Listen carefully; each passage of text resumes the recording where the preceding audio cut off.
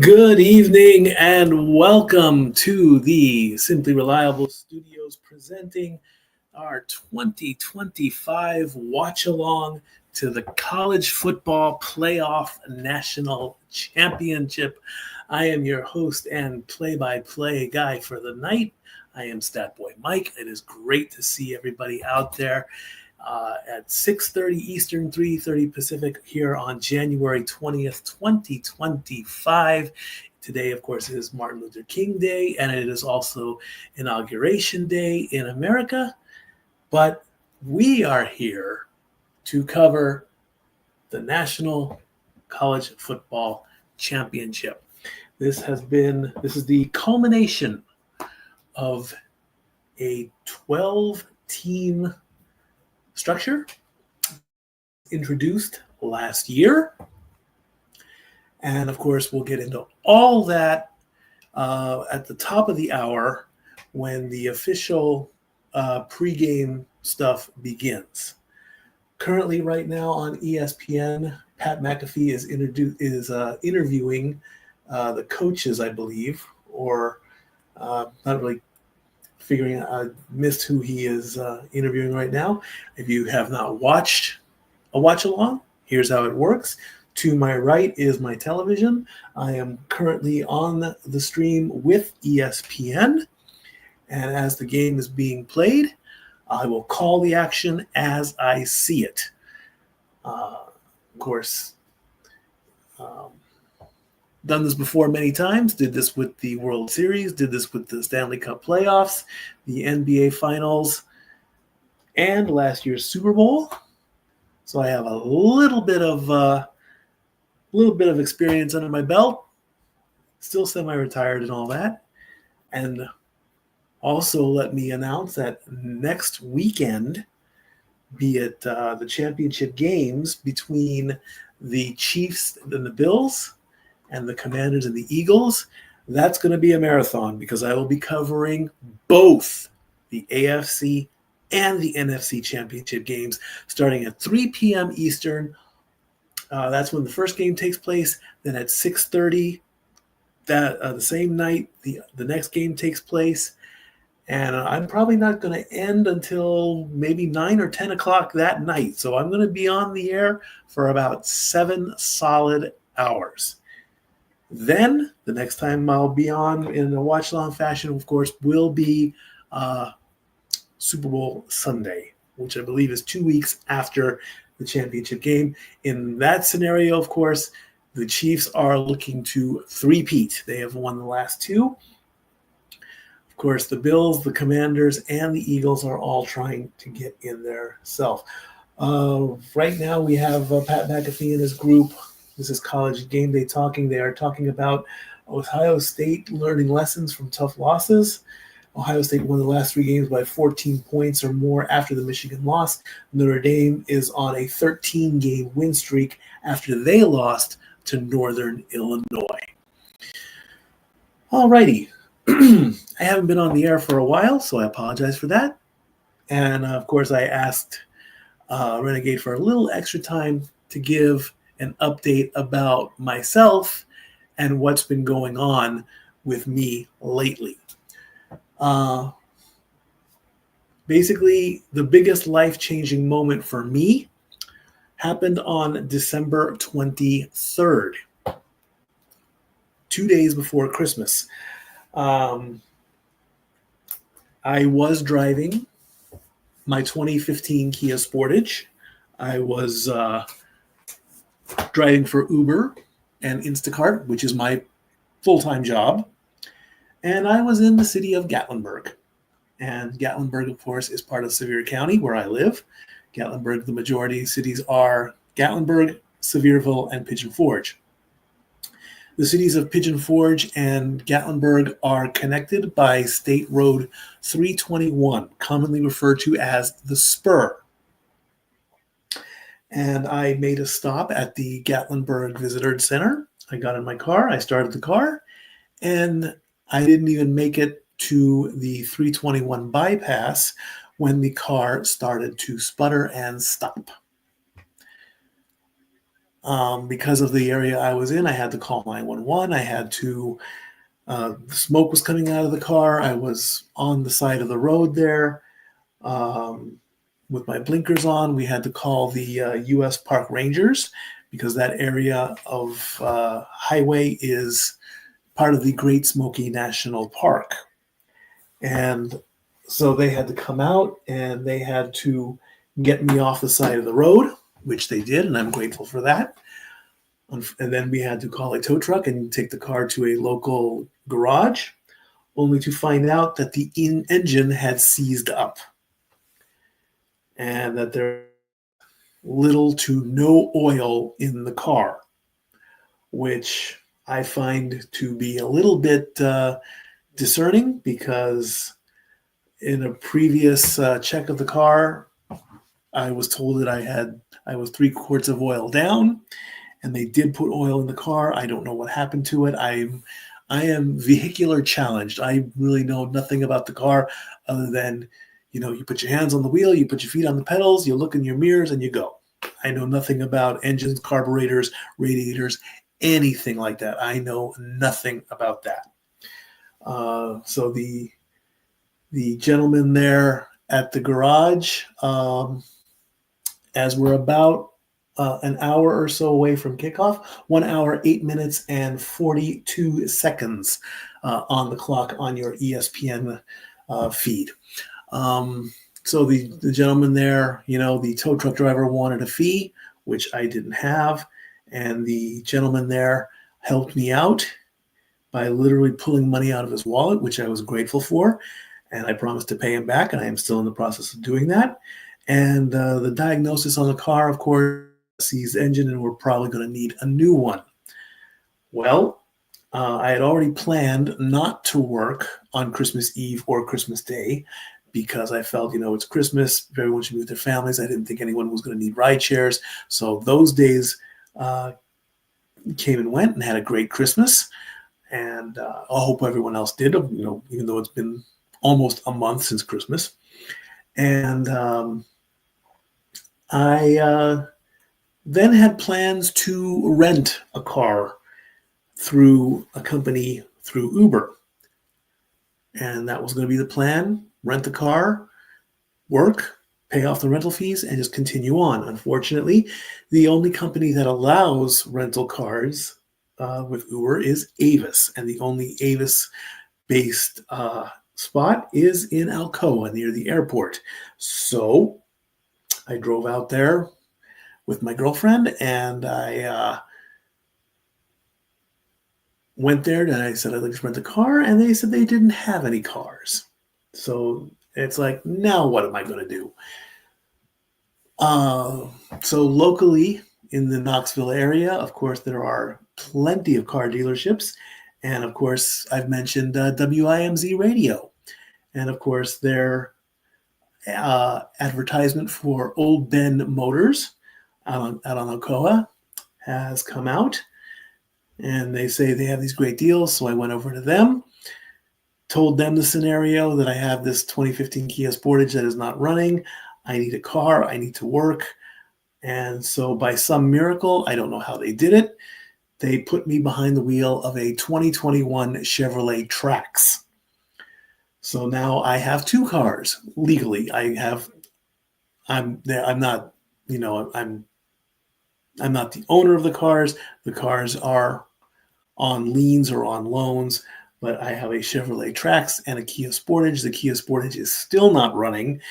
There's just been a lot of, it's the holidays and the recent weather we've had in Tennessee with snow and cold, and that stuff has just stalled everything. So on December 26th, that's when I got the Chevrolet Trax. I've been driving it ever since. I've continued to work for Uber and Instacart and continue on with my life. So things have been going okay with that. And it's still a little bit struggling. I mean, it's life. You gotta basically work every day, except for today because of what happened yesterday. So we'll continue with that. So yesterday was a bit of a snowstorm. which we had here in Sevier County. And of course, the major roads have been treated with salt, with road salt and all that. And so, because it was snowing, I chose to drive for Instacart. And a lot of customers needed road salt or for their sidewalks and everything. And again, I took a ride into Gatlinburg. And there is a road called Wiley Oakley Road. Wiley Oakley is a person in Tennessee. There's a historical story that I just haven't learned. But anyway, the road is mountainous and the road is curvy and the road is up a hill. And so I'm driving along, and as I'm going higher and higher in elevation, snow was on the ground up until a certain point. And so I continued going up the hill, and I got to a certain spot where there were two cars on the road, and they didn't have any damage, but they were positioned odd, like somebody had slid. So I was forced to stop my car. I stopped the Chevy. Once I stopped the car, I couldn't get my momentum going. And of course, even though my car is an all-wheel drive car, if you're in the snow, the wheels spin, no traction whatsoever. And basically I was not moving. I tried to get out of the area. It just was not happening. Plus I was trying to go uphill. It just was not going to happen. I had to contact my customer. I said, I cannot get up this road. I have no traction on my car. The road is too snowy. There's no way I can get up the hill. You're going to have to come down to get your order, which they did. In the meantime, there were cars behind me on both sides. And one car in particular somehow got in a position where one of their back tires was literally tilted off of the ground, and the car was on an incline. Luckily, nobody was hurt. There was no need for EMS, paramedics, or anything like that. Nobody was hurt. It's just that the car was in an awkward position because of the snow. There are a few cars, in one area. There's another cars behind me. My car is still facing upwards. And it's basically, so it's my car, 3 cars up ahead of me wanting to come down the hill, 3 cars below me wanting to come up the hill and get into the cabins that are in that area. So I very slowly tried to turn my car around. And the car that was directly behind the inclined car, for some reason, he was refusing to move. He would not move until that car was cleared, which was not going to happen. Again, nobody was hurt. So, of course, survival instincts, get some help, call 911. Call 911. Unfortunately, because of the snowy road, nobody could get up there. Local police couldn't get up there. The Rangers couldn't get up there. So basically, we were stuck to fend ourselves. The temperature was low. It was about in the 25 to 26, 27, 8, 9 degrees. The snow was falling. It was cold. A lot of people, of course, were out with their cell phones taking video footage. So there is some kind of footage on social media somewhere. I have not found it. And so, just waiting and waiting and waiting. And so a few of the people were, coming up to me and they're like, what do you want to do? And I basically straight out said, I want to go home. I want to get out of this area. I want to go home. I'm cold. I'm tired. I've worked all day. I want to go home. Unfortunately, the crowd or the groups there were like, nobody's going anywhere. It's not safe. One bigger truck than me made its way around me and kept going. So, of course, I'm thinking, well, if they can do it, I can do it. And so I turned on the key to my ignition. I started to go down the hill. And, of course, the snow and the ice played otherwise. The the car started to slide a little bit to where everyone had to like stop the car, put the car in park, and I sat on the road there for the better part of 90 minutes. I did go live on Facebook for a little bit. I just made everyone know I was okay. And so I'm sitting and waiting. I called 911 again. Still nobody could come up. So finally, everybody essentially abandoned their cars and they started walking up the hill. And so I was like, there's just no way that I'm going to be able to go anywhere. I'm not going to leave my car. I'm certainly not going to walk and knock on anyone's cabin's door.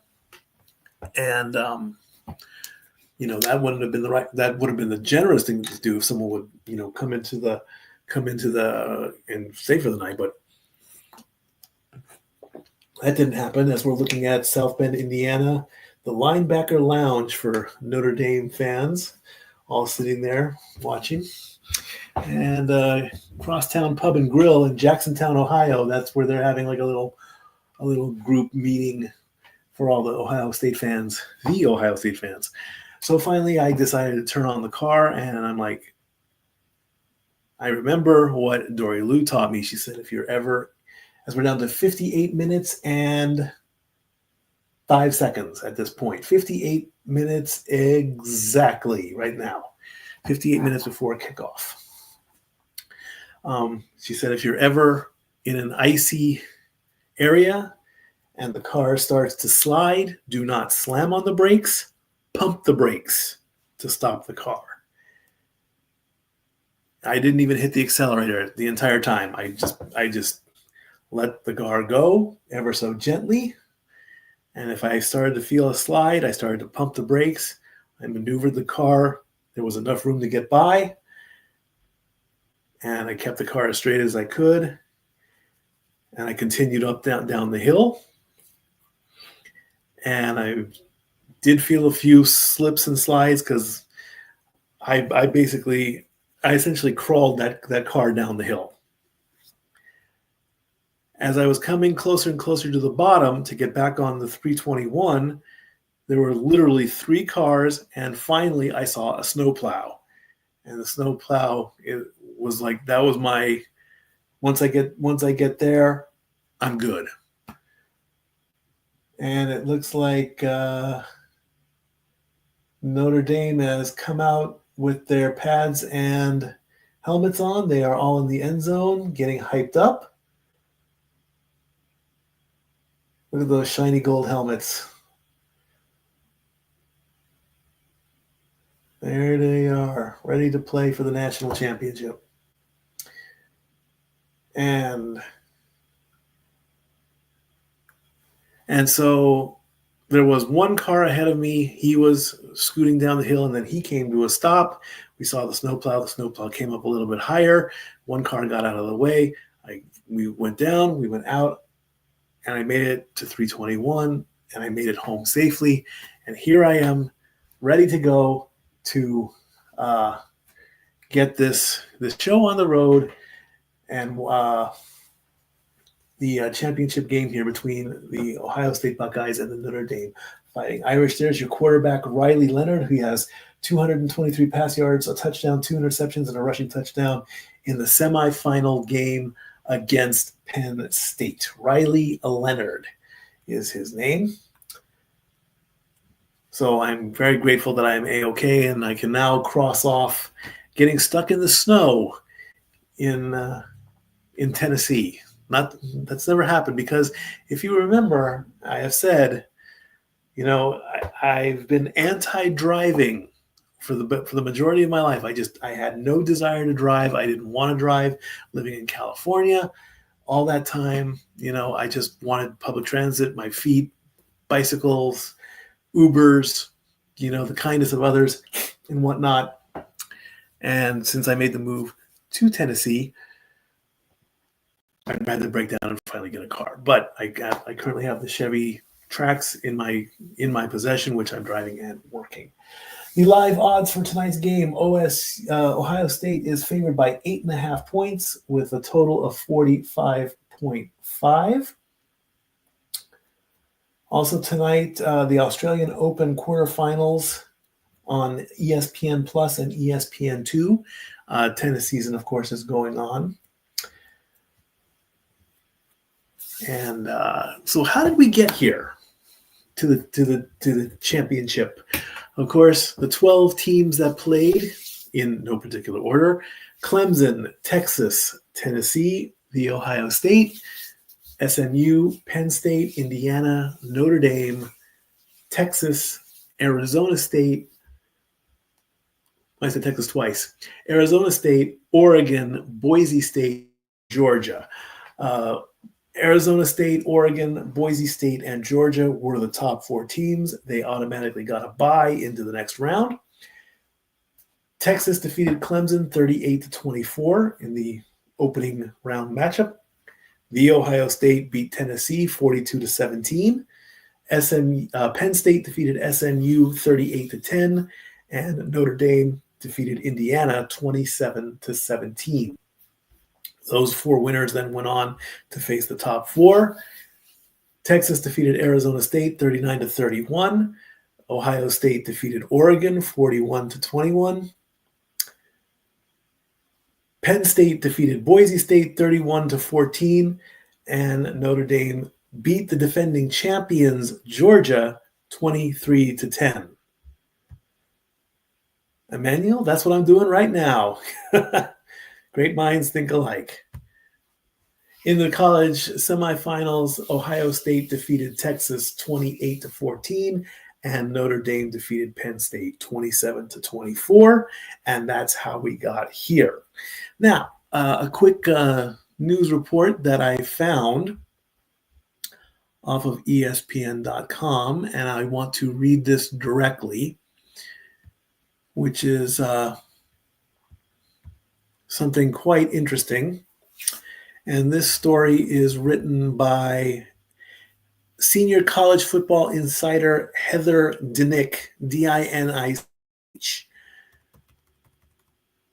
Headline reads, CFP hasn't ruled out tweaks to 12-team format for 2025. Dateline, Atlanta. No major decisions were made regarding the future format of the 12-team college football playoff on Sunday, but tweaks to the 2025 season haven't been ruled out, CFP Executive Director Rich Clark said.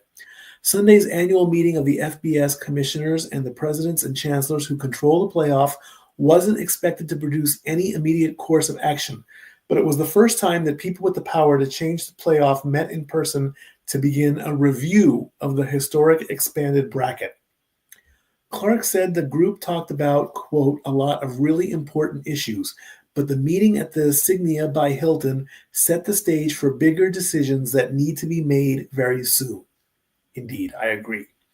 Commissioners would have to unanimously agree upon any changes to the 12-team format to implement them for the 2025 season. That's part of the deal. Everybody has to agree. It's like a jury. If one person says no, nothing happens. I would say it's possible, but I don't know if it's going to happen or not, Clark said on the eve of the College Football Playoff National Championship between behind Ohio State and Notre Dame.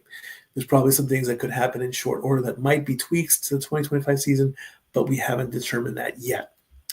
A source with knowledge of the conversations said nobody at this time was pushing hard for a 14-team bracket, and there wasn't an in-depth discussion of the seeding process, but talks were held about the value of having the 4 highest-ranked conference championship earned first-round byes.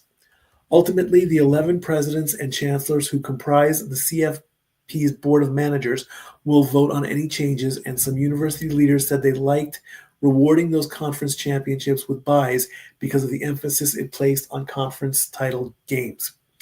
Mississippi State President Mark Keenan, the chair of the board of managers, said they didn't talk about what-ifs, but they have tasked the commissioners to produce a plan for future governance and the format for 2026 and beyond. Starting in 2026, any changes will no longer require unanimous approval, and the Big Ten and the SEC will have the bulk of control over the format, a power that was granted during the past CFP contract negotiation.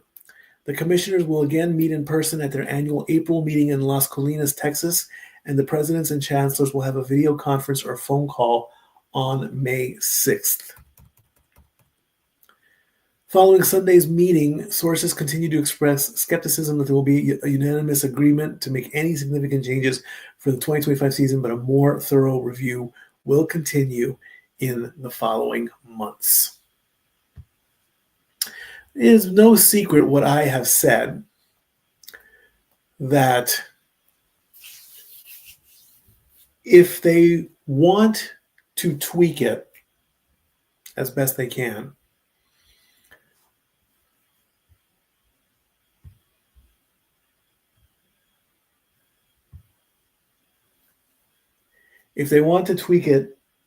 my essential thoughts is to do the college football champion similar to March Madness.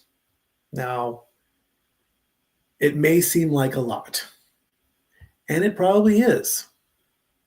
In fact, number of NCAA football teams.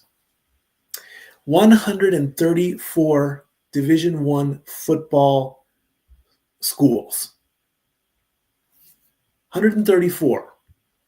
Now, as we're down to 48 minutes and 48 seconds on the clock as we get closer and closer to kickoff. There's Captain America, Anthony Mackie in the end zone, taking a picture of the football. Getting ready for Captain America, Brave New World coming out on Valentine's Day. Special look coming up on Valentine's Day. Captain America, the new Captain America, getting already there. So 134 teams. The NCAA March Madness basketball tournament features 68 teams. Usually it's the starting 64, and then they implemented 4 more teams.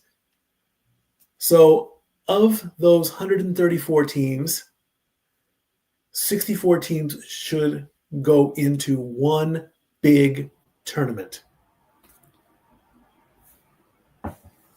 And let me do some quick mathematics here, if I may. Where is my calculator app? Let's do a quick math here. 64 divided by 134 is 47%. So right off the bat, you have a 47% chance. That's a little bit less than half. You're either in or you're not, based on your records. You take all 134 teams and you find a cutoff spot, or you go by performance. You get rid of the strength of schedule, because the strength of schedule is something I don't understand. Therefore, I don't like it. Therefore, I don't want it. Therefore, get rid of it. But that's my personal opinion. You whittle down those 134 teams to 64. You put them in 4 groups of 16 at some point near the end of the season.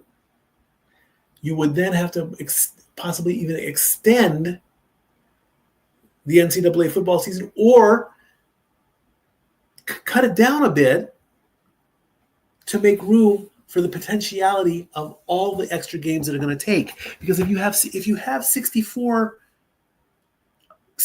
teams and you have to whittle them down all the way down, you go from 64 to 32, 32 to 16, 16 to 8, 8 to 4, 4 to 2. 5 games are your playoffs. So that could make it. Let's see. Well, let's keep going with this.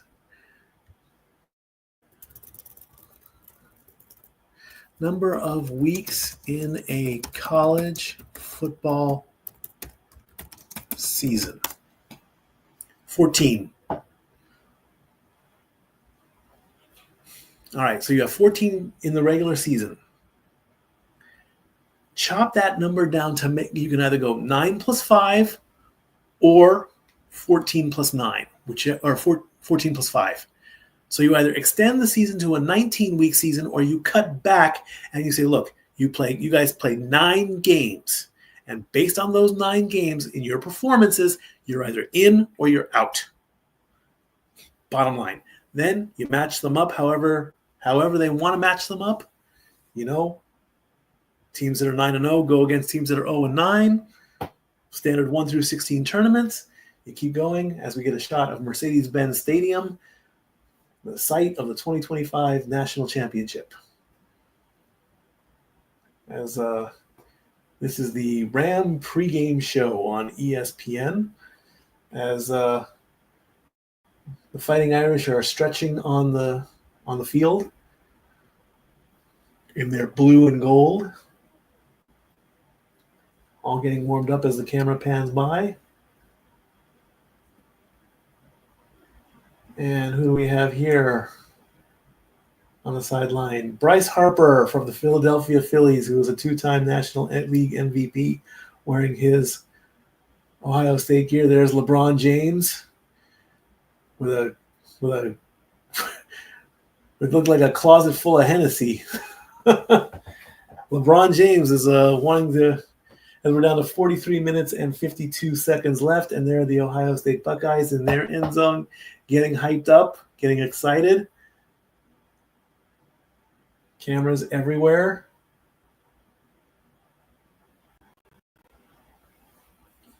Hyping up everything. So you, like I say, do it that way until that way. If you do extend the season, 14 plus 5, you get more college football, because football is everywhere. Even here in Sevier County, football is everywhere. Indeed it is. Indeed it is. So that's one way, that to maybe make it better, or make it a proper 16 team. If you don't want to go that big. This whole thing with buys, you want to get the buys so that there could be a rest week in there. That's a possibility as well, but you never know. Coming up again this weekend as the Bills take on the Chiefs, Buffalo actually has a 55% probability to win. KC, of course, is seeking their 3rd straight Super Bowl appearance. They won the last 2. They meet for the 4th time in the last 5 postseasons. Of course, the Chiefs are dominating. We know that for a fact. As we get, this is the Ohio game versus Texas, I believe. Yes, they're showing highlights from that at the Cotton Bowl. And we're just about 47 minutes left, I believe. So we're going to keep going with that as we take another look at the field. The fans are coming in. And the clock reads, if I can get, and there is Jack Sawyer, who has recorded a sack in each of the last 3 games. He is on defense. Jack Sawyer, he's going to be one to watch. 41-28, I believe it said.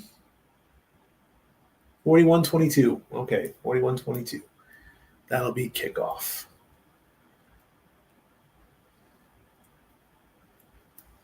All righty, let's take a look and see what else is going on. Later today in hockey, the Penguins take on the Kings. Kings are 25-13-5. The Penguins are 19-21-8. And it looks like spring training will start on February 20th to start off the 2025 baseball season. Here we go. Let's take a look and see what's going on in basketball. There is a game going on right now.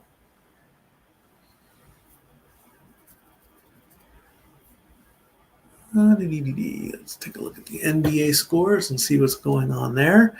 The Celtics are easily beating the Warriors 111-73 with about 6 minutes to go in the fourth. At the 8 o'clock hour, the Jazz will take on the Pelicans. Both teams are not doing very well.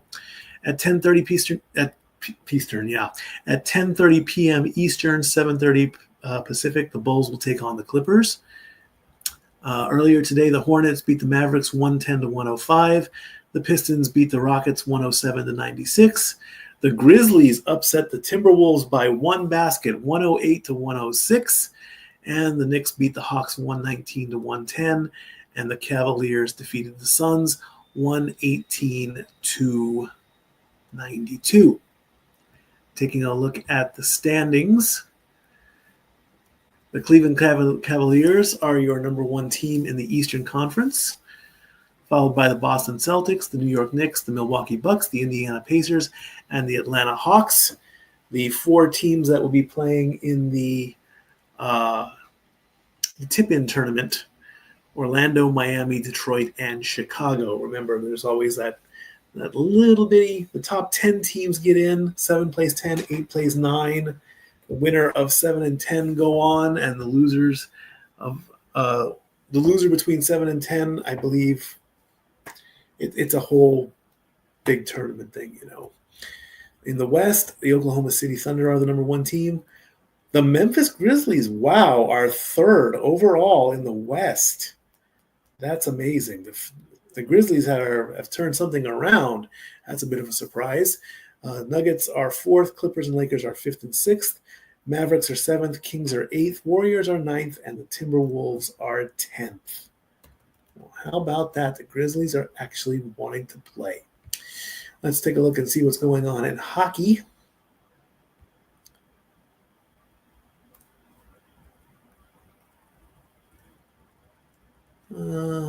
Earlier today, the Bruins defeated the Sharks 6-3.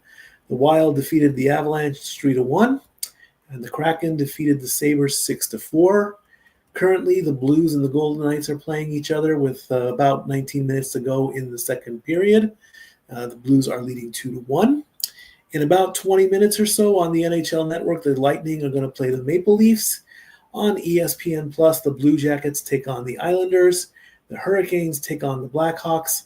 The Jets take on the Utah Hockey Club. And the aforementioned Penguins take on the Kings. Let's take a look at the standings.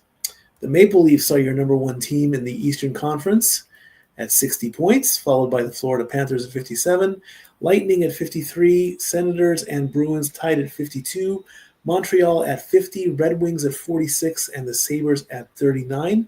That's your Atlantic Conference. In the Metropolitan Conference, the Washington Capitals are your number one team at 67 points, followed by the Devils, the Hurricanes, the Blue Jackets, the Rangers, the Flyers, the Penguins, and the Islanders. Then in the West, the Winnipeg Jets are your number one team at 65 points in the Central Division, followed by the Minnesota Wild at 60, Dallas at 59, Colorado at 57, St. Louis at 48, Utah at 45, my residential hometown Nashville Predators at 39, and the Blackhawks at 33. And in the Pacific Division, the Golden Knights and the Oilers are tied at 61. Kings are at 55, Flames are at 51, Canucks are at 50, Kraken at 45, Ducks at 42, and San Jose Sharks at 34. I see somebody. I see the biggest Ohio State Buckeye fan, who is more than welcome to pop into the show if he so chooses. And please do, brother. I would love to have you here for a bit if you want. So choose to. I will send you the link. Just let me know if you want to come in.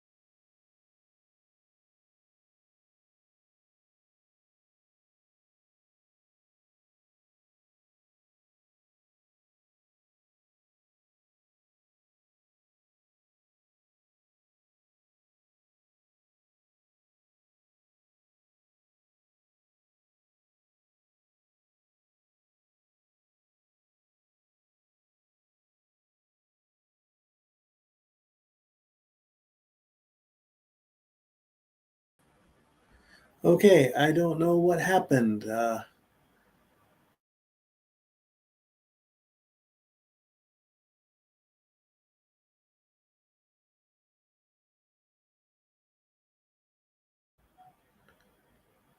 And now for a taste of things to come.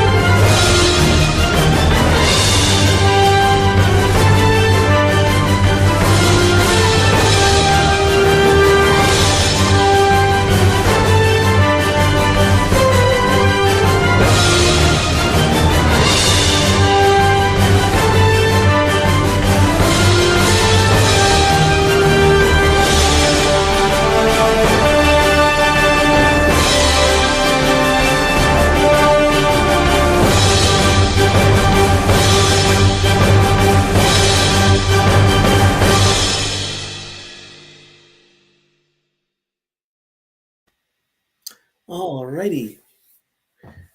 If there are technical difficulties, I would probably blame it on the cold weather that's going on. So, other than that, I do apologize. I'm very sorry about that. And let's bring in the Cleveland combatant, who is the Ohio State Buckeyes fan in this entire. As Mikey freezes again. And I am the, basically, Ohio State Buckeyes only Buckeyes fan in the Stat Boys universe, in the Casa de 18 Studios universe, in the former multiverse of media. Yes, I am back, and is Stat Boy finally unfrozen again? And there he goes again. Oh, he my gets goodness. unfrozen, then he freezes up again. Oh boy. You okay? Yeah, I'm good. It's probably just the connection, and it's just the weather. That's all it is. Yeah, you keep freezing up multiple times. Great, I'm gonna have to carry this show, aren't I? Hey, if you want to, by all means, go I'm for good. it. I'm good. So how you doing, Mikey? I'm like I said, I'm good, man. I'm just ready to get this show on the road. We're down to about 31 minutes, 53 seconds to go until kickoff, and we finally get to see two of the teams that deserve to be here, the number 7 and the number 8 team. How about that? Yeah, that's going to be fun. Of course, there's only one team that's going to win this, and that's pretty much the team we all know that's going to win this.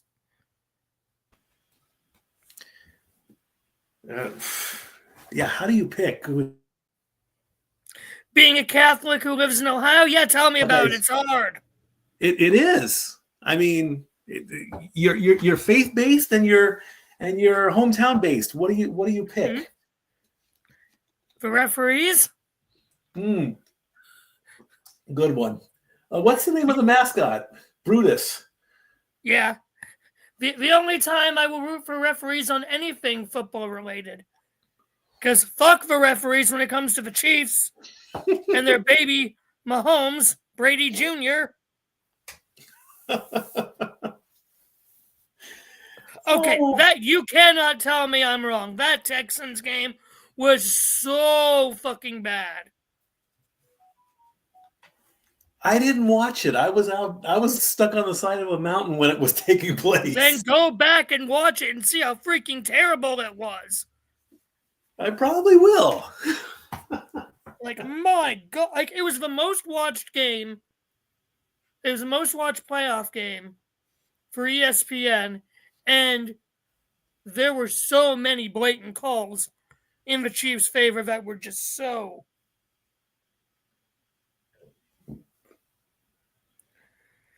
Yeah, it was not fun.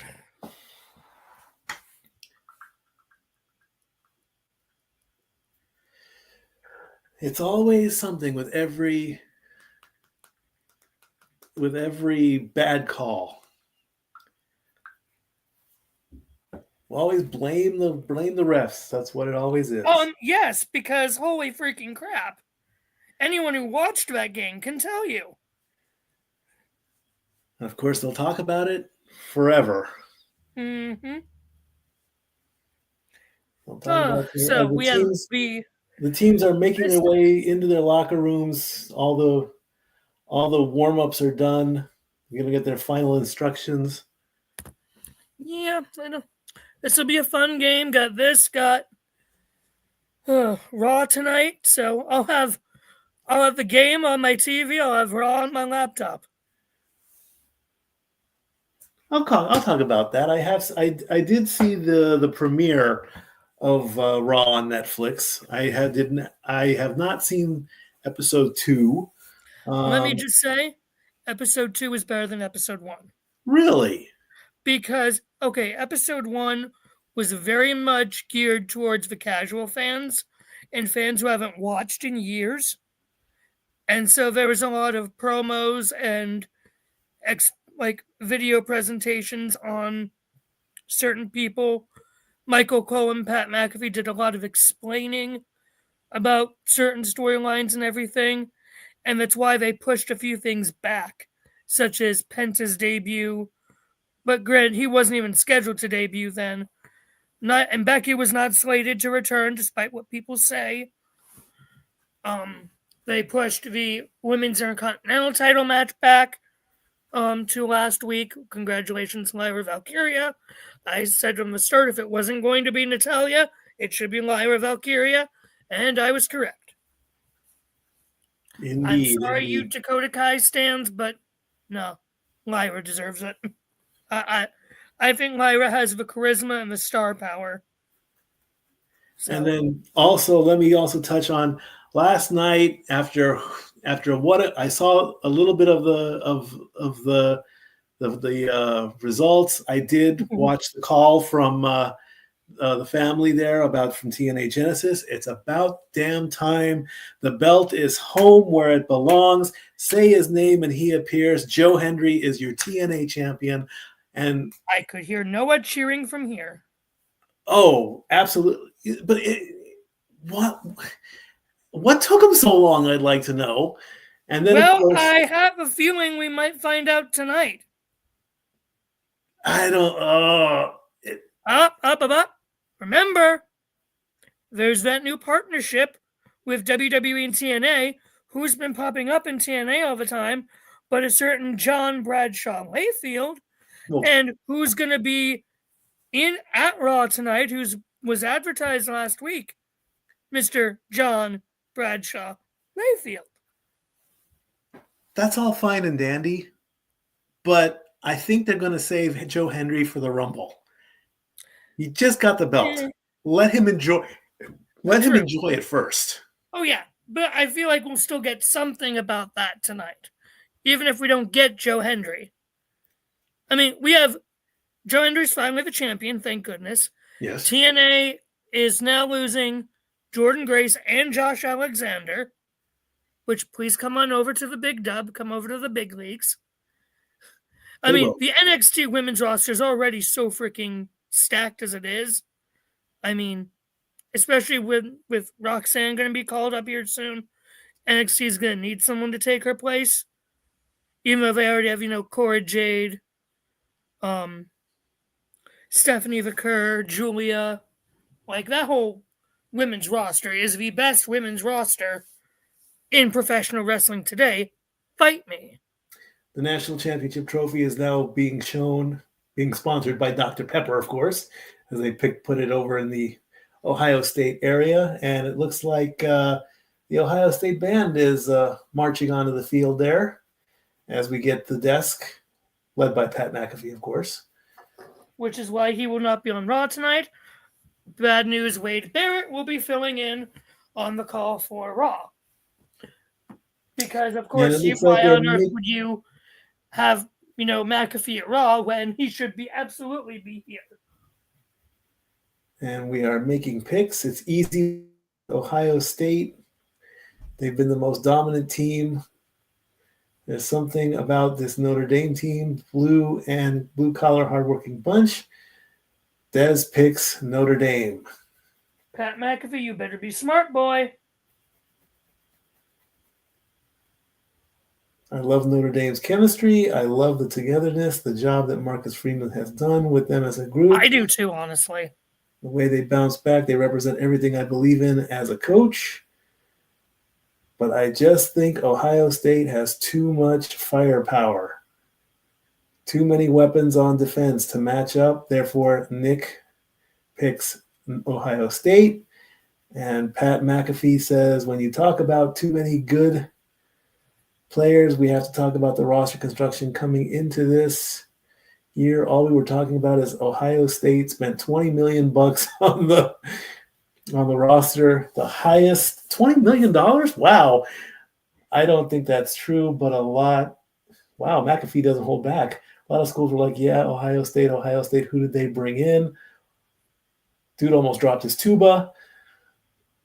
The team has been building from within a Catholic school group that's gritty and super together. But what they don't understand is what Marcus Freeman has built, and the building is ready to weather a storm. Blessings for Ohio State. Everyone that I know who is associated with being Irish. He's Irish? Well, the name of the McAfee, of course he is. Tell me if I pick Notre Dame in the national championship, they're going to hunt me down and hurt me because I have not picked Notre Dame ever in my life, and they continue to win. So with that being said, you don't have to tell me what to get on with it, McAfee. He's going Ohio State.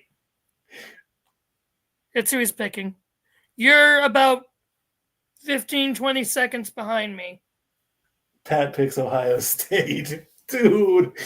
I love McAfee. But I will say, if you are watching, I love what the new coach has done with this team. He has turned this team and this franchise around. He reinstated the pregame mass for the players. Did he? Yes. Which I'm very happy about. I've heard a lot of good things about this team and about this coach. So even though I'm an Ohio State guy, I will not be disappointed if Notre Dame wins. All right, College Game Day has officially ended their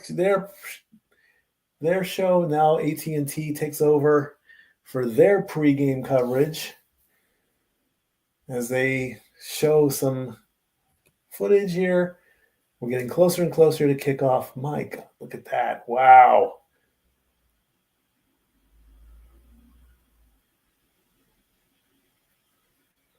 Common is narrating this as we get a nice look at.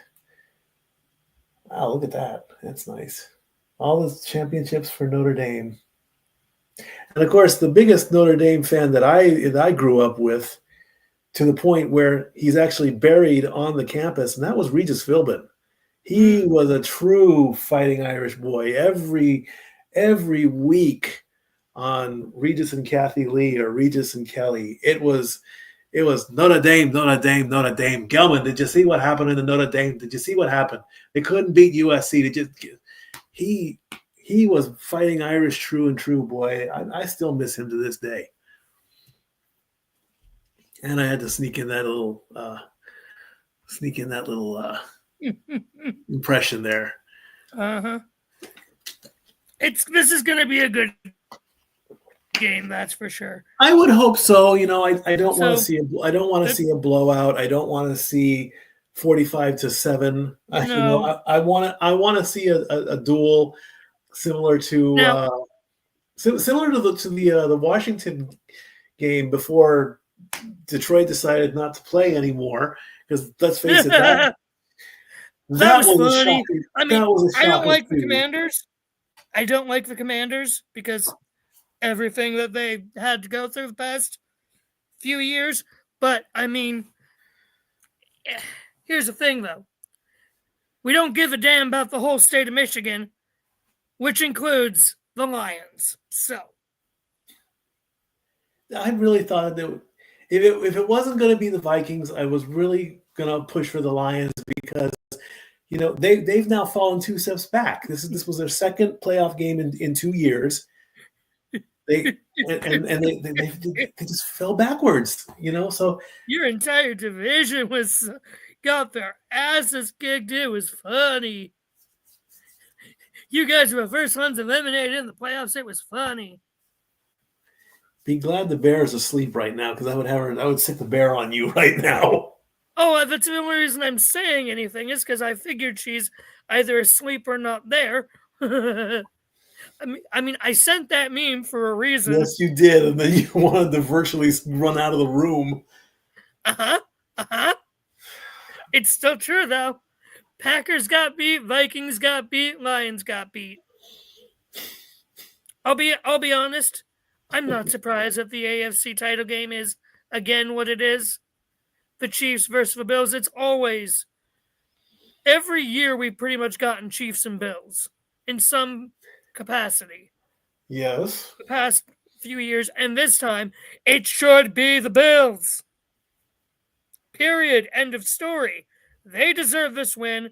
They deserve to be the Super Bowl champs. I do not care. Your argument is invalid. Fight me. I would agree with that because if anyone wants to knock off the mighty Mahomes, it has to be Josh Allen. Bottom line.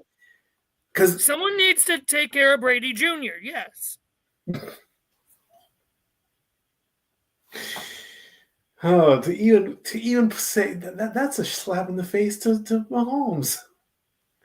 He's not Brady. He's not on that Brady level yet, unless he decides to call it quits and join him in the booth. Here's the thing, though. If they beat the Bills, he has the second most playoff victories of any quarterback besides Brady, because he's tied with Montana right now. Right, indeed. And he's likely going to catch up there to Brady eventually. Just hopefully not this year, please. And on the flip side, Eagles and Washington, that should have that big matchup feel, but since the Rams got booted, and let's face it, the Rams are going through enough because of what's going on in LA. Yeah. And a big thank you to the people in Arizona that took care of the Rams and the Vikings in the first round. Big shout out to them, and I hope everyone still is safe in LA. But it's just not that big enough. I mean, we had the Chiefs and the Eagles 2 years ago, and the Chiefs just pounded them into submission. So I don't even. Well, let's look at this. Let's say the Commanders do pull off the miracle and take out the Eagles. That's almost feeding. That's Chiefs versus Commanders. That's gonna be a disaster. Excuse you. First off, stop it right there. Assuming the Chiefs beat the Bills, which they will not, so shush your Tennessee pie hole there. As your Titans didn't even make it to the playoffs, nor did my Browns. Okay, hold on. Time out here. The Titans weren't going to go anywhere this season because they're not that good of a team. They need to take a note from the Volunteers, and we do. The star running back of the Volunteers, Dylan Sampson, is going to the draft this year, and if he is going to stay in Tennessee, let's face it, the Titans need as much help as they can get. Continue. Yeah, well, hopefully Browns make the smart decision and extend Chubb again. Oh, dear, if we can, I just want Watson gone. I want Watson gone, period, end of story. Get this stain off our franchise, please. But, yeah, so as long as the Bills win, I'm good. Because my other team didn't even make the playoffs this year. That being the 49ers. Oh, well. San Francisco hasn't had a team for a while either. Hey! It's truth. They made the playoffs last year and the year before. So shush your pie hole. No, I'm not. Skill Show, Pro Bowl games on January 30th. Flag football finals on Sunday, February 2nd. Super Bowl on February 9th. And it better be the Bills. I think Bills Eagles that'll be the bigger match. I think the most interesting will be Bills Commanders. Just because no one probably expects either of them. What? Just as long as it's not the Chiefs, right? Anything but the Chiefs, yes. I don't care if it's... That would be the worst, in my opinion, would be Chiefs versus Commanders. It'll be a slaughter. Because then I can't even root for the refs, because the refs are rooting for Mahomes. Root for the commercials. At least they'll be better. Yeah. Well, how many of them are going to have Tay-Tay in them, though? Yeah.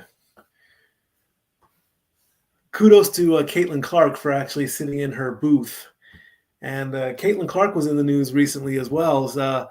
She had a stalker come after her, and luckily they caught the guy. So, I just hope that her and the Indiana Fever do better in the upcoming season. She is the Rookie of the Year, so good for her on that. But Indiana needs they need to pick up in the next season, because once that rookie mentality is over, you've got a year in, you know what you got to fix, you got to fix it. That scenario is not taking place with the Blackhearts with Connor Bedard. He came in hot, got hurt. Blackhawks still aren't doing good. So to get that there, whatever. What's going on here on the field? It looks like we got it's been a busy day.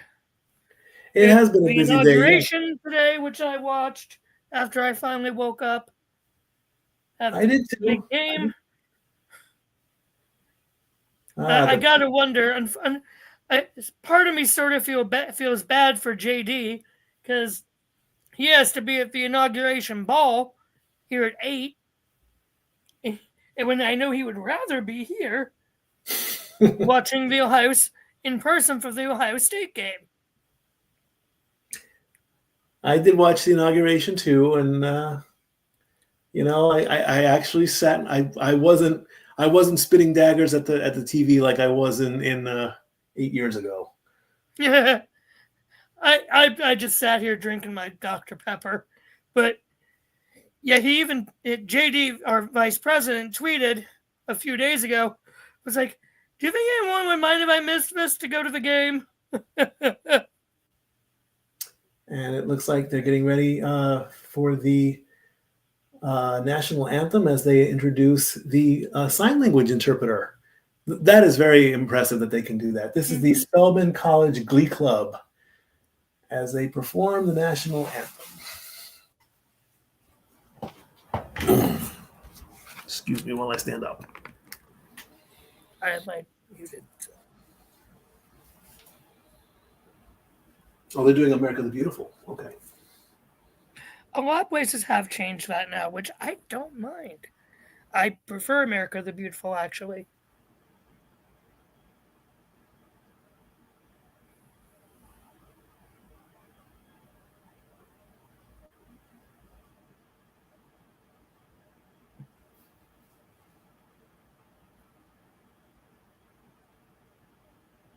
United States Air Force Airmen, U.S. Central Command, watching live.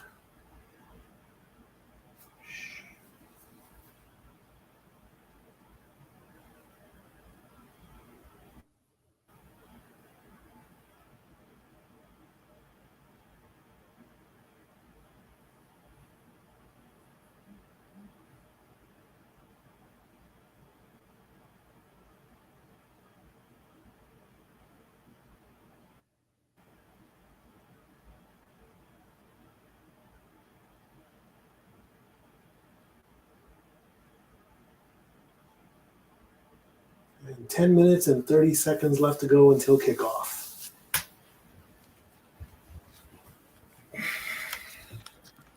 it's going to be a fun game. And then, well, we have 25 minutes until Monday Night Raw starts. Yes. Which I think it's a good thing, really. We'll see how it is. Well, I mean, streaming, the numbers, viewership doesn't really matter anymore because it's streaming. But at least at this point, United States Central Command coming forward.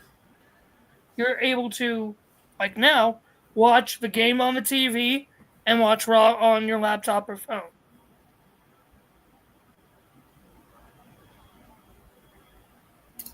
Army, Marine Corps, Navy, and Air Force representing the colors. Alexander Charlotte from the Atlanta School for the Deaf will be signing the national anthem.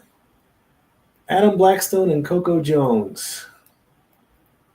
A 12th grade, a student from the Atlanta area. Wow. As the national anthem is being performed.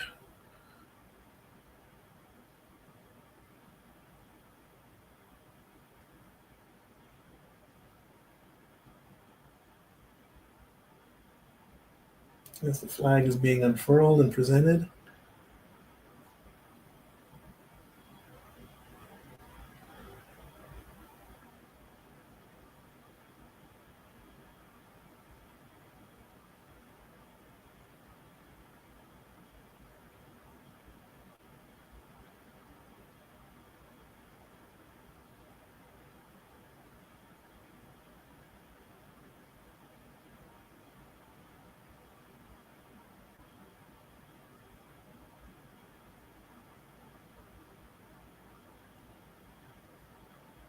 Fireworks going off.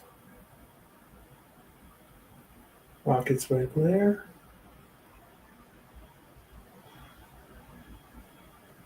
As the United States Army 21st Theater Sustainment Command in Germany being honored as well.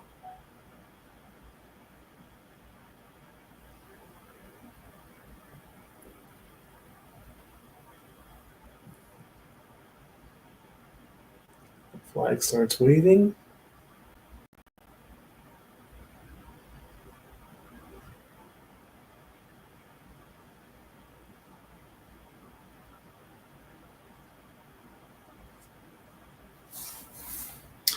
Alrighty, very good performance there as the fireworks shoot off.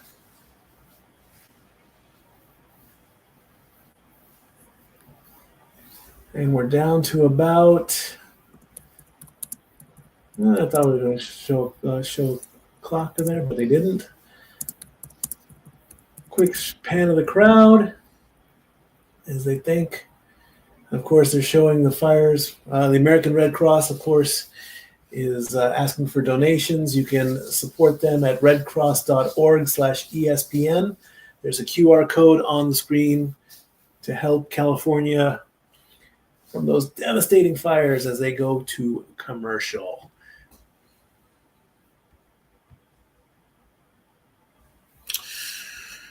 Yeah, we'll let them. Sure, why not? The gang's all here. Let's bring in somebody else. Why? I just figured he'd comment in the Stat Boys College chat, so I figured. Why not? Let's get the gang together here. Why not? The more the merrier, I always say. But just remember, my feed is the official feed. What I say goes. We know. All right. I'm probably going to hop out before the game starts because I'm like 20, 30 seconds ahead of you. Well, then pause for 20 or 30 seconds till I catch up.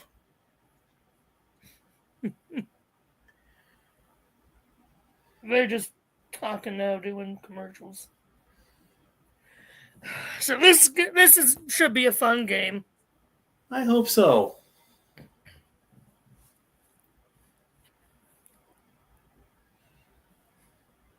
Now, are they in an indoor stadium? Yes, Mercedes-Benz Stadium is an indoor stadium. Good, because it is cold here. How cold is it in Ohio right now? 7 degrees. We're slightly warmer. We're 17. Do you know what the correction? 6 degrees. but with the wind chill, it feels like -9. Lovely. I'll bring Mhm. up. Oh my gosh, look at this. 18 degrees currently in Sevierville. Huh. Do we have a wind chill factor? We're going to dip down to 13.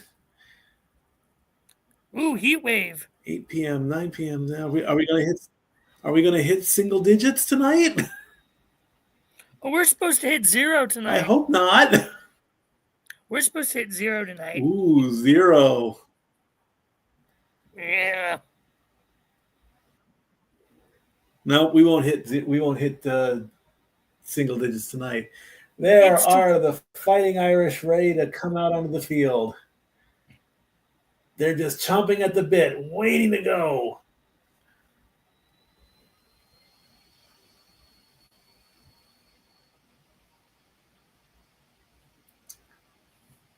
The door is open as they play like a champion today. Coming down the tunnel.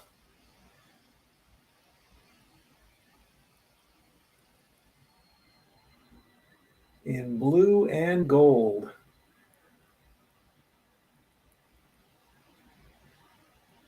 And in the other tunnel, here come the Ohio State Buckeyes. Red and white. Get out of the way, referee. Or is that orange? No, it's red. It's red. I'm colorblind. Mike, I was about to say, if you dare try and say that we are wearing orange, you are going to get a worse thrashing than Jeff or JJ have ever given you. A balmy 49 Listen here. degrees in California. Listen here, you California yellow belly. No. And the Fighting Irish take the field. No, JJ, that's a bad JJ. It never gets cold in California. Mikey, shut up. The coldest I remember growing up there, I believe, was maybe 38 degrees. I think that's the lowest it got. It never got into the teens. It never got into the 20s, even during the winters. Heat, on the other hand, look out, as here come the Ohio State Buckeyes. Okay, to quote Jeff here, oh, for fuck's sake, Mikey!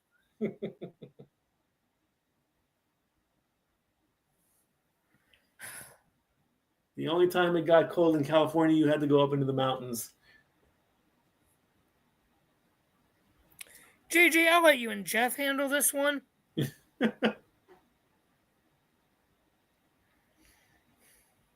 Even though I'm technically closer. Less than 2 minutes to go before kickoff. With that, I'm going to get going so I can turn my sound on. So I will talk to you guys later. All right, brother. See you, boss. Bye-bye. Thanks for coming in. I'm glad he's gone. Not. Jerome Bettis is the honorary captain for the Notre Dame Fighting Irish.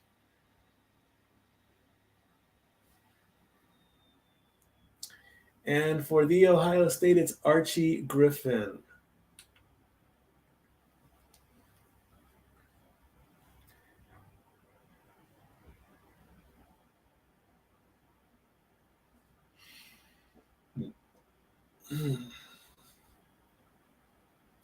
Wow. I saw some Asian writing on the back. I believe that was maybe one of the ball boys. As the captains are getting ready to meet at midfield for the coin toss.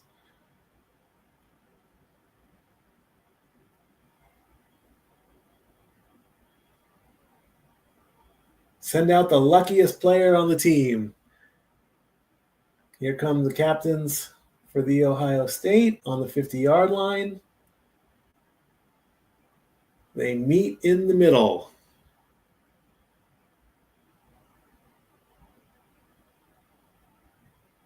They shake hands, secretly saying, "I'm going to tackle you." Probably not.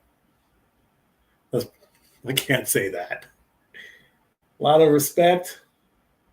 Hugs and handshakes in the middle. Shaking the referee's hand. Hi, how you doing? We're going to break bread later. Ohio State's crossing themselves. And we have Dr. Bernice A. King from the King Center. She's going to apparently be part of the coin toss. Remember, it is MLK today, Martin Luther King Jr. Day. The youngest daughter of Coretta Scott and Martin Luther King Jr. As the referee welcomes the teams, he has the coin in his hand. Steve Marlowe is your referee.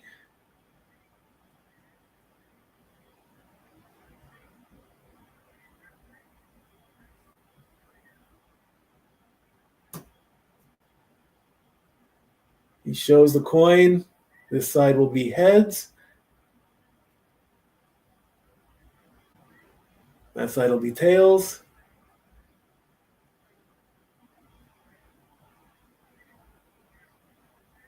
Tails is the call. The coin is flipped. And it is tails. Ohio State wins the call.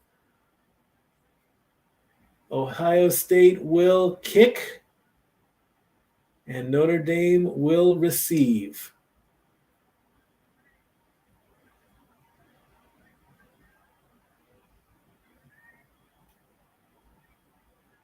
Notre Dame gets the ball first. 15 minutes on the clock as kickoff is just getting closer and closer.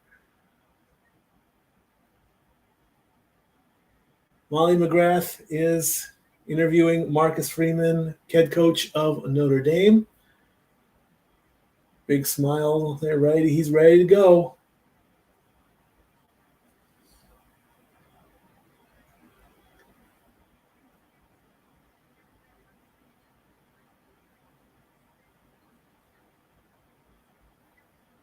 Closer and closer, getting closer and closer to the opening kickoff.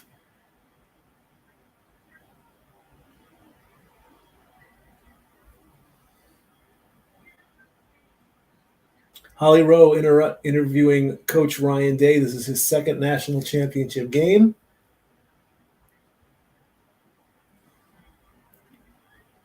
Finish the mission, not finish the story, finish the mission. He says it's going to be a fight.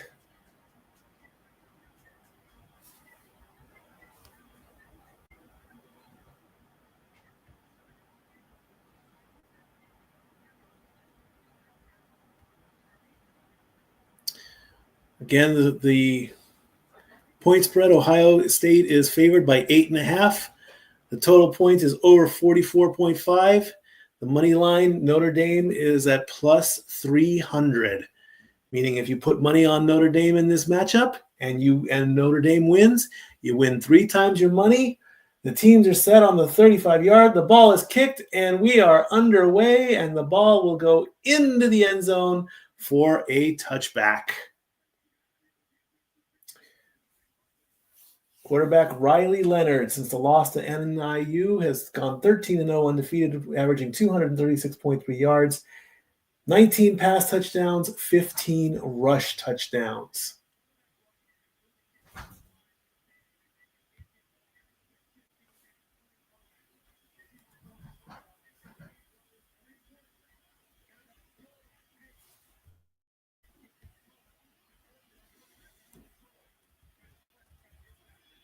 All right, 1st and 10 on the 25-yard line. It's a run play. Notre Dame goes nowhere. A loss of a yard.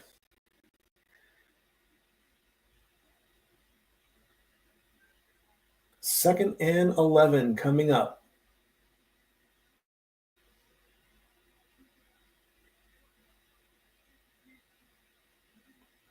Second and 11 with the clock running down. Leonard takes the snap, fakes the handoff, scrambles up the middle, for a good run of at least 8 yards. 8 yards. That brings up third down. The offensive line is being showed.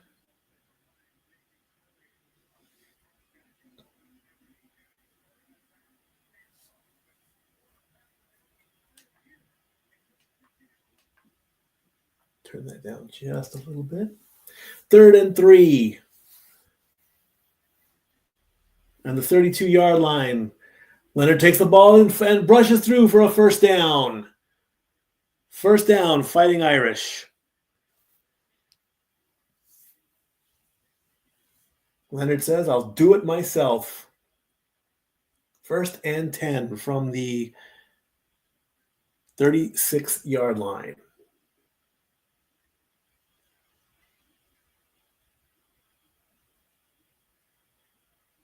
Bit of an audible being called. Leonard takes the snap. Waiting, throws, and incomplete. First throw attempt incomplete. That brings up second down. 2nd and 10.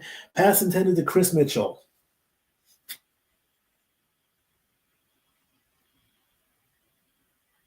Second and 10. 13 minutes, 13 seconds to go.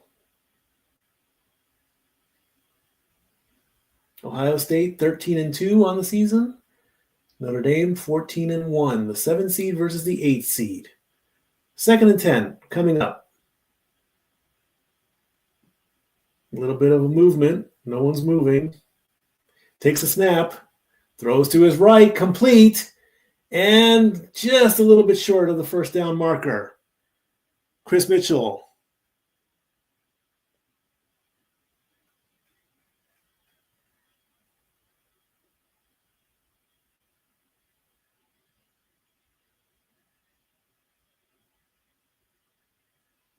And they gave him the first down.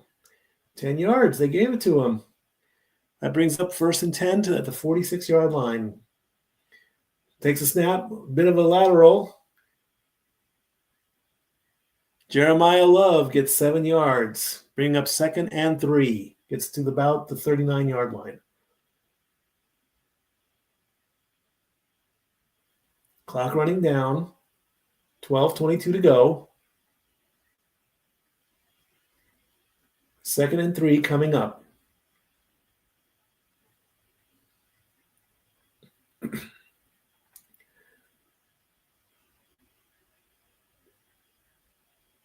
Offensive line in motion.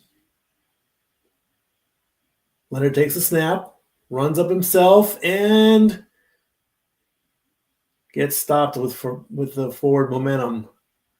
Only gets 2 yards on that play.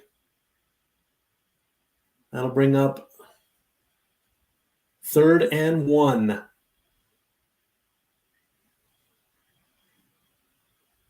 $11:38 to go. 3rd and 1 coming up. They did convert on their last 3rd down. As the fans getting them ready.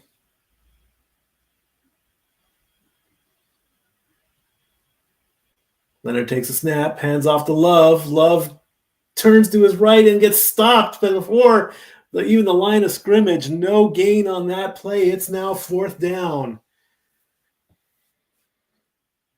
4th and 1. Analytics will probably say to go for it. It is the national championship.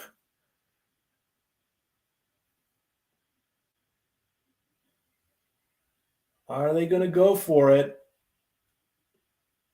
Yes, they are going for it. Analytics says go. 4th and 1. Leonard takes a snap, plows through, and gets the first down.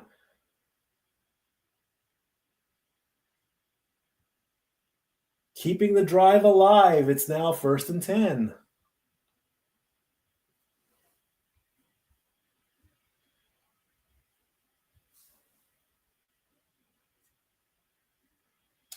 The Ohio State goes for it on 4th down and converts. 1st and 10.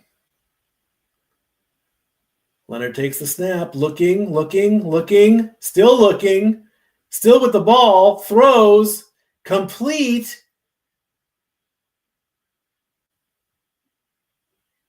"14 yards to Eli Reardon."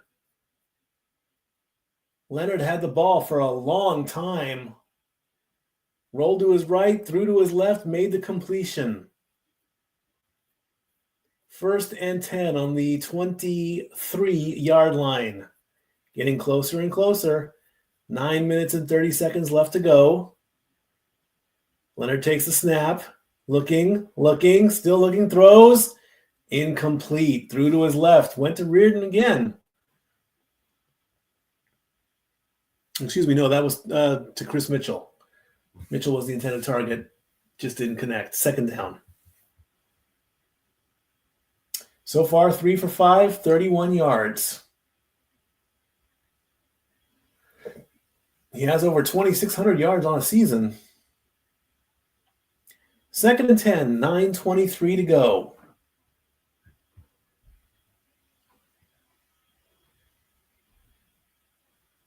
Leonard takes a snap, hands it off. He runs to his left, passes the line of scrimmage, getting closer to the 1st down with a stiff arm. Will they give it to him? No, he's a yard short, 9 yards.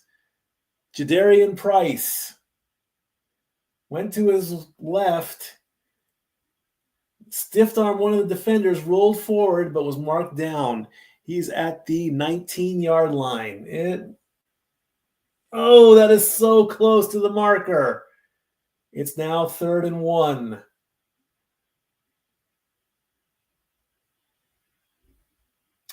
Thirteenth play of the drive.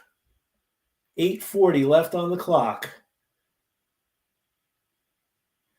Leonard goes forward again, and he's still pushing, and he's finally down. 5 more yards.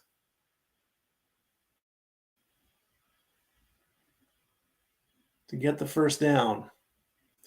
1st and 10 at the Ohio State 14. Notre Dame with the ball. Look at that. That almost looks like a rugby pushing them forward here. Notre Dame with the ball on high snap, a handoff. As Jeremiah Love only gets 2 yards on that run. It's now 2nd down, 2nd and 8 coming up. As the clock runs down, 7:42 to go.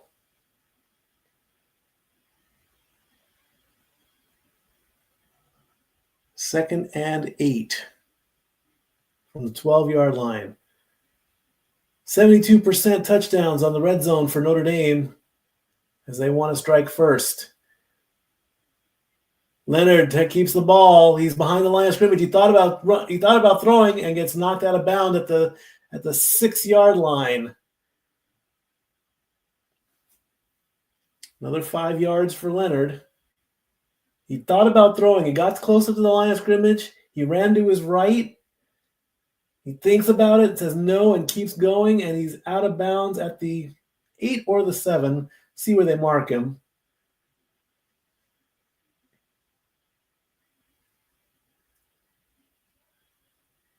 As we get closer and closer. 3rd and 3 with 6:48 to go. Leonard takes a snap, fakes the handoff, slips a little bit, and he's just shy of the 1st down marker. Another 2 yards.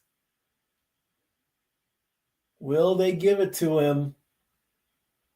He slipped right there, just a little slip that might have cost him the 1st down. Right there, his left foot didn't lock into the ground, and he stretched out. Ball almost came loose. It's 4th and 1, and they're gonna go for it. They went for it on the last time and converted. Will they convert this time? Instead of going for the field goal, he pushes through, gets the 1st down, and is still going and fighting. Oh, will they give him the touchdown? He's right there. Do we have a touchdown? Is he in?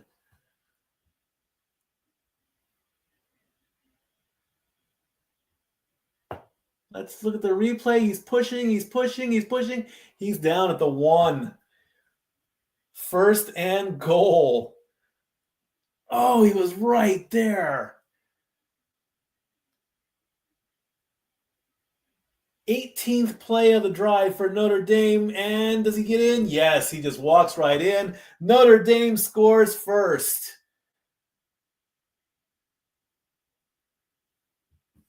Riley Leonard with a 1-yard rushing touchdown to get the first lead. The first strike. It is 6-0.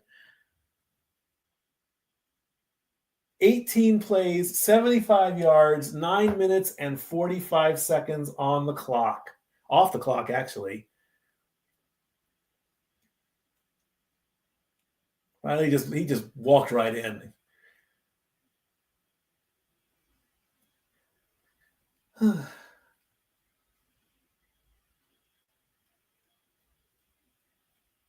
Going for the extra point. The kick is up, and it's good. Notre Dame leads 7-0.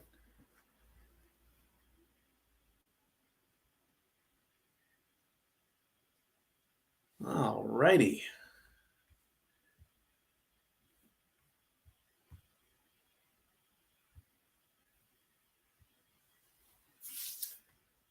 '23. We'll be right back. When we come back, Ohio State gets the ball. And now for a taste of things to come.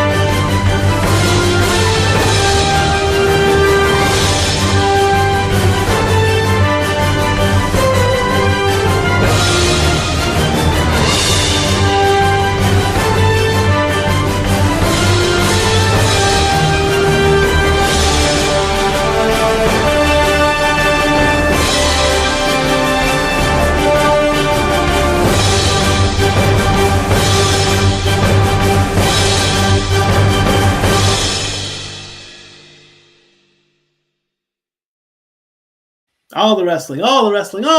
But right now we're talking football, and here's your score. Notre Dame 7, the Ohio State nothing at the first quarter. As Riley Leonard runs in for a yard. There's 5 minutes and 15 seconds left in the first quarter. Again, this is the national championship game. 12 teams came in. 2 teams are left. We'll see if the Ohio State can answer. And don't forget, next weekend, AFC and NFC championship games starting at 3 o'clock. Let me make sure I have that correctly. I want to make sure I get it just right. Look at the schedule. As the game comes back,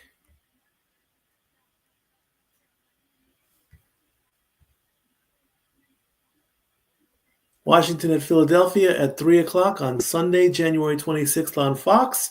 Buffalo at Kansas City at 6:30 Eastern on CBS and Paramount. I will be in this chair for the better part of 6 hours covering both NFC and AFC championship games.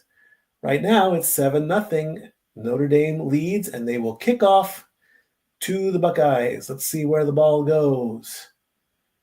Kick is up, and it's going left, and it's going to go into the end zone, or was that out of bounds?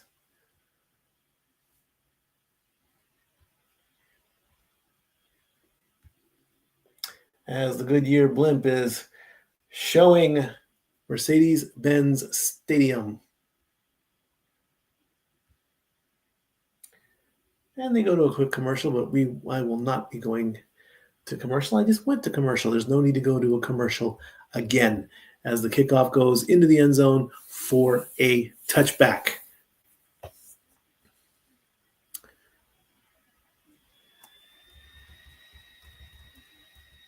As we go over here.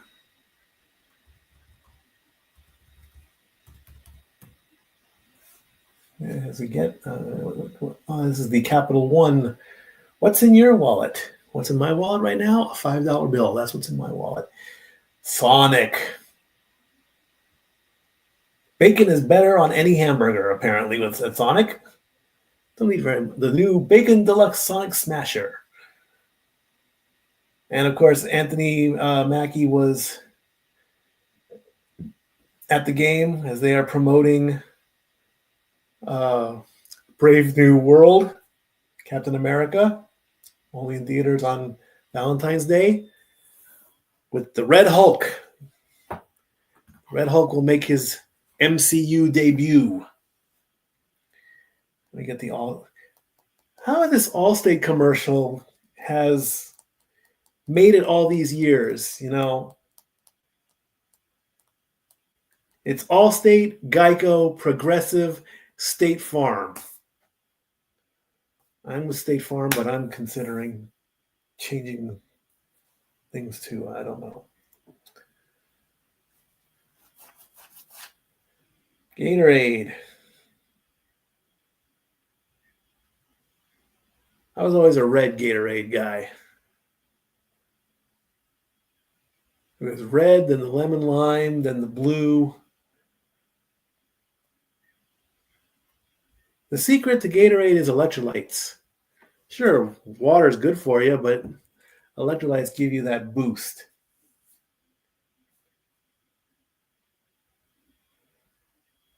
These two faced each other. Ohio State did defeat Notre Dame. And then Ohio, they were the 6 and 9 team. So this isn't their first rodeo.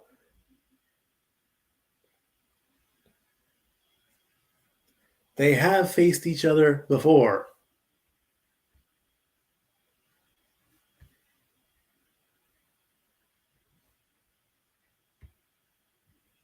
Shame.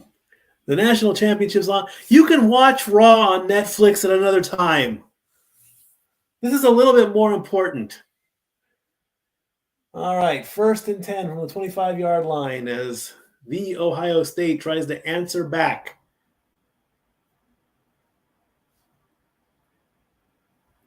First snap. Handoff. Travion Henderson gets 5 yards. Will Howard has a 74% completion rate, averaging 306 yards per game, 6 touchdowns, and 2 interceptions. Yet he handed off the ball in his first play.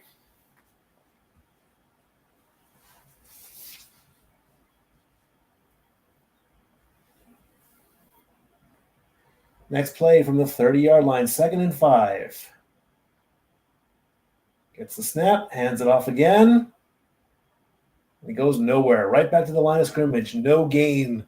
Again, that was Travion Henderson. Got 5 on the first down, but not on the second.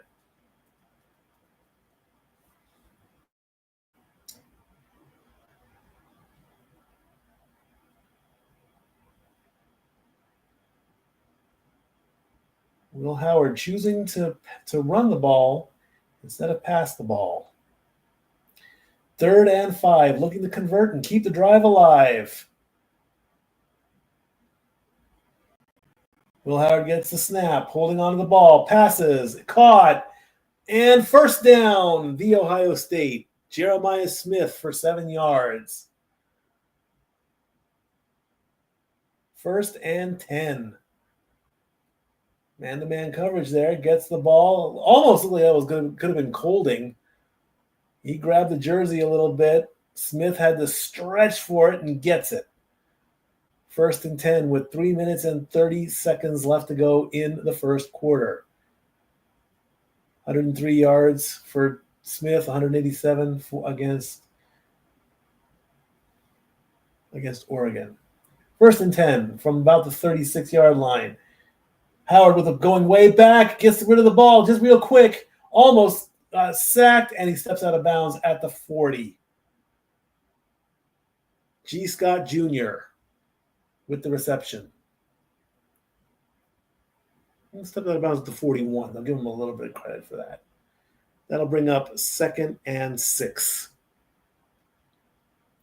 Almost got sacked. Luckily, Howard got rid of the ball real quick. 2nd and 6 with 2:44 left to go at the 41-yard line. Howard gets a low snap, hands it off, and gets the first down, and then some to the 40. Travion Henderson gets 19 yards for a first down. Well done. Good run. Right side wide open. Howard right there. Finds the hole. Turns to his right.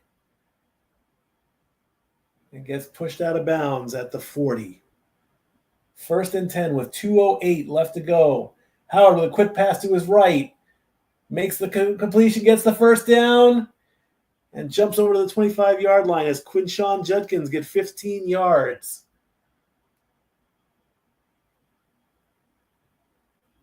Howard get 3 wide on the right side, gets a quick snap and a quick pass.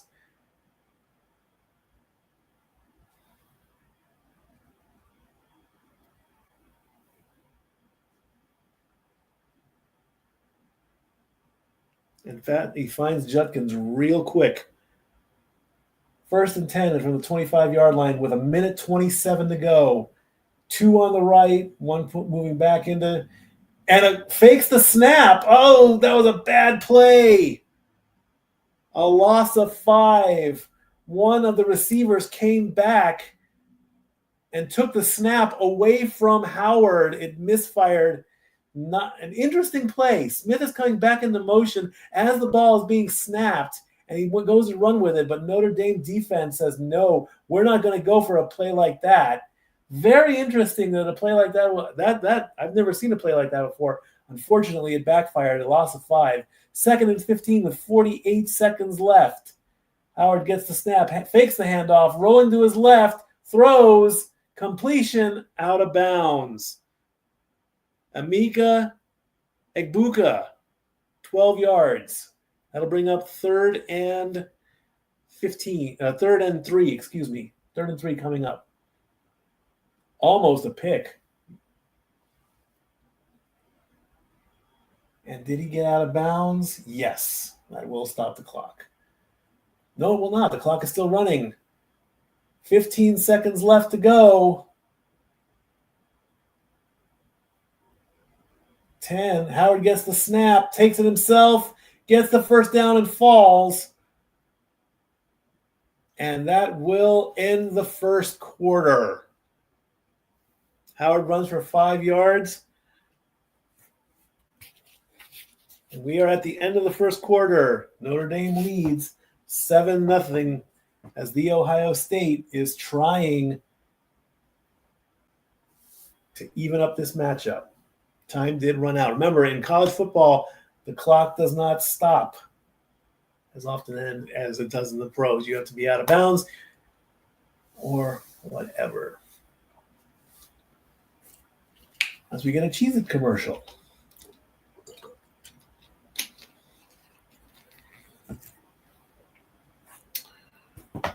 Where did my marker go? I lost my marker. I just had my marker and now I don't have it anymore.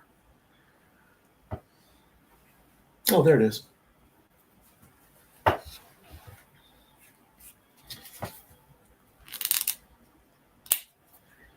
So we'll change this to start of second.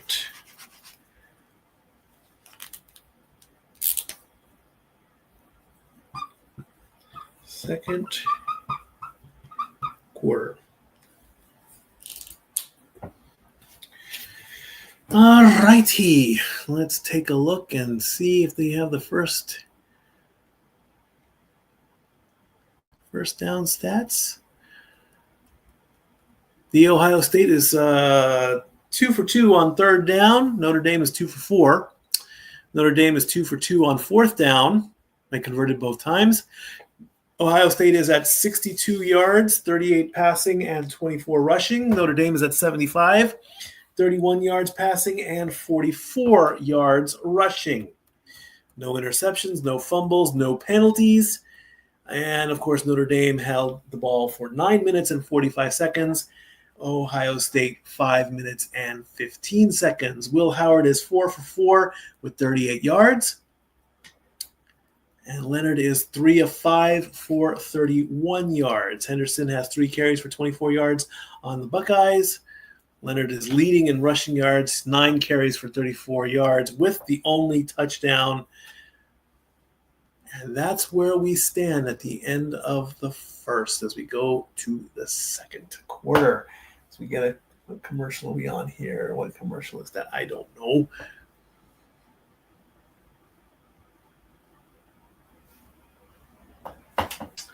And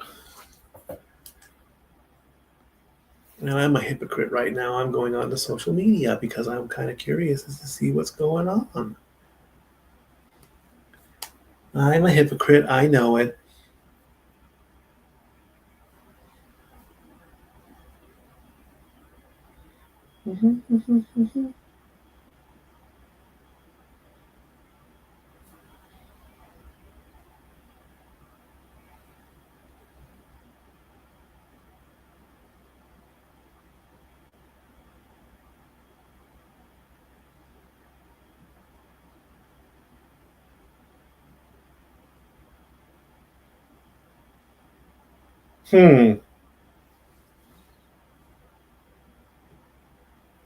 Yep. Okay, fine. JBL. What to do? As we get a shot of Mercedes-Benz Stadium as we're getting ready to start this again, Captain America, Brave New World. Stay tuned for a special look. What more can you show? I mean, there's Captain America himself, so the new Captain America, Anthony Mackie. As we start the second quarter, the Ohio State is on the 13-yard line, the 10th play of their drive, trying to answer back. Handoff to Quinshon Judkins, and he gets 5 more yards, making it 2nd and 5.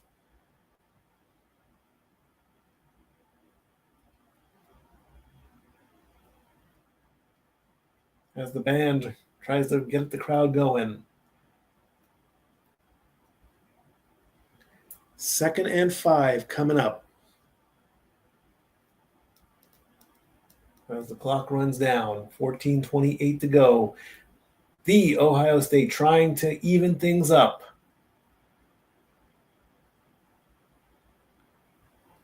What will Howard do? Fakes the handoff, keeps it himself, throws to his right. It's in there and walks it right in. Jeremiah Smith with the walk-in. And that'll make it 7-6. 8-yard reception touchdown by Jeremiah Smith.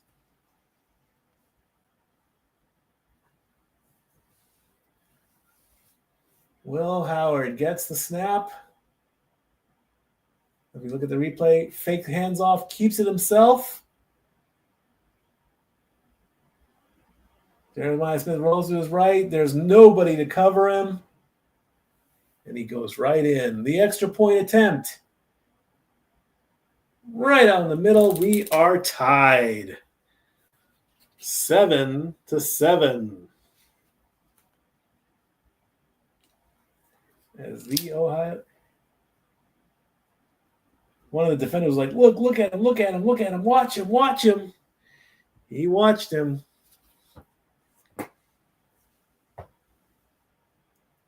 He just walks right in.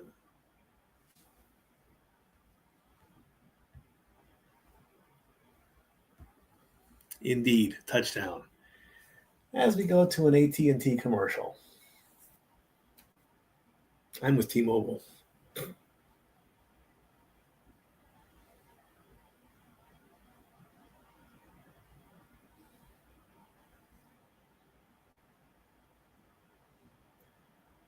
AT&T guarantees connectivity, deals, and service. I was with AT&T before. And here's your Progressive commercial.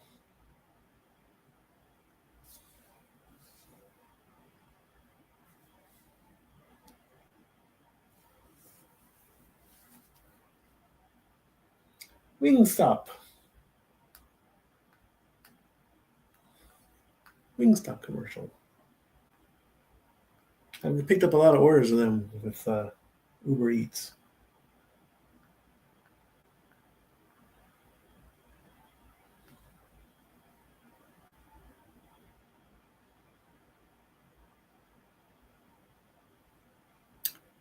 All right, let's take a look and see what else has been going on.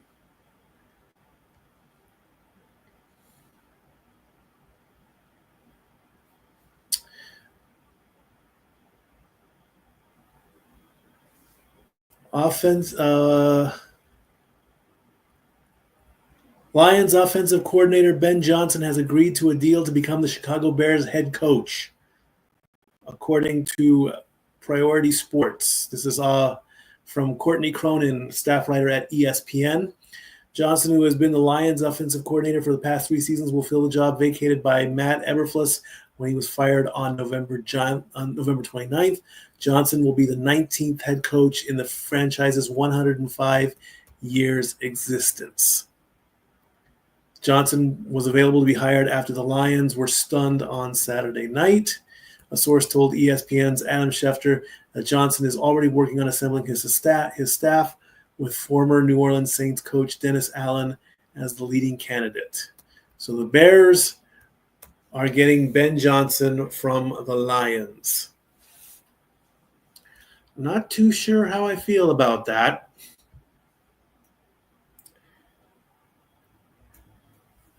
We shall see where that goes.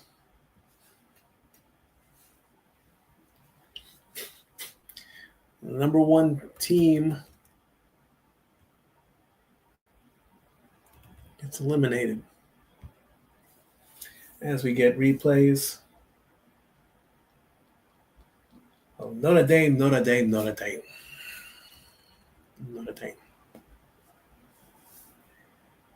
Dame took 18 plays. Ohio State took 11. Both went 75 yards. Notre Dame took longer. The kickoff is up. And it sails into the end zone for a touchback.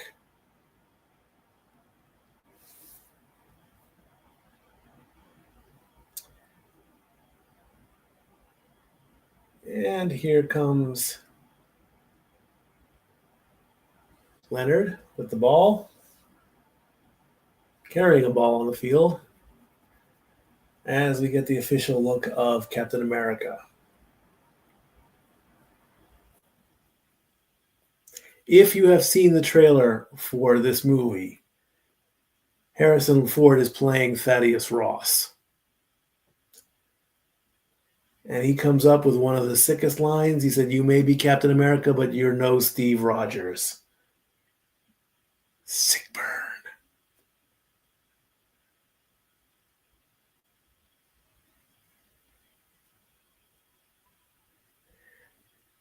And in the trailer, somehow,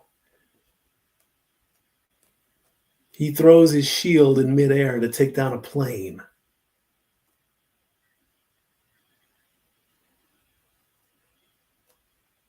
Remember, Brave New World, February 14th. Valentine's Day. Get your tickets now.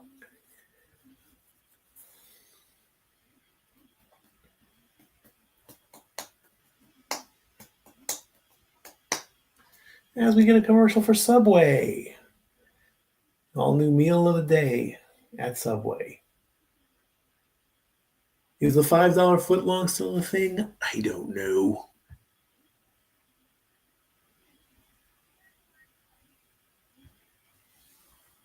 Oh, Planet Fitness as well. USAA. Sam Elliott.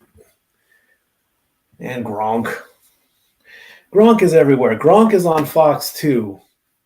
Any way to get Gronk and Brady back together again. Go figure that one out. B-dub-dub, Bogo Free Wings. Buffalo Wild Wings. I'm just throwing out names as I see it, folks.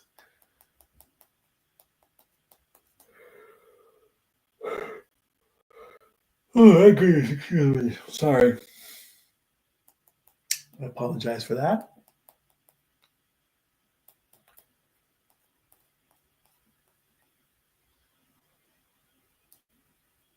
Don't forget again this weekend, 6 hours of football and then some. 3 p.m. Eastern, noon Pacific. I'm in this chair covering the NFC and AFC championship games. I might need a better chair. All right, 14 minutes and 10 seconds to go in the half. The score is tied 7-7.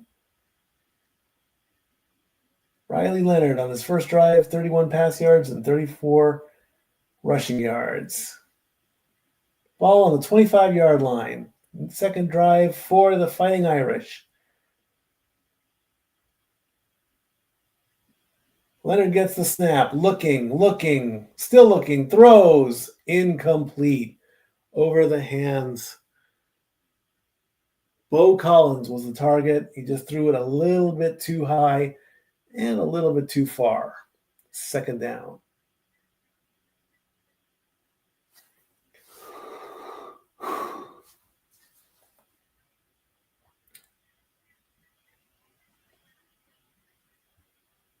Ohio State defense, 35 yards rushing in the last two games, 44 on the last drive. 2nd and 10. Handoff. And we've got a flag on the false start. Offense. 5-yard penalty. Repeat 2nd down. Bo Collins moved before. Howard's trying to get the crowd hyped up. That'll make it 2nd and 25. Notre Dame gets called, 2nd and 15. Notre Dame gets called for the first penalty of the game.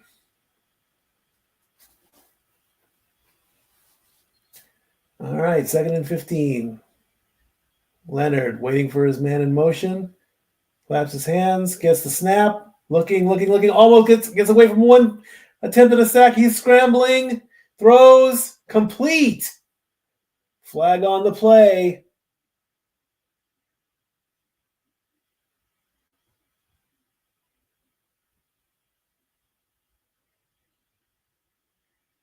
What's the call? Holding. Offense.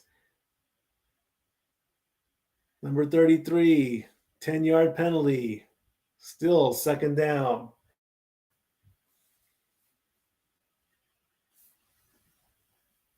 Charles Jagusa.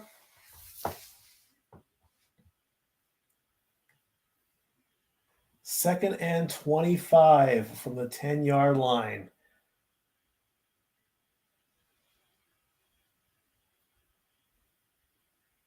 Bit of a fix for Notre Dame. Gets the snap, takes the handoff, and goes almost 2 yards as the refs blow the whistle. That's going to make it 3rd and 23. Can the Ohio State make a stop as the clock runs down to about 13:20? Ohio State fans clapping, getting excited, wanting a 3rd down stop. Notre Dame needs 23 yards to keep the drive alive. Gets the snap. Looking, gets away, short pass, and taken down, only getting 8. And that'll bring up 4th down and the punting unit. Defense makes a stand.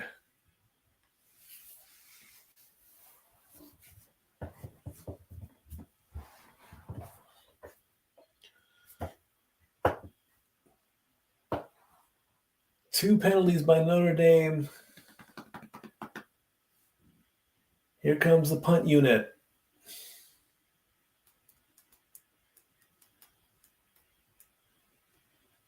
Long snap. There's the punt going down the field. Fair catch at about the flag on the play. What's the call on this one? Hold on.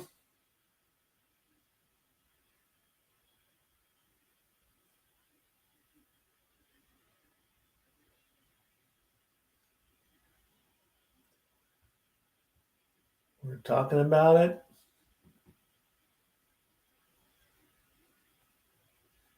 Here comes the referee.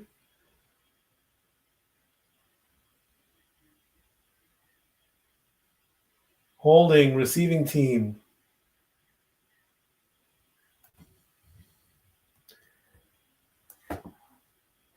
Offensive holding. That's a 10-yard penalty from the spot of the foul. That's going to put the ball on the 24-yard line.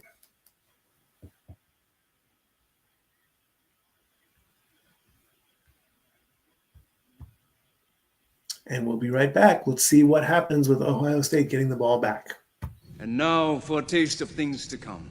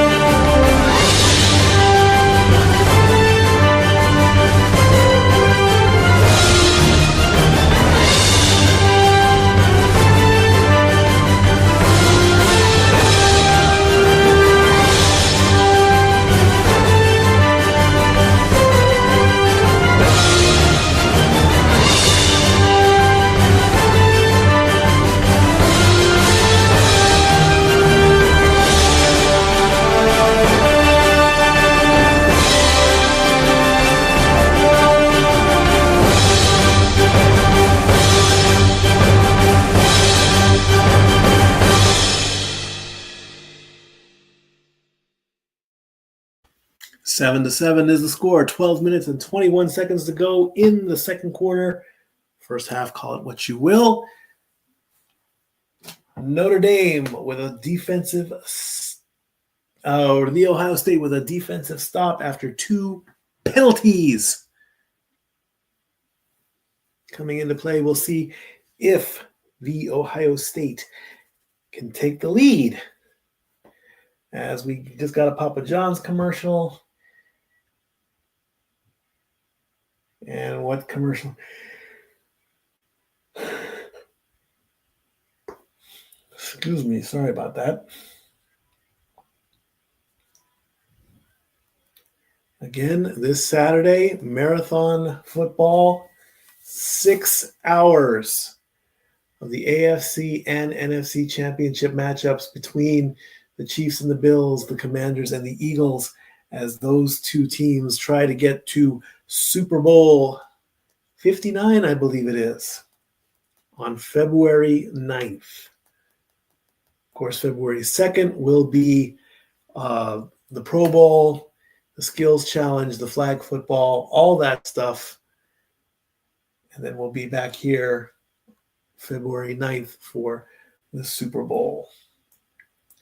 12 minutes and 21 seconds left. Score tied at 7.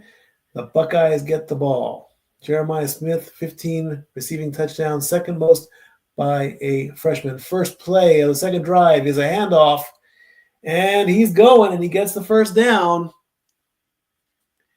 Emeka Egbuka for 13 yards.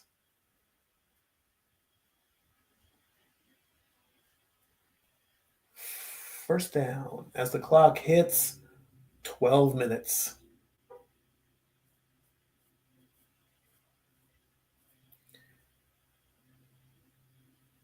First and 10 from the 37-yard line.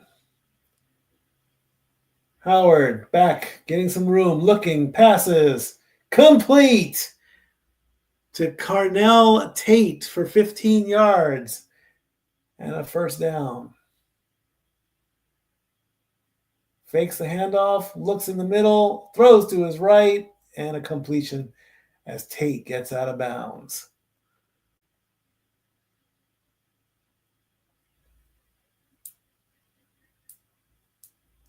First and 10 as the clock continues down.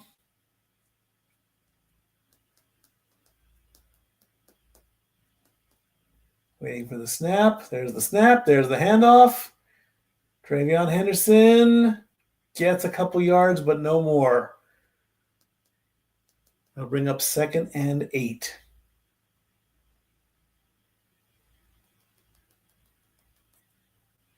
Clock running down. So you get the replay. Wide open spot there. That could have been dangerous. 44 rushing yards for the Buckeyes, 46 rushing yards for the Fighting Irish. Howard gets the snap, fakes the handoff, throws, complete. And Egbuka only gets 3 yards. He had a slip. There was a slip in there. Would have gotten more. Tried to turn around and tried to catch up with it, but just didn't happen.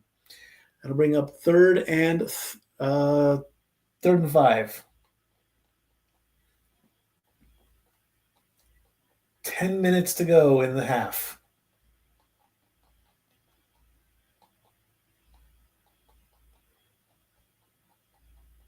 Ohio State is 2 for 2 on 3rd down conversions. Can they make it 3 for 3? And he takes it himself and gets it, so yes. Howard runs 11 yards. Don't you just love it when quarterbacks play Thanos and they say, I'll just do it myself? If you know, you know. He waited. Plenty of room on the left side. Gets the yards and then some. 1st and 10.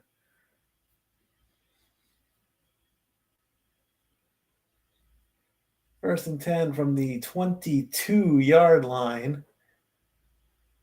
Will Howard is 7 for 7, 64 yards, 1 touchdown, and 16 rushing yards of his own. Howard passes. He's now 8 for 8 with a completion and a nice shoulder tackle to push forward and get the first down. Emeka Egbuka gets 12.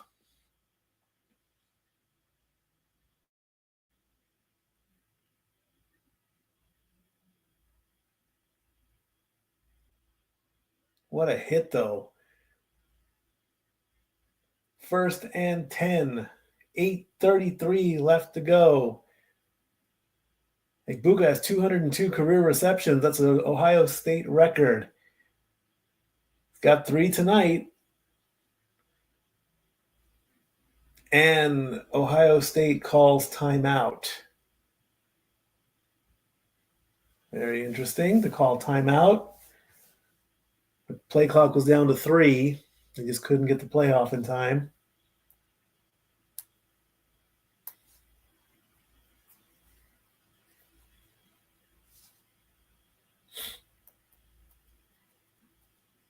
Egbuka getting props from his teammates as ESPN goes to commercial during the timeout. You get a Dr. Pepper commercial.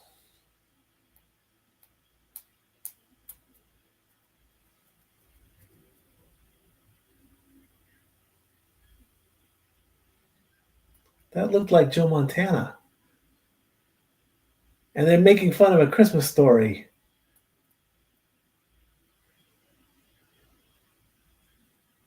That does look like, is that Joe Montana? I can't tell.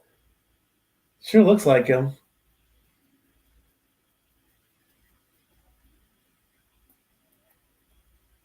Wow, they're parroting Frosty the Snowman.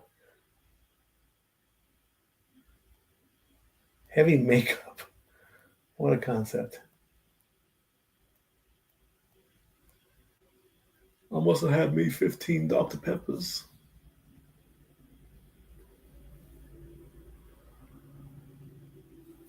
Dr. Pepper.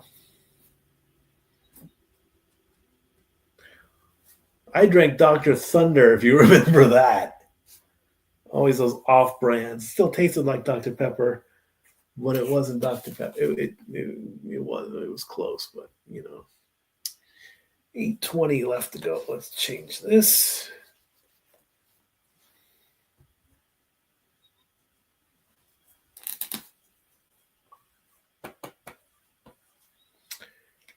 $8.20.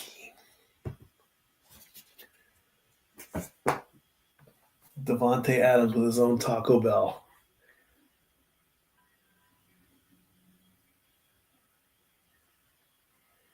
The Cantina Chicken Bowl. I'll deliver it on Uber Eats. As we take a look at, I used to like that coaches would wear shirts and ties and fedoras on the field, and of course they'd have a cigar and they're like, "Oh, look at here, kid, you need a touchdown." Maybe smoking on the field there like that or something like that. I don't know.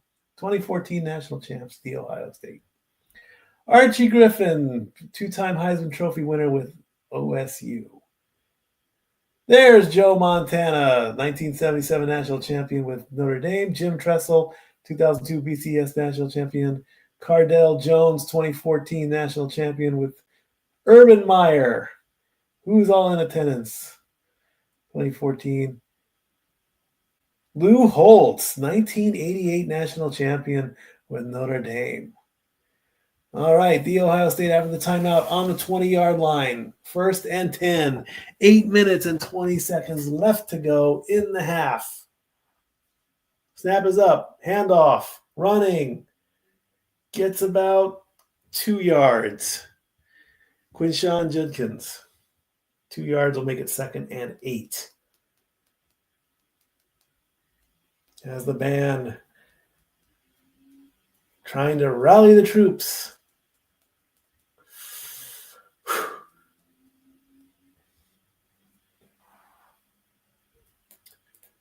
As the clock runs down.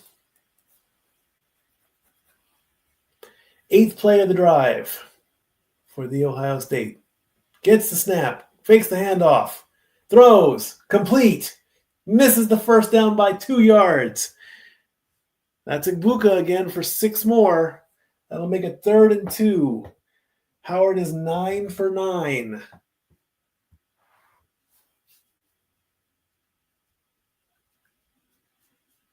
Third and 2 from the 12-yard line.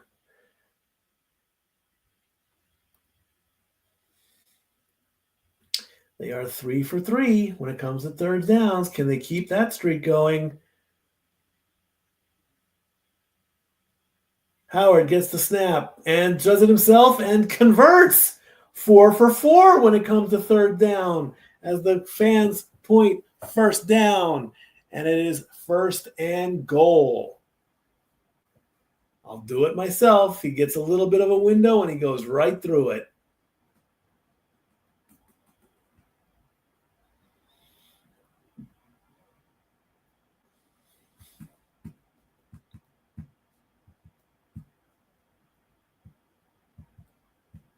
First and goal from the 9. Ohio State looking to take the lead. Snap to Howard, handoff. And he's fighting his way. Does he get in? He sure does.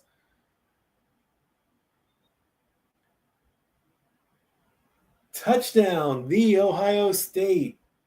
Quinshawn Judkins with a 9-yard rush to give the Buckeyes the lead. He fought his way through. He fell at the goal line. He crossed it. And that is, oh, wait a minute. The ball, that looks, are they going to call this back? It looks close. Nope. They're going to kick the field goal. They're going to kick the extra point. Knees are down, but does the ball cross the plane before his knees are down? Yes. 10 plays, 76 yards in 6 minutes and 6 seconds.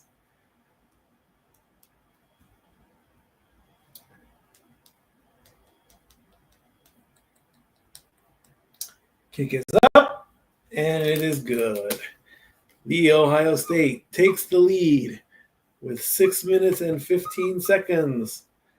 14-7 is the score, thanks to a Quinshawn Jenkins rushing touchdown. Looked like it would be called close,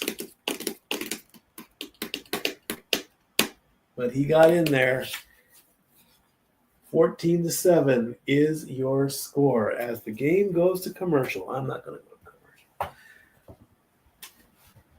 All-State.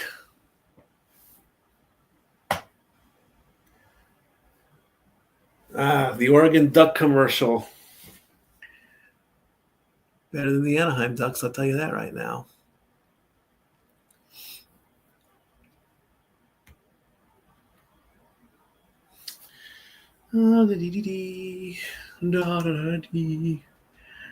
Let's see what else is going on in the world. We know it's Inauguration Day today.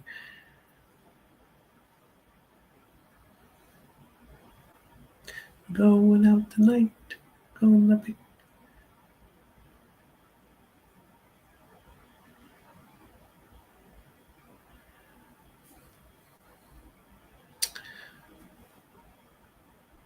Nia Jax beat up mommy? Why?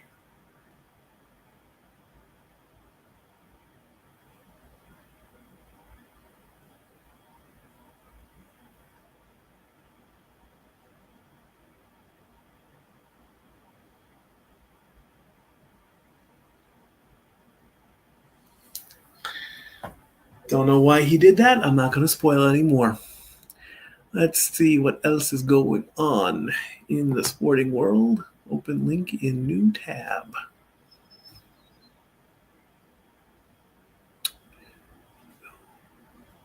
Oh, no. I didn't want that. Give me that back. I want that one.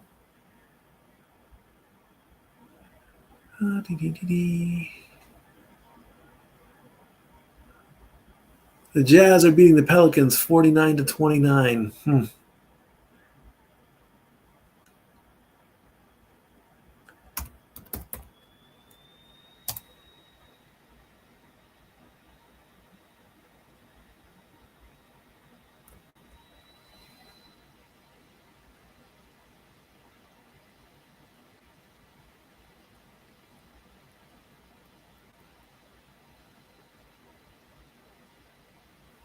Looking at Yahoo News. I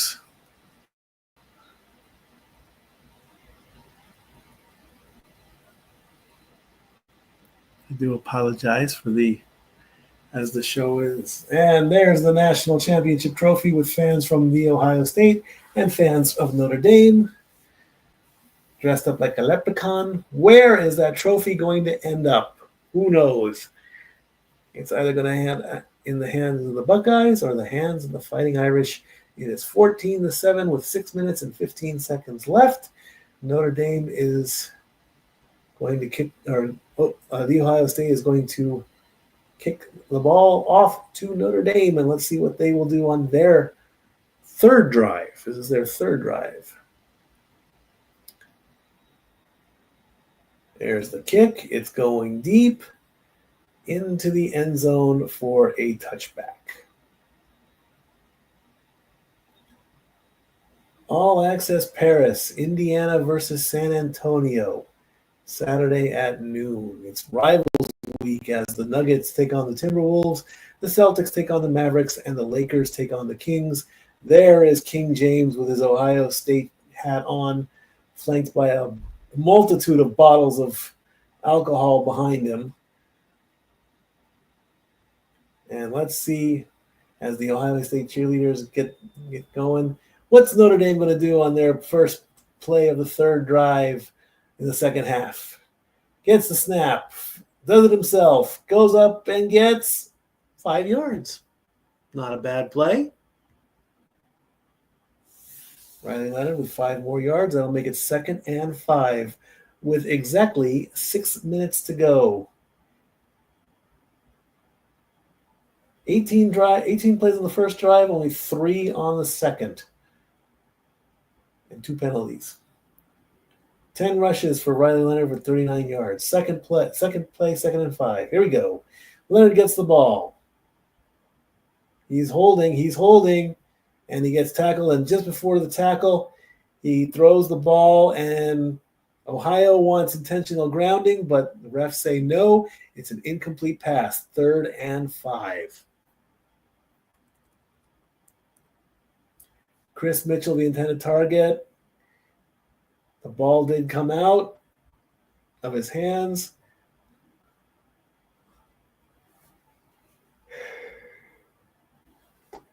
Excuse me. 3rd and 5. Notre Dame is 2 for 5 when it comes to 3rd downs. 3, 2, 1. Get the play off. Oh, no. They went for that play again, and it severely backfired. It was that same play where the offensive lineman comes in and steals the snap, and the ball just got bobbled, and he totally missed the snap. That is considered almost a fumble recovery. That is the 2nd time that play has been used, and that's both times. Oh my gosh. That is considered a fumble and a fumble recovery. That's going to lead to a punt by Notre Dame.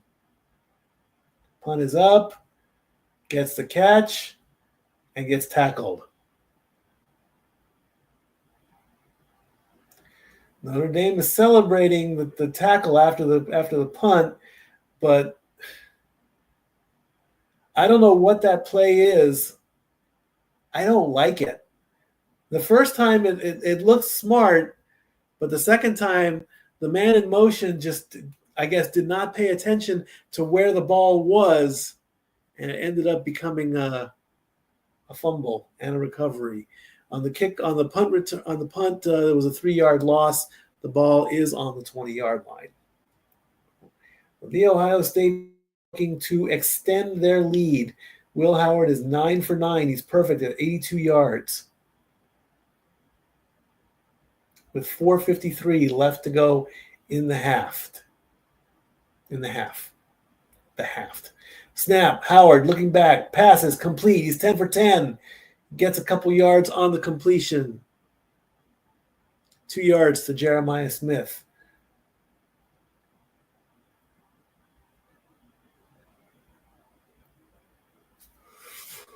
Excuse me, I'm so sorry.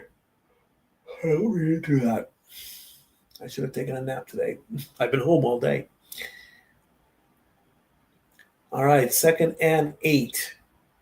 4 minutes and 22 seconds to go in the half. Waiting for the snap. Gets the snap. Fakes a short back pitch. Only gets about a yard or so.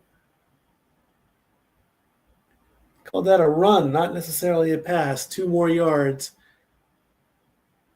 That'll make it 3rd and 6. Can the Fighting Irish defense make a stand? 3rd and 7.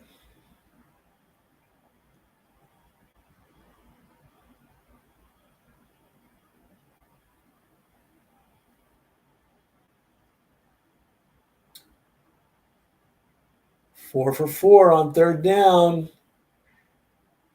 And 5 for 5. They convert and get more yardage as Howard finds Brandon Innes for 19 yards. 1st down, Buckeyes. Mom is pleased.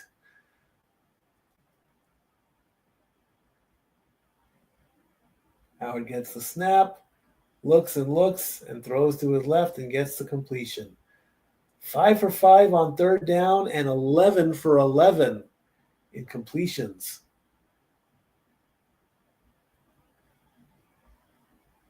Probably winked at his mama. 103 yards for Will Howard. 1st and 10 with 2:52 to go.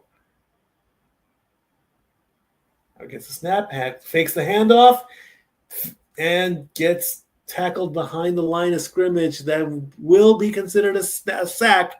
It's only 1 yard loss, though, so nothing to worry about. Notre Dame with their first sack of the game. Not much. He thought about the sack, thought about going forward, and then ended up getting tackled. It's going to put it at 2nd and 11. Getting closer to the 2-minute warning. 8 on the play clock. Gets the snap. Small little pitch.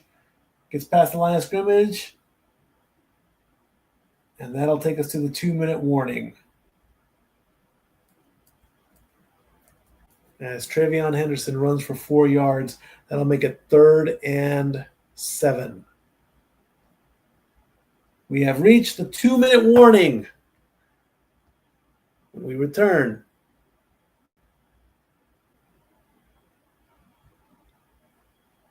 we'll see if Ohio State can add to their lead. 2 minutes. We'll be back. And now for a taste of things to come.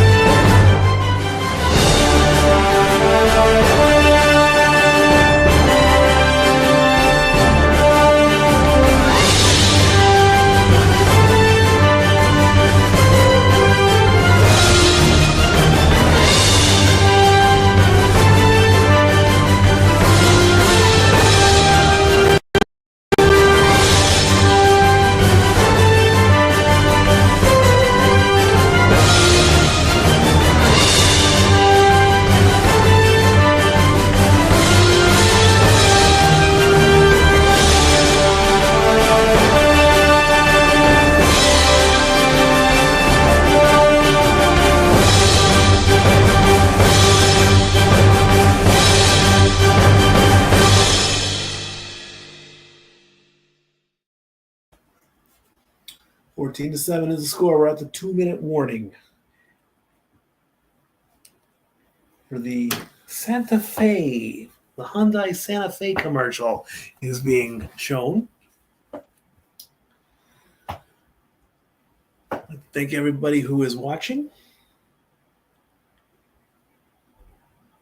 And Starbucks coffee commercial. Beans. Coffee beans. I do like the smell of fresh coffee in the morning, especially at the grocery store. Go to the grocery store and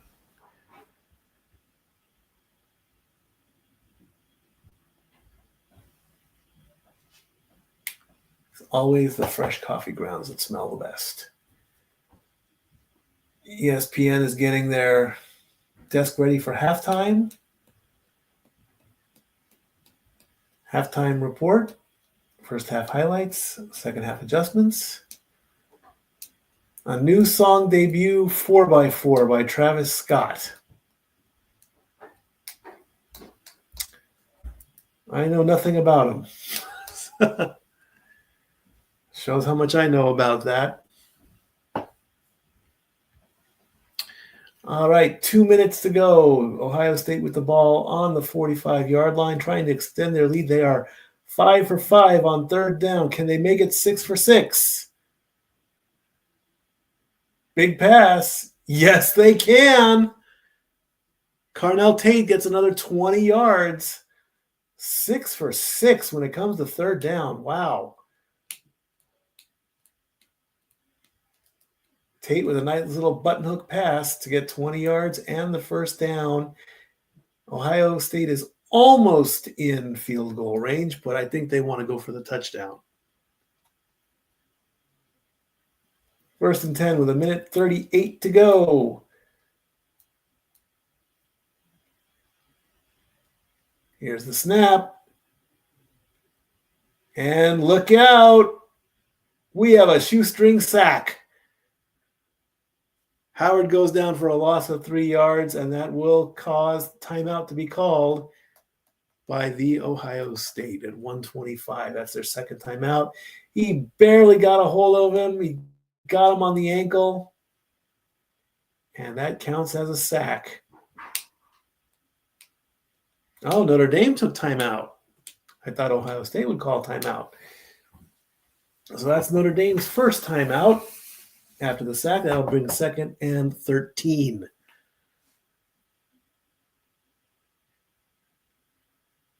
Chris Fowler and Kirk Herbstreit with the College Football Championship.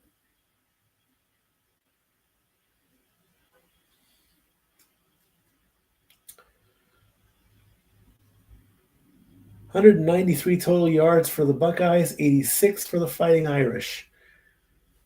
As we come out of the timeout,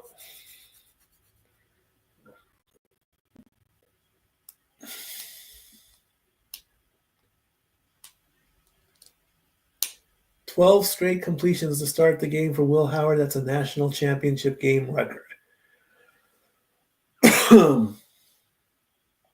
2nd and 13 after the sack. Make it 13 completions and the first down. As Jeremiah Smith gets 15 yards. 13 out of 13. Well done indeed. And there he is out of bounds at the 23-yard line. Well in field goal range now.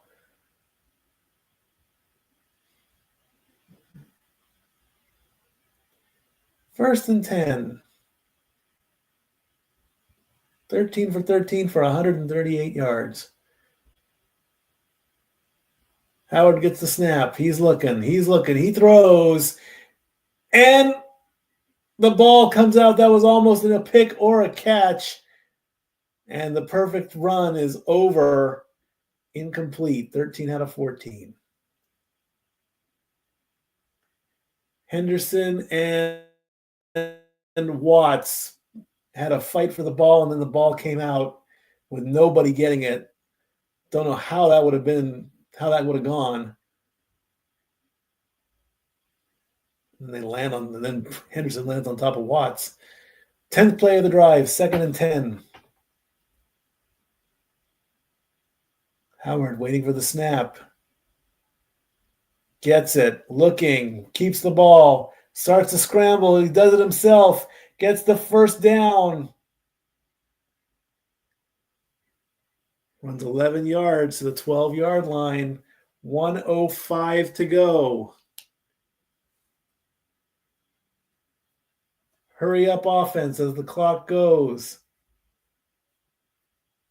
Low snap, handoff. As Travion Henderson gets 6 yards, that's going to put them to the 6-yard line. It's going to bring up 2nd and 4. They get to the 2, it's a first down, but they want more. 35 seconds, 12th play of the drive. Snap is made. Howard throws. Incomplete.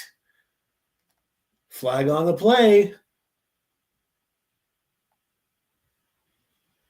What's the call, ref?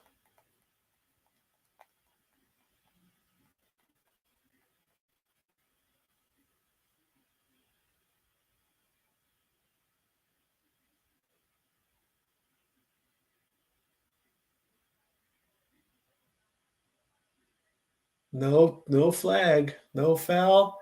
Ohio State calls timeout at 30 seconds left.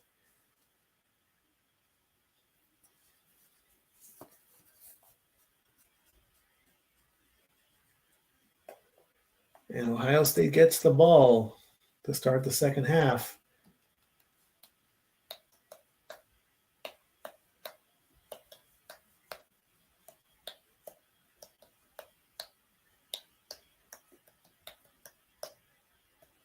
As we wait for the timeout to end.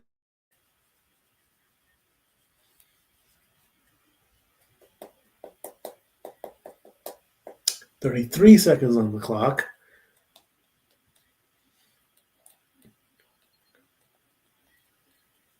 Referee blowing his whistle.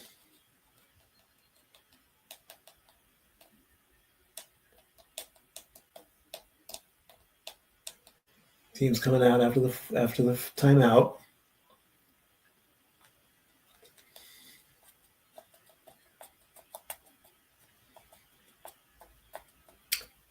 Play clock running down, 20 seconds left. 2nd and 4.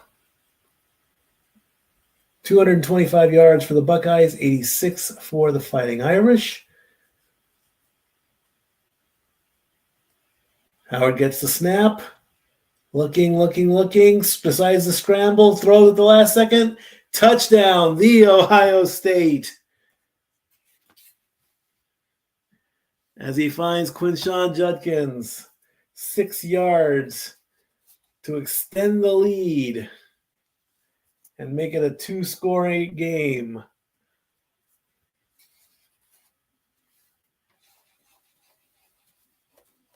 "12 plays, 80 yards, 4 minutes and 26 seconds.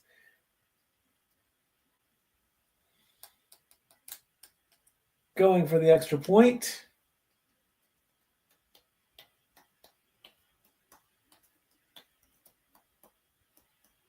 Kick is up, and it is good. 21-7 is the score. 27 seconds left in the half. And the Fighting Irish have, I believe they have 2 timeouts left. So, depending on the kickoff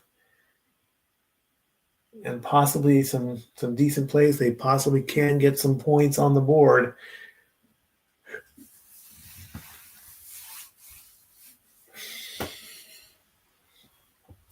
Notre Dame struck first.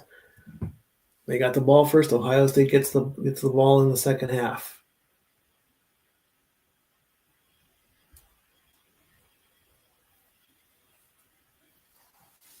"14-15 for 144 yards. Where's the ball going to go for the kickoff? It's going to go into the end zone for a touchback. What can you do with 27 seconds and 2 timeouts? Let's see what Notre Dame can do.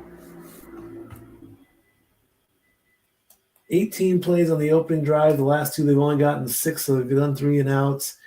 They haven't done anything since that opening drive. Let's see what they can do here. 1st and 10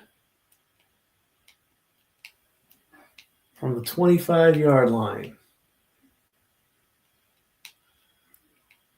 Snap is up, gets the pass, off, and a tackle. Bo Collins gets 7 yards, and Notre Dame is not calling timeout or stopping the clock. What are you doing? It's 2nd and 3. What are you? 5, 4, 3, 2, 1, and that ends the half.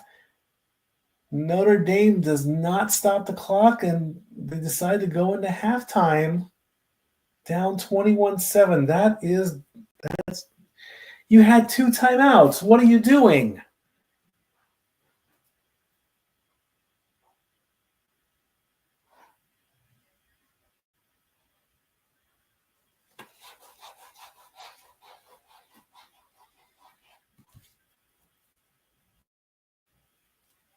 Largest deficit faced this season for head coach Marcus Freeman. Down 2 touchdowns.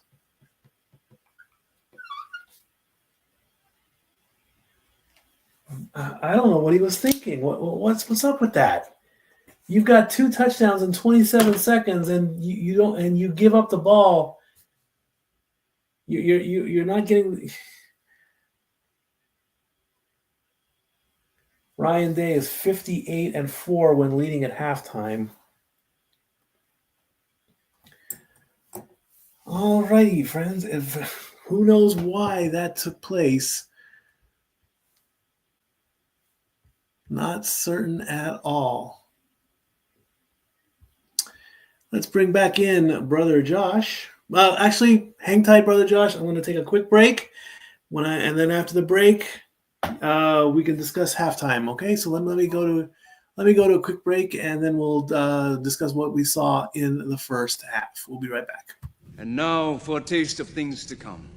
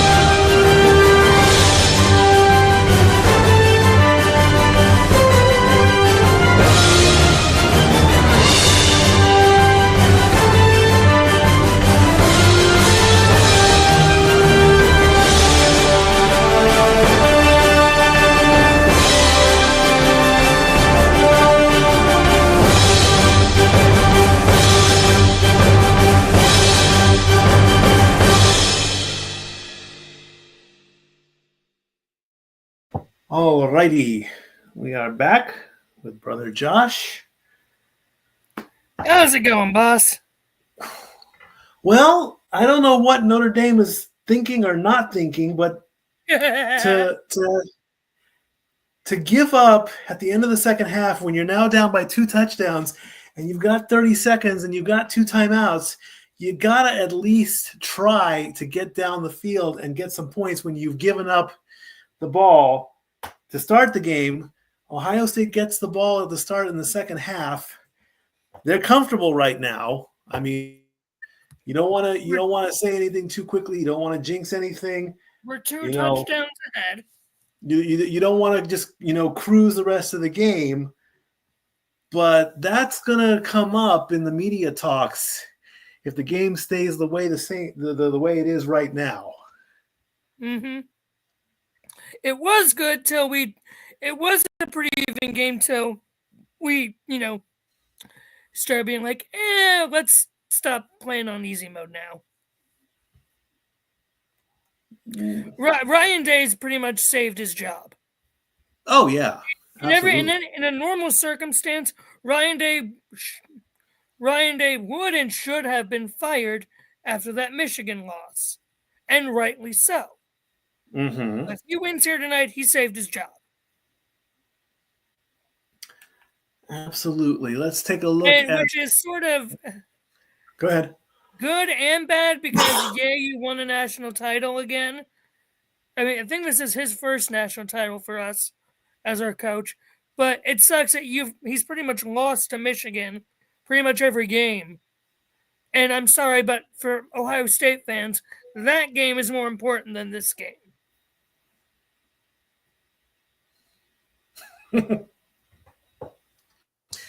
Okay, let's take a look at the stats. First down, Ohio State is perfect on third down, 6 out of 6. Notre Dame's only 2 out of 6. So Notre Dame really needs to pick that up. 231 yards total, 144 in passing, 87 in rushing. Notre Dame only has 93, 46 passing, and 47 in rushing.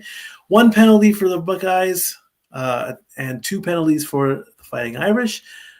It says no fumbles lost, but I kind of still question that one play where, and that was, again, that's another weird play. I've never seen that play where the man in motion, technically you could say he intercepts the snap to continue the play. I've never seen that play before done in any football game, so that one's brand new. Ohio State has had the ball for 16 minutes and 37 seconds. Notre Dame is at 13-23. As far as the quarterbacks go, Howard is 14 out of 15 for 144 yards. Leonard is 5 of 9 for only 46.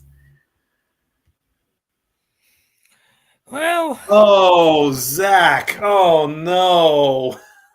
what? He's so upset he broke his computer. Aw. Oh, no. I'm looking right at it. Oh, yeah. Oh, man. Oh no. So hey, real quick, while we are on break, Yes. yeah, I'm gonna give a very interesting NFL stat Ooh, okay, go ahead. I'm for intrigued. next weekend. Okay. This will be the 15th year in a row where either Tom Brady or Tom Brady Jr. will be part of an AFC championship game. The last time this happened, that where neither was in an AFC championship game, was 2010. That was the Jets and the Steelers. Fuck the Steelers. The only time where the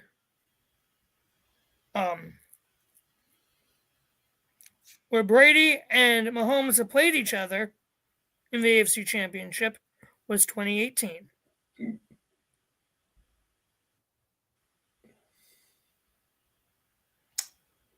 President Trump just came onto the screen and made sure everyone was enjoying the game, saying there's 2 good teams. Oh wow! I didn't even. Yeah, I didn't get a chance to. Are you watching? Which coverage are you watching? Are you watching? I'm on ESPN. Which, That's the only. which one? That's the only coverage there is. No, ABC which was. one? What do you mean? Which one? ESPN or ESPN2? ESPN. Okay. ESPN2 is going to be showing the Australian Open later tonight. Well, ESPN2 right now has the coverage of the game, but this is Pat McAfee calling it. Ah. So,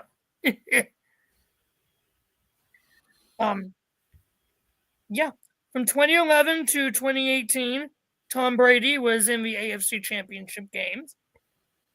From 2018 to 2024, the Chiefs have been in the AFC Championship game. Well, there you go. There you go, indeed. Good work on the stat. What's been Wait, I feel like this is inaccurate. Hold on.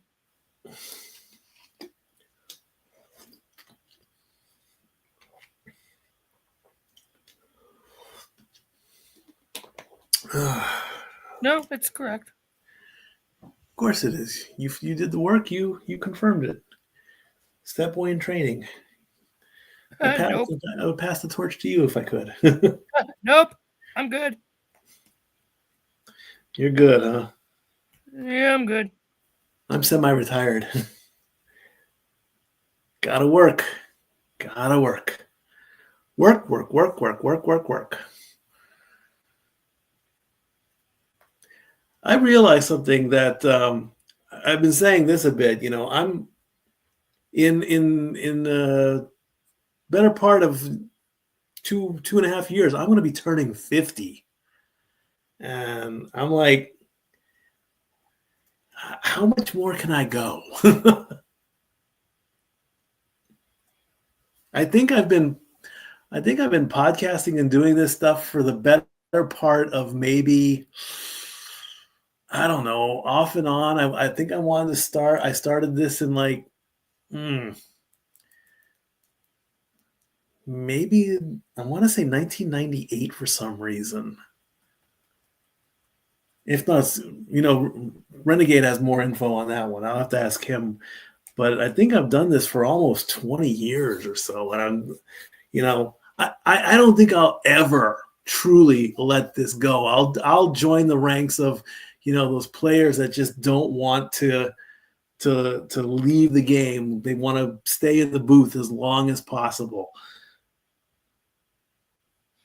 Mm-hmm. It's just one of those weird thoughts, it's like, how much longer can I do it? And how much longer do I want to do it? And then I'll probably like just, I can't go away forever. And 50 years old and still going and staying as young as possible as I want to as well. I still enjoy, I want to enjoy life. And I'm doing it behind the wheel of a Chevrolet Trax. You didn't hear all the news from this morning, from the start of this. I got stuck on a mountain. Oh, gosh. Yeah, I got stuck on a mountain. In the snow with no shoes on. Oh. Walking down the road barefoot. At least it wasn't as cold there as it is here. We've now hit 15. Oh, God, I just shivered just thinking about it. It's 6 right now. A nice balmy 6. Oh, Stat Boy. Are you keeping your pipes warm? Yes, Stat Boy. As Travis Scott is performing his new song. I gotta go. My sister is calling. I will talk to you later. Thank you, sir. And just like that, he's gone. Travis Scott on the roof of the Mercedes-Benz Stadium singing a song called 4x4. Looks dangerous. I'm not hearing the sound though, because I got the sound turned down. But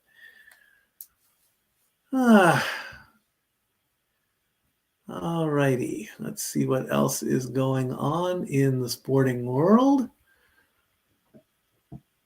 as we are at halftime. Again, that's a questionable move. This is something I need to. Connor McDavid and Tyler Myers suspended 3 games for cross-checking by senior NHL writer Greg Wyshynski. Edmonton Oilers star Connor McDavid and Vancouver Canucks defenseman Tyler Myers have both been suspended 3 games after delivering cross-checks to the heads of opponents in a game between the teams on Saturday night. It's the longest suspension in McDavid's 10-year NHL career, which has seen him win the Hart Trophy as league MVP 3 times and the Conn Smythe Trophy as playoff MVP last postseason. McDavid delivered a cross-check to the head of Canucks forward Connor Garland. Myers hit Oilers defenseman Evan Bouchard in the head with a cross-check. Both players earned match penalties in the 3rd period on Saturday night. The length of their suspensions mean neither McDavid nor Myers will be available when the teams meet again in Edmonton on Thursday night. With less than a minute left in regulation and the Canucks up 3-2, McDavid and Vancouver forward Garland toppled to the ice. As McDavid tried to get back to his skates, Garland held his arm, resulting in McDavid giving him a gloved punch to free himself. As McDavid attempted to return to the play, Garland wrapped his arms around the Edmonton cabin to take him to the ice a second time. As Garland continued to obstruct McDavid when both reached their feet, McDavid delivered a stiff cross-check to Garland's head. The Department of Player Safety noted that this was not a routine play by McDavid to box out an opponent or gain bodily position. McDavid was previously suspended once in his NHL career for an illegal check to the head of the Islanders' Nick Leddy in February 2019. He was also fined $5,000 in March 2021 for elbowing Jesperi Kotkaniemi of the Canadiens. McDavid is 4th in the NHL in scoring with 65 points in 43 games. Right after McDavid cross-checked Garland, Myers cross-checked Bouchard in the head. Myers finished the check on Bouchard along the boards as play was whistled dead. The two players exchanged light slashes, but as Bouchard glided toward Myers with one hand on his stick, Myers delivered a cross-check to Bouchard's head with both hands on the stick. Bouchard's neck snapped back, and he grabbed his face as he fell to the ice. The Department of Player Safety said that Myers argued he didn't intend to deliver a cross-check. Video replay shows Bouchard's gloves coming up as Myers delivers the cross-check.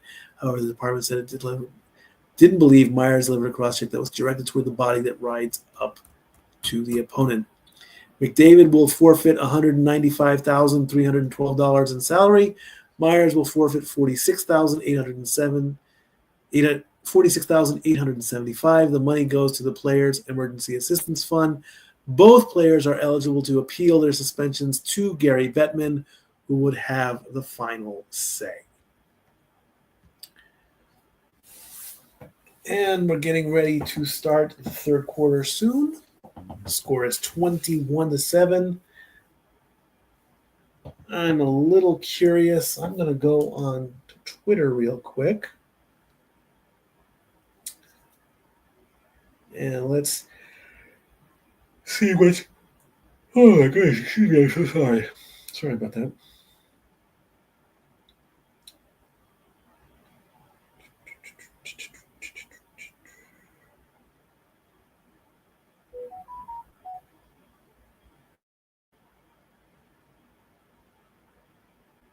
The flaming trombone was the best part of the Travis Scott performance. Well said.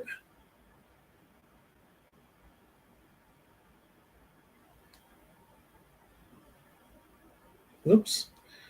Follow me on Twitter, StatKid 1977, and of course the Casa D18 Studios as well on Twitter. Use the hashtag StatBoyApproved.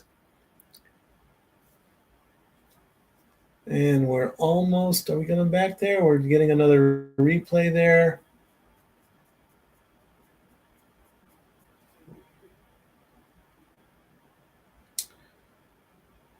And not quite yet back.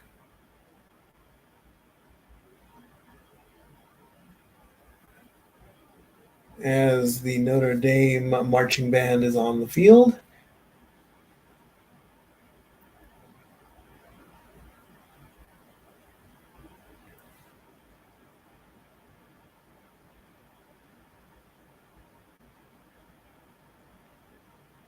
And let's take a look and see what's going on.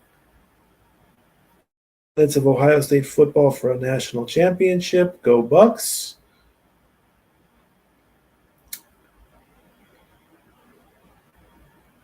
How about them Buckeyes?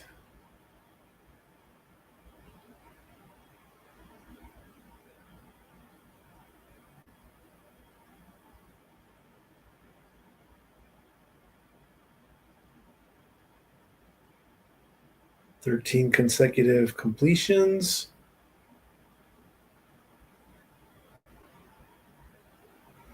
If Ohio State can just score in the opening, give them the crown. Now, wait a minute now. I got to call that one out. The game's not over until the final whistle.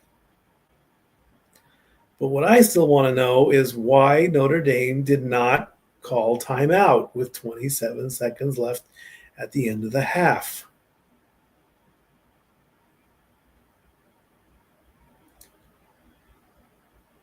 That makes no sense whatsoever. No sense whatsoever.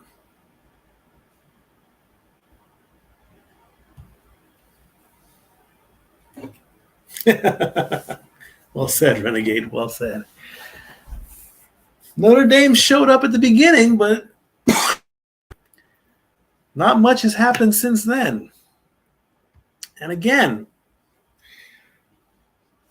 who knows why, after the last play of the first half, they didn't call timeout to stop the clock even though there was like 30 seconds left, that may not seem like a lot of time, but when you have 2 timeouts, you should air out the ball, get 30 or 40 yards, put 3 points on the board if you have to. The Masters coming in April to ESPN and ESPN Plus. Let's take another break. And we'll be right back.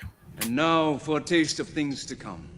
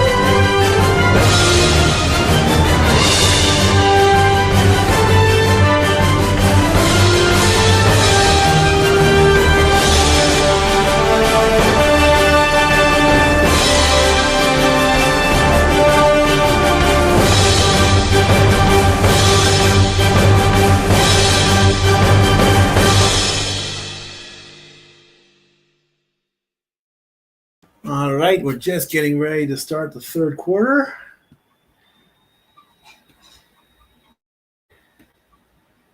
Ohio State will receive the ball. And, of course, social media is saying if they score, it's over. It's not over until the final whistle. There's still a whole half to play. A lot can happen.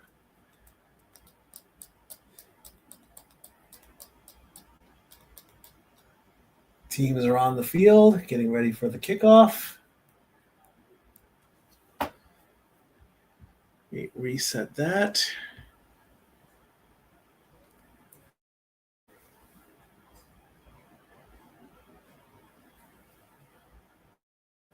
And the second half is underway. The ball is in the air, and we have a catch at the 5.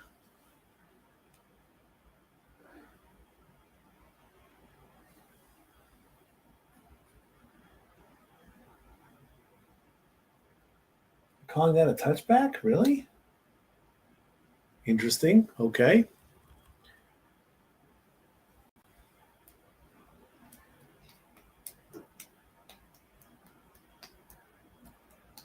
Kick was at the 5-yard line there. All righty. It was a touchback, I guess. First play for the Buckeyes to start the second half.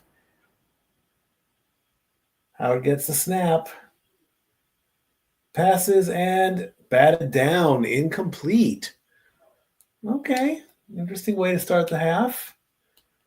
An incomplete pass. Intended for Jeremiah Smith. 14 of 15, 144 yards, 2 touchdowns for Will Howard. 93% completion percentage, highest in any half in CFP history. 2nd and 10. Fakes to handoff, gives another handoff. We have a runner. It's he's going. Goodbye, baby. He is off to the races with 4 Fighting Irish, and they finally stop him for 70 yards all the way down to the 5-yard line. Quinshon Judkins off to the races.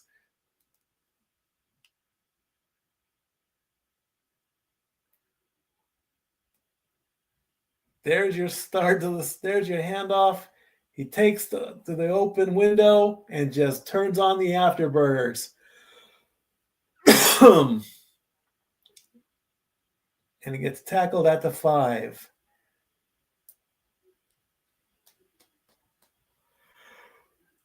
First and goal. Oh my God, excuse me. Sorry about that. And do we have a timeout already?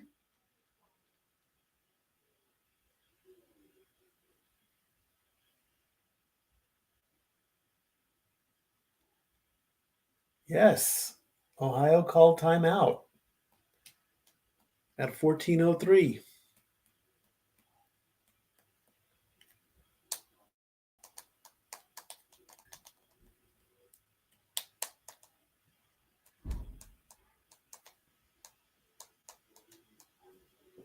Interesting that they called timeout. 301 total yards for the Buckeyes, 93 for the Fighting Irish off of that 70-yard run. Biggest run of the game so far by Quinshon Judkins.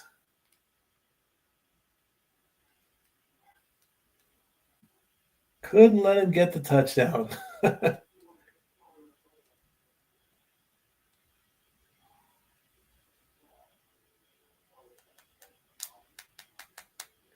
First and goal from the 5-yard line. Howard with the handoff to Judkins. Will he get? No, he doesn't get in. 1 yard. Second and goal. As the clock starts to run down.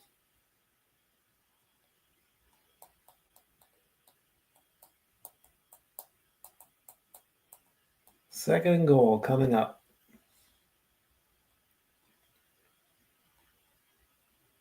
For the season, Notre Dame only allowed 298 yards a game. Tonight, they've given up 302 total yards. Howard with the snap, fakes the handoff, takes it himself, gets to about the 1. That'll bring up third and goal.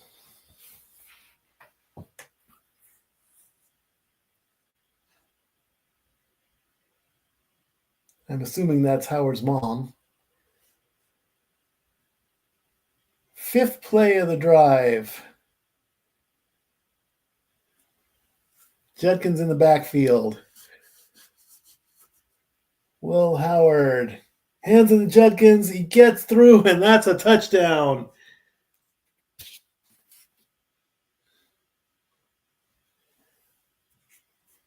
Quinshon Judkins with a 1-yard rush to make the score 27-7.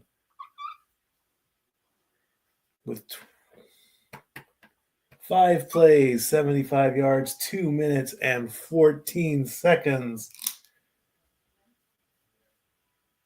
There's the handoff, a quick juke and a jive, and he is in.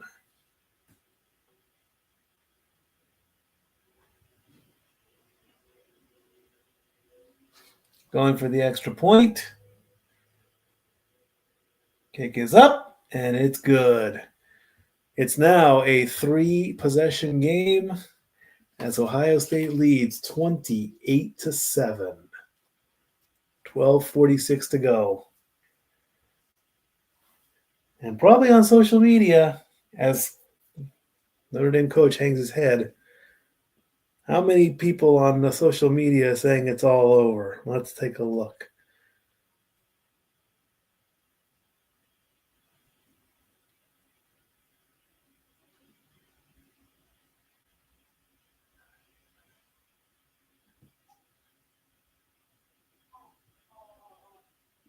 Yep.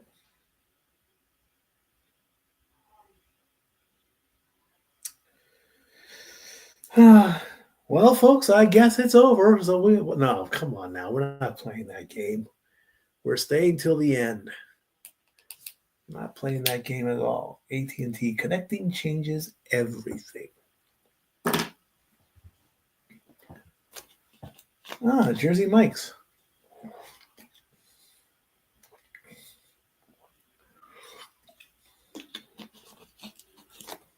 We have a local sandwich shop in Sevierville. I believe it's called East Coast Subs, and they're very similar to Jersey Mike's. They cut the lunch meats fresh. They make the sandwich right in front of you. Very good sandwiches. I do like them a lot. Oh my gosh, I have not seen this commercial in a long time from Geico, where they have ants. And it's all the annoying ants. Oh, wow. I haven't seen that commercial in a long time. Oh, wow, wow. They dusted that one off, I'll tell you that. You're slouching, Ted. Expired. Expired. It's a big house. I hope you can keep it clean. Oh, wow.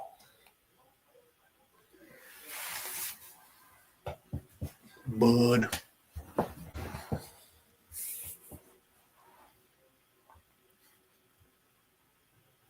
Again, don't forget, on Saturday at 3 p.m. Eastern, 12 noon, 6 hours of football as the Chiefs take on the Bills and the Commanders take on the Eagles.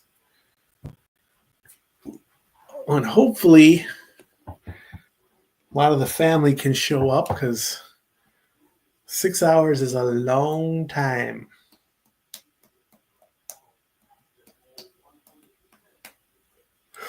As we get another shot from the Goodyear blimp. Celebrating 100 years. Wow, since 1925. I want to confirm that.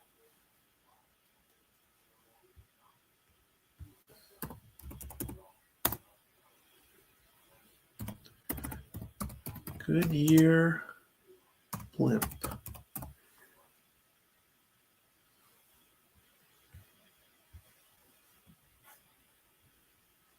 As we get the kickoff, Ohio kicks off to Notre Dame.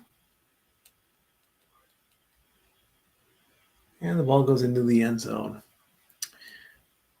The Goodyear blimp is any one of a fleet of airships operated by the Goodyear Tire and Rubber Company, used mainly for advertising purposes and capturing aerial views of live sporting events.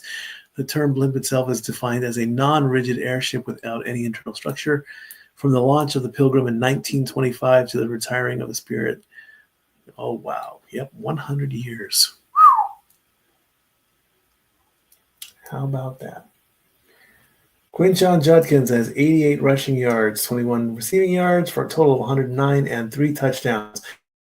Notre Dame with the ball, takes the snap, looking, throws. Incomplete. Jaden Greathouse was the intended target. That'll bring up 2nd and 10.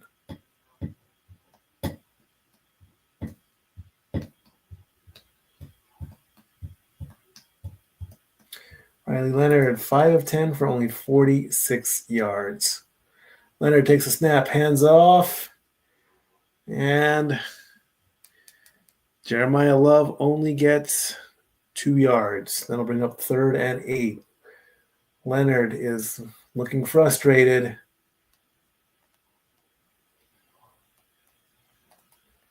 As the Buckeye fans hyping up their defense on 3rd and 8 with 12:15 left to go.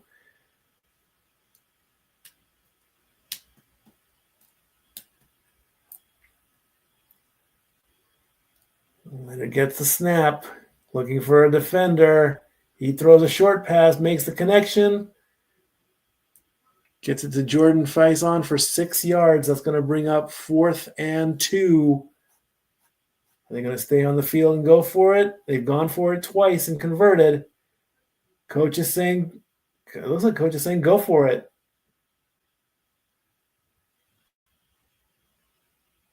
No? Punt team is out on the field. It looked like coach was saying, go for it.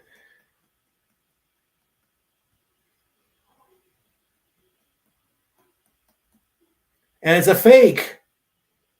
And it's incomplete. Turnover on downs.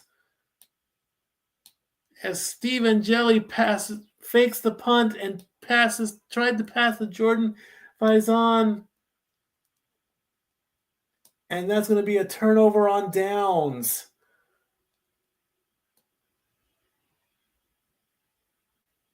He went to his right. He had him right open, and he just dropped the ball at the end.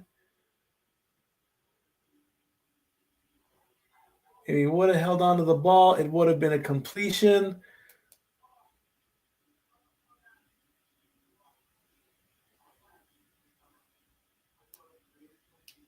And that's going to give the ball back to the Buckeyes on the 33-yard line.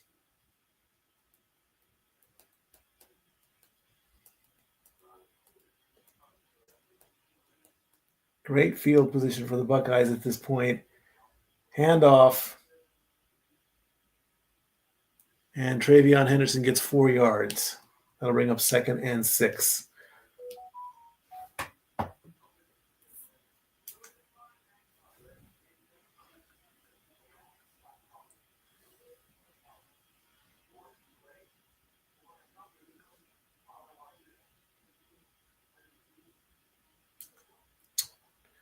$166 rushing yards for the Buckeyes, 144 passing yards, make a total of 310.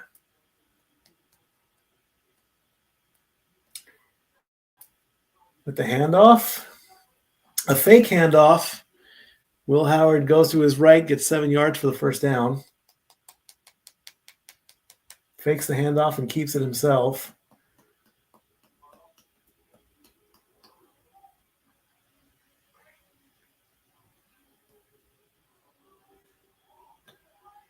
As the clock runs down to about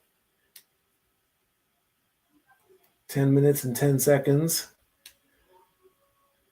Will Howard's at 14 and 16 for 144 yards, 2 touchdowns, 36 rushing yards.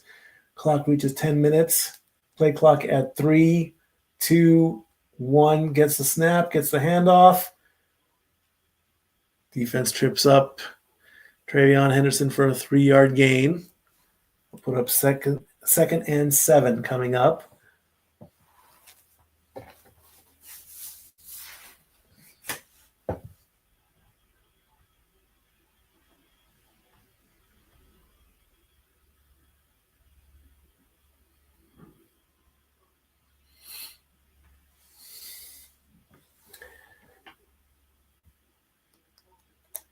Almost in the red zone. Flag on the play. You have a completion. We'll see what the flag is. Forward progress has been stopped, so that's going to mark the play dead. The ref blows his whistle to make the call.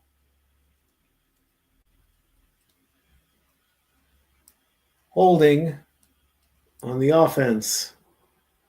10-yard penalty.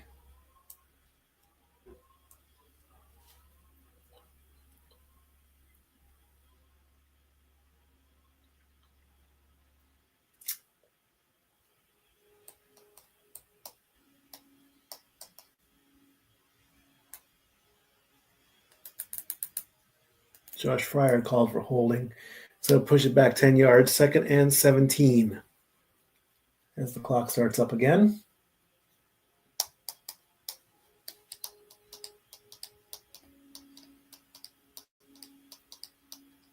Gets the snap, gets the handoff, and a tackle. 1 yard for Travion Henderson. That's going to bring up 3rd and 16.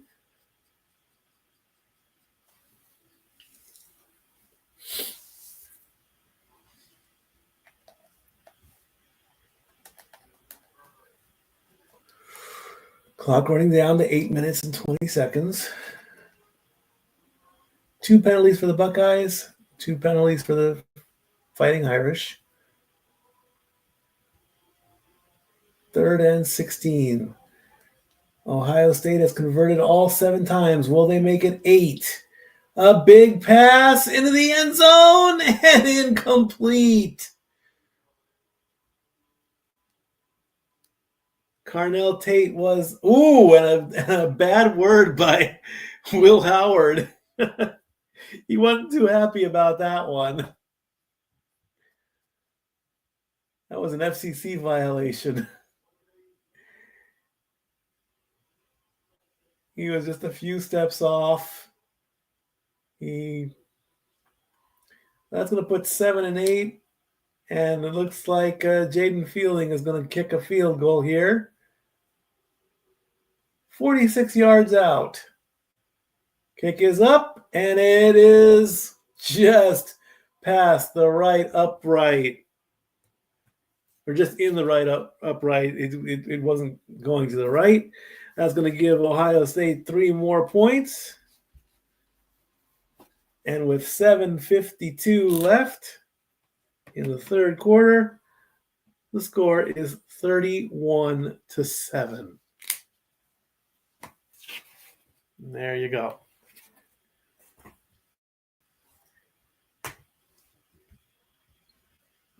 Quick commercial break. We'll see if the Fighting Irish are going to keep on fighting, or they could be down for the count. We'll be right back. And now for a taste of things to come.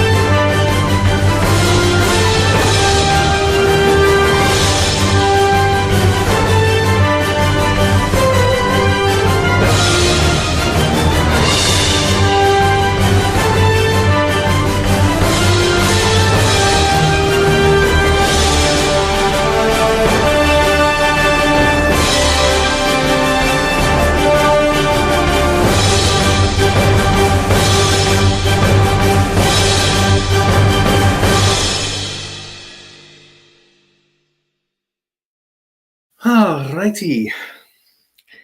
31-7 is the score.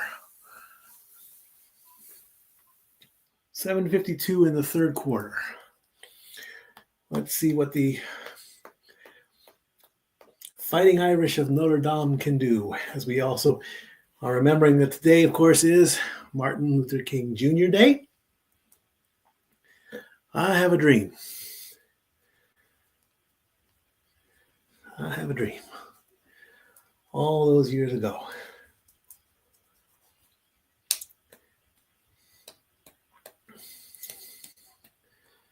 Teams lining up for the kickoff. Let's see if Notre Dame can put some points on the board and get some life back into this. I've seen teams come back before.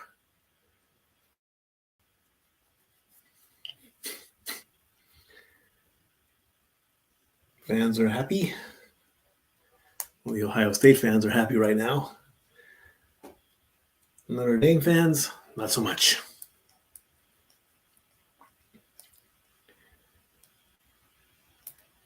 And here comes the kickoff.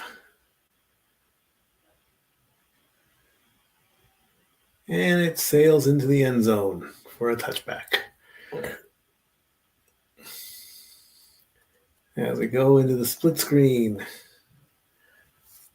for Hulu. Glenn Powell is Chad Powers. No idea who that is. All right, let's see what Leonard can do. Let's see if he can get some points back.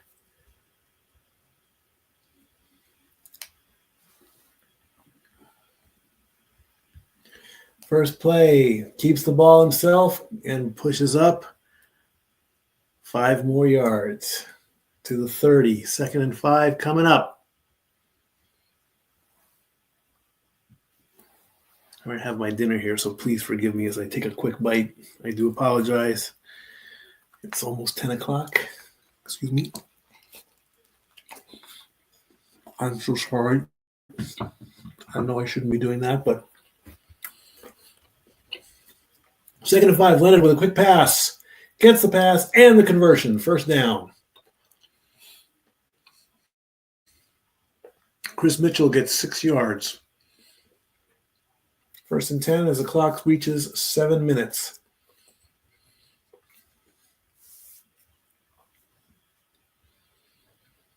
Next play coming.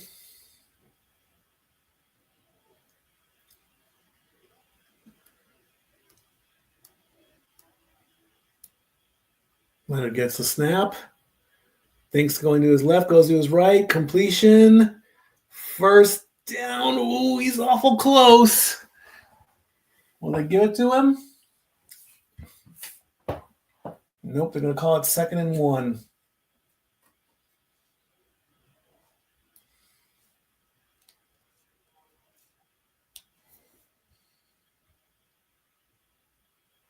Nope, they gave him the first down. They gave it to him. Okay, 1st and 10 instead. High snap, handoff, up the middle. Only gets about a yard.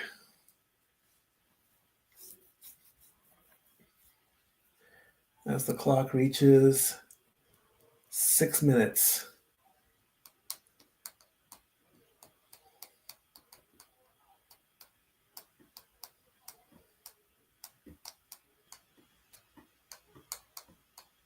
Clock running down to 5:45.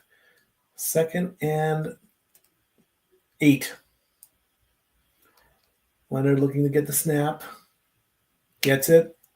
Steps a few back. And gets sacked. A sack. Losing 12 yards. He waited too long.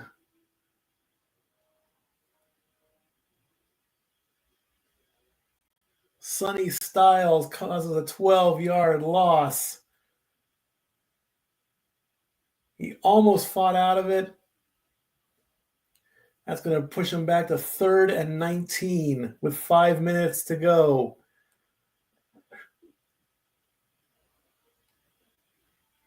Leonard almost gets sacked again. They're looking for a flag and they get it. This could be pass interference. And if so, that might breathe some life back into the team. Pass interference, defense. 15-yard penalty. Automatic first down, much needed at that.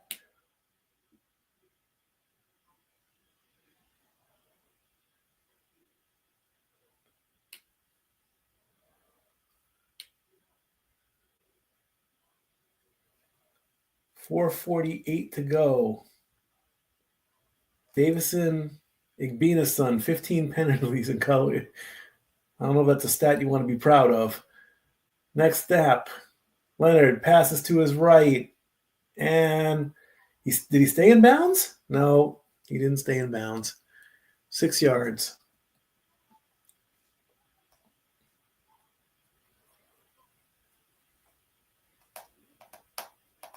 It's going to bring up 2nd and 4. 4.5 minutes left in the quarter.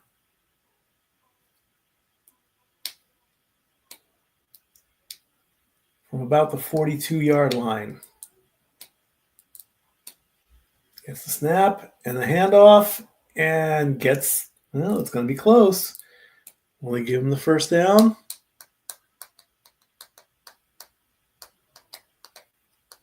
Clock is still running.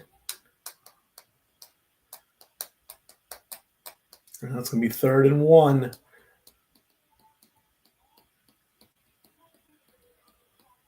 .321 yards for the Buckeyes, 122 for the Fighting Irish. And Leonard will get the first down and a few more yards.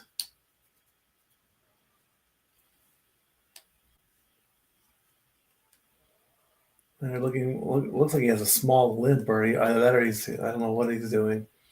Clock running down to 3:23. Leonard gets the snap. Looking, passes, incomplete, no flag. It's going to bring up second down.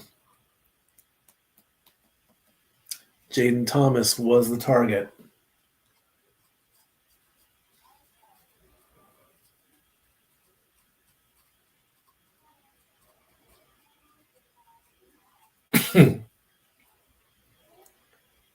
Tenth play of the drive.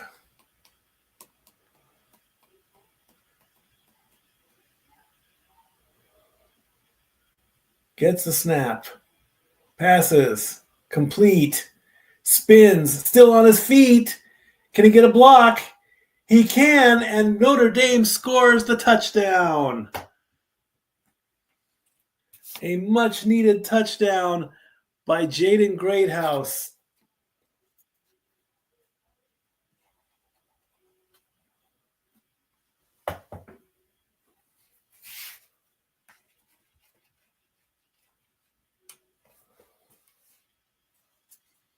Now, do you go for two? Or do you go for this? Are they going to go for two? It looks like they are. Are they? They are going to go for two. 2-point conversion coming up. They need the points.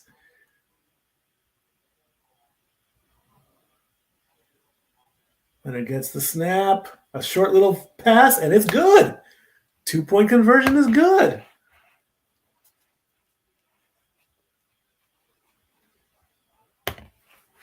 All right, so that makes the score 31-15 with 3 minutes and 3 seconds left. There's still life in the Fighting Irish. And as the game goes to commercial, we go to commercial. We'll be right back. And now for a taste of things to come.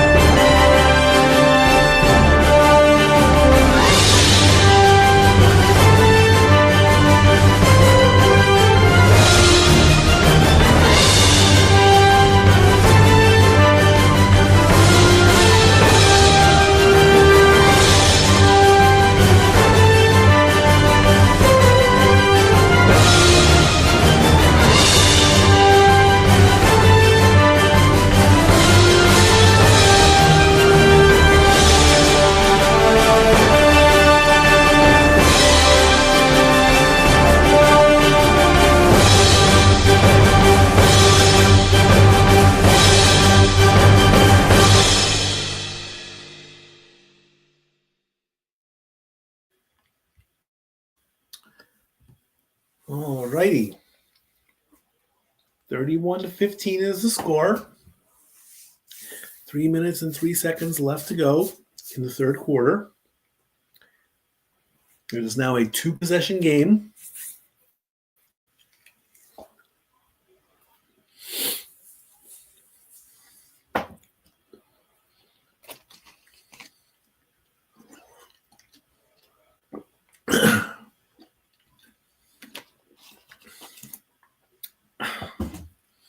Again, remember this Sunday, 6 hours of football, sitting in this chair with AFC and the NFC championship games. Wow. That's going to be amazing.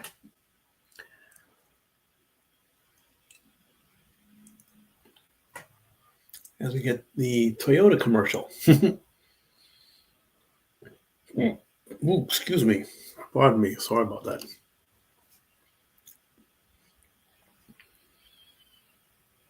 I might have to go out and buy a Bills Mafia shirt and maybe an Eagles shirt. I will not wear. I might wear a Chiefs hat for the Super Bowl. I might do that, but I don't want to. I don't know what I don't know.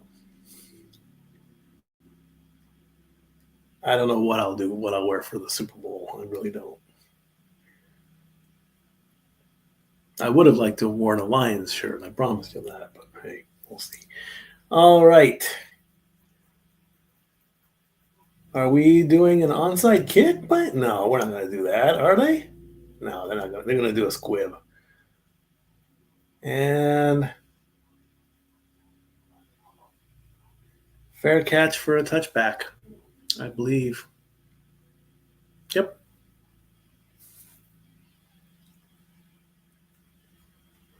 And here comes Howard back on the field.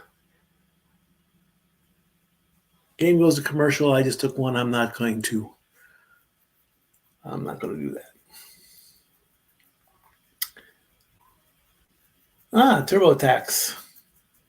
It's tax season.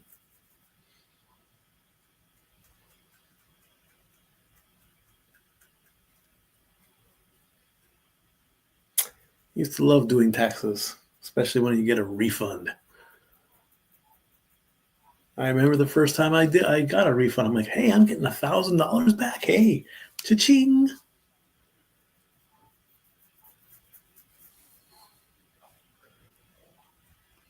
I do remember that. Everybody who is in the cold, please bundle up. Make sure you weatherproof your pipes if you can.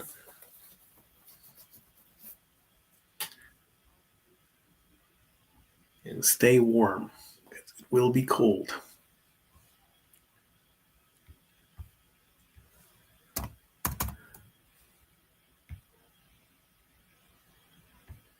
Don't know why I'm looking at CNN.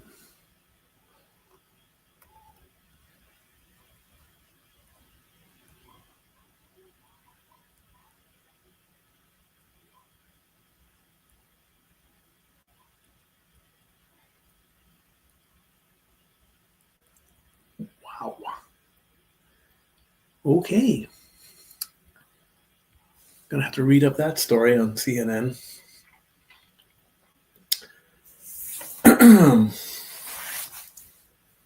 It's getting closer and closer to the end of the third quarter.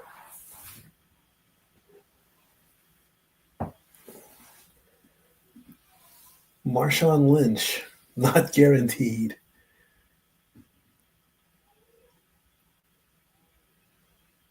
Connectivity, deals, and service for AT&T, the official sponsor of college football.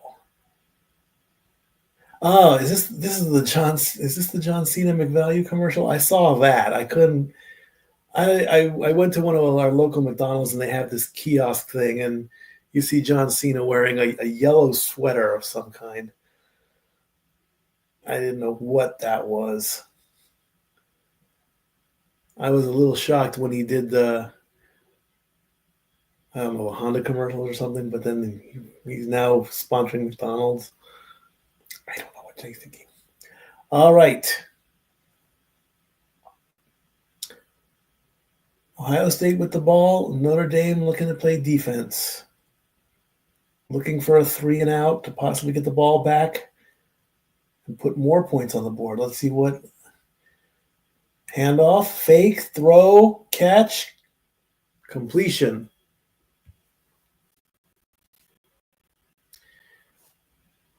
Ikbuka for 7 yards. Highest win percentage by head coach, Walter Camp, Newt Rockney, Ryan Day, and Frank Leahy, 8.73. It's going to bring up 2nd and 3.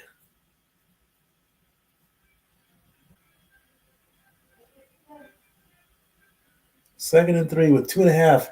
Howard gets the ball, takes it himself, and he's going to be just short.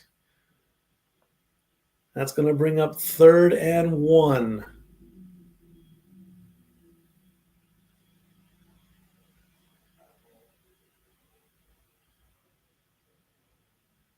A stop here would be good for Notre Dame.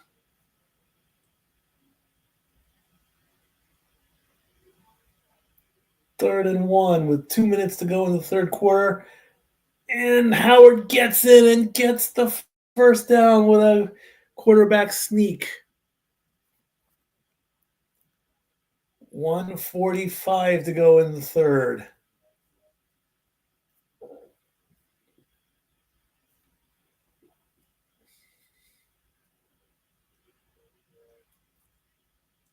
Ohio State coach pacing back and forth. The coaches always worry me a lot.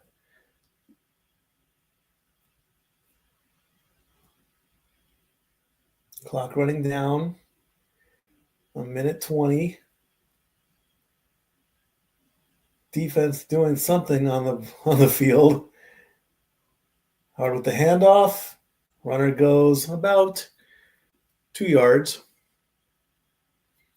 It's going to bring up 2nd and 8. There's still time for one more play, maybe 2.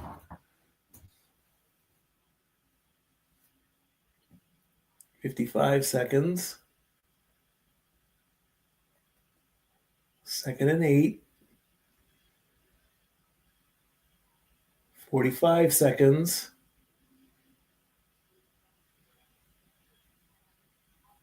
Ohio State seeking their first national championship since 2014. Fakes the handoff. Throws. Incomplete and out of bounds. That's going to put it to 8 with 31 seconds left. Oh, flag. Oh, is this intentional grounding? Personal foul.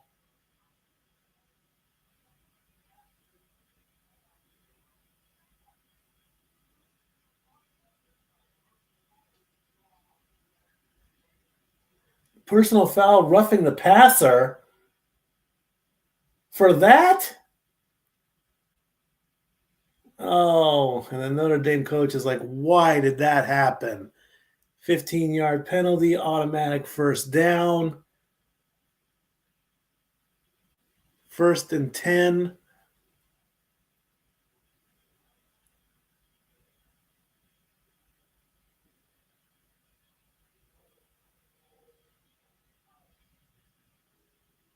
Howard takes the ball, or passes it off to Travion Henderson, and that is probably going to end the third quarter.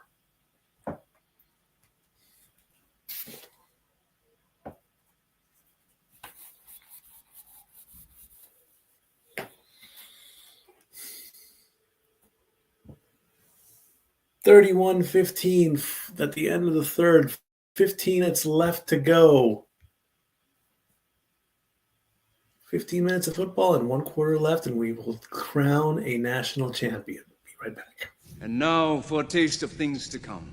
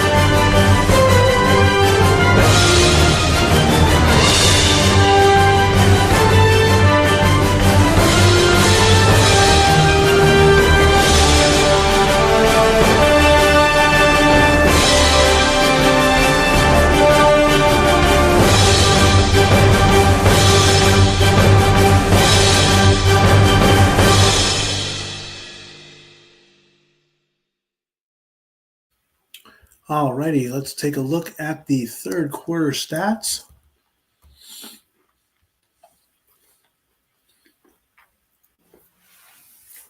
On third down, the Buckeyes are 8 for 9. Notre Dame is 3 of 8. Buckeyes have 336 total yards, 151 passing, and 185 rushing. Fighting Irish at 161, 108, and 53. No interceptions thrown. Still saying no fumbles lost, even though on that, still believe that one play was a fumble recovery, but I guess I don't know why they're not calling it that. 3 penalties for the Buckeyes, 3 penalties for the Fighting Irish. The Buckeyes have had the ball for 25 minutes and 20 seconds, and the Fighting Irish have had the ball for 19 minutes and 40 seconds. Howard is 15 of 18 for 151 yards. Leonard is 10 of 16 for 108 yards.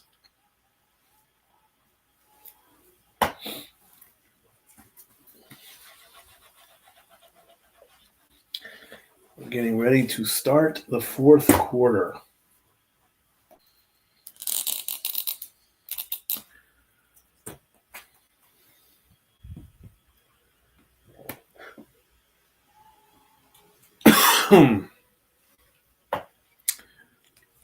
Molly McGrath is talking to Coach Marcus Freeman.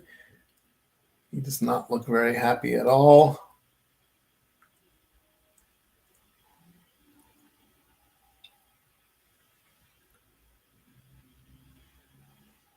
How do you get some momentum? We're not helping ourselves with that penalty there, but we've got to get a stop.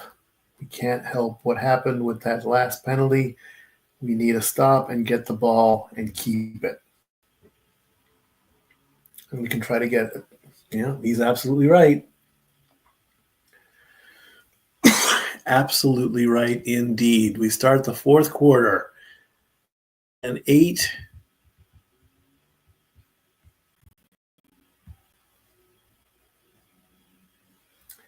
From the 45-yard line. A double handoff. Gets the first down, and he's still on his feet, and he's still going. And the ball comes loose. And Notre Dame recovers.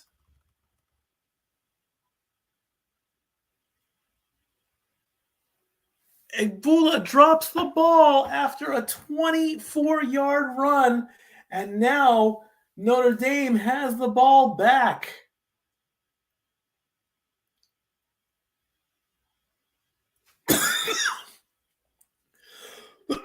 Excuse me. Punches the ball out of his hands. That is a fumble and a recovery by the defense. A much-needed recovery.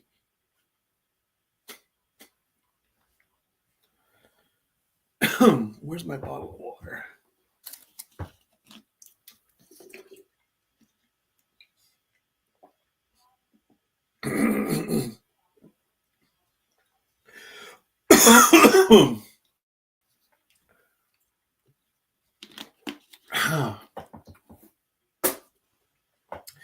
They are taking a look.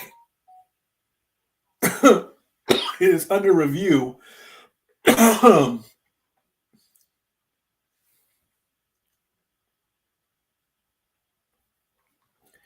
After review, ruling on the field stands. Woo-hoo.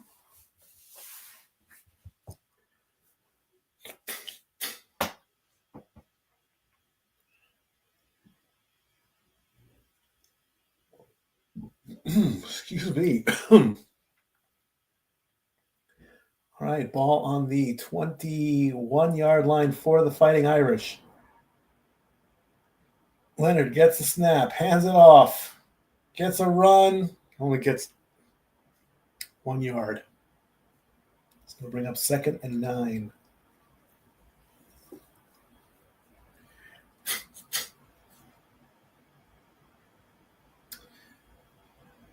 Should have ran maybe a little bit further. had more of an opening there. All right, 2nd and 9 from the 22-yard line. Leonard with the ball, stepping back, rolling to his right, takes a stop, throws into the sideline, incomplete, 3rd and 9. He had 2 defenders right in his face. He had no choice but to throw a lob out of bounds.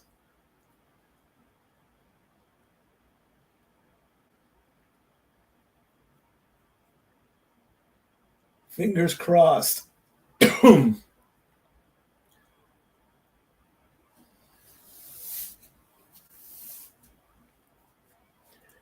9 yards needed to keep the drive alive. Leonard with the ball, throws, complete. Jaden Greathouse gets 30 yards for the first down, much needed.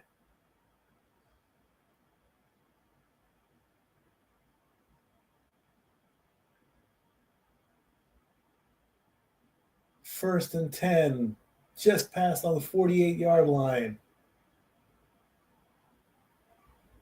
Leonard scrambling back, looking, throws, gets hit, incomplete, flag on the play.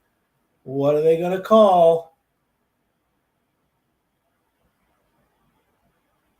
Holding, defense. 10-yard penalty, first down, Notre Dame.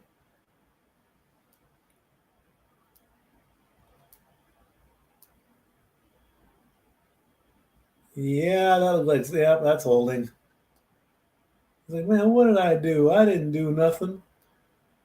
First and 10 on the 38-yard line. Leonard gets the snap, takes a few steps back. Oh, a short pass. And unfortunately, it goes nowhere. Loss of 4. It's going to bring up 2nd and 14.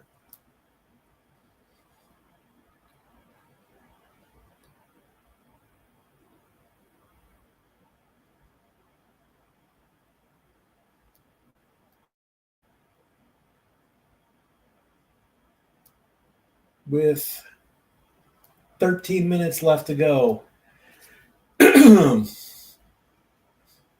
Leonard waiting for the snap. Gets it. Thinks about it. Runs up himself. And only gets 2 yards. That's going to bring up 3rd and 12. He couldn't find a receiver. College football quarterbacks take control of the ball themselves, I believe, more than the pros do.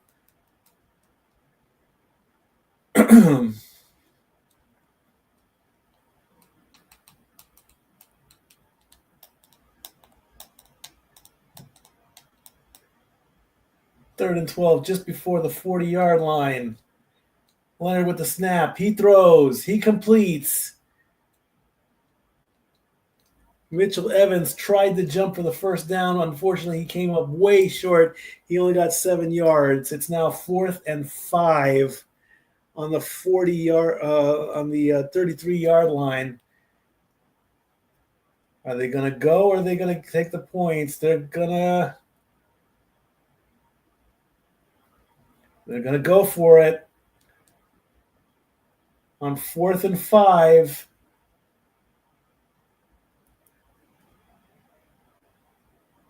Leonard gets the snap, throws, completion, and first down.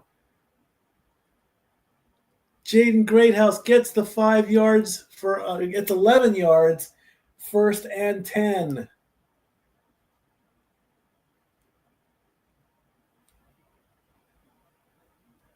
Ball at the 22-yard line, 8th play of the drive. Leonard with the ball, throws, gets the ball again to Greathouse for another 6 yards. They're at the 16.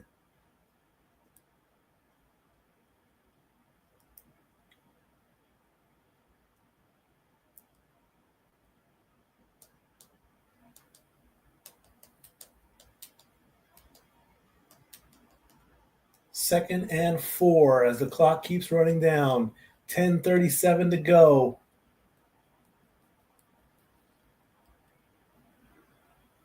Leonard waiting for the snap. Gets it. Takes a few steps back. Throws for the end zone. Flag on the play. Pass is incomplete. Don't know what the call is going to be.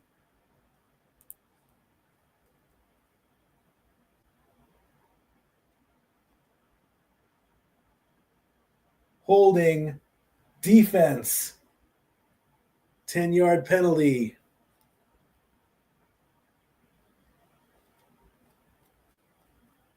Automatic first down. Half the distance to the goal, actually. That's going to put them on the 8-yard line. First and goal. 5 penalties for the Buckeyes, 3 for the Fighting Irish.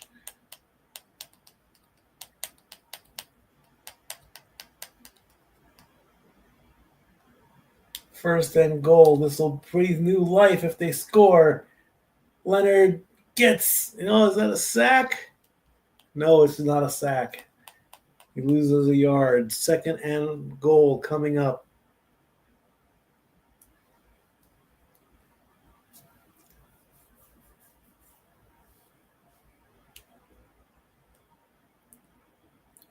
Second and goal from the 9-yard line.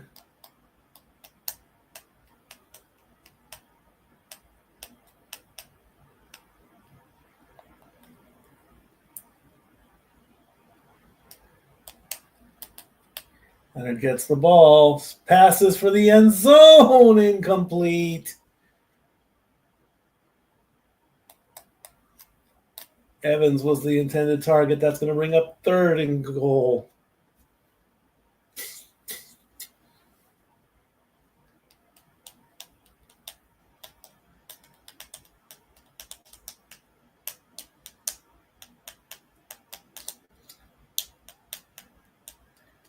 The 11th play of the drive.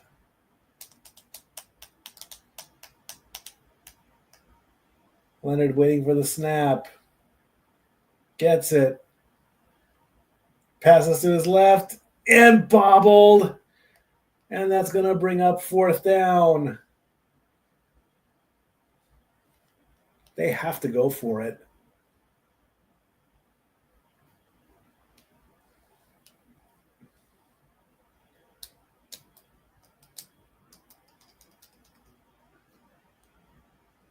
Pass intended for Great House.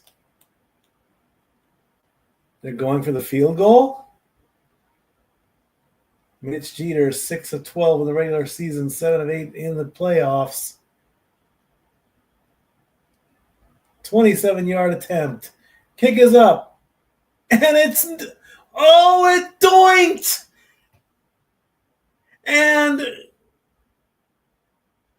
And that's all that's going to be. It doinked off the left goalpost. No good.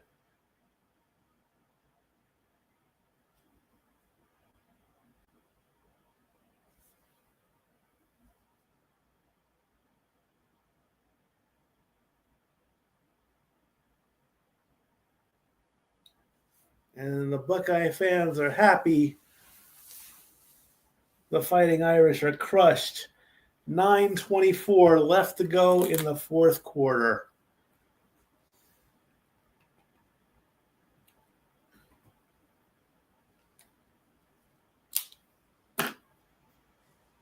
The worst sound in football when the ball hits the goalpost.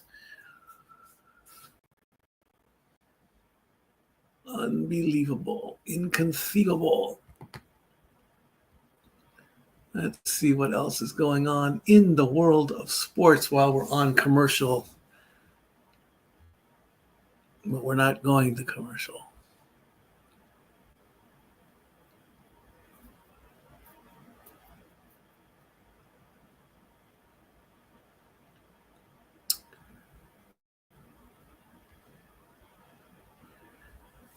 In the NBA, the Jazz and the Pelicans are in overtime, 114 to 111. Bulls and Clippers are just getting underway.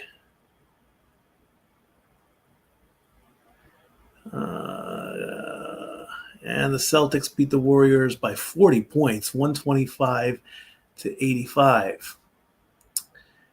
As far as hockey goes, the Penguins and the Kings are just getting ready to start.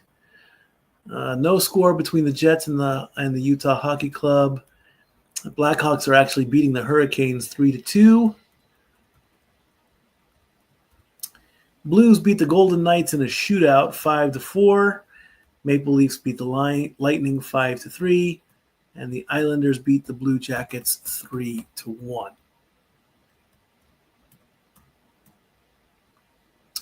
NCAA men's basketball. I haven't talked about them lately. Our Volunteers are ranked number 6 in the country. Auburn is ranked number 1, followed by Duke, Iowa State, Alabama, and Florida.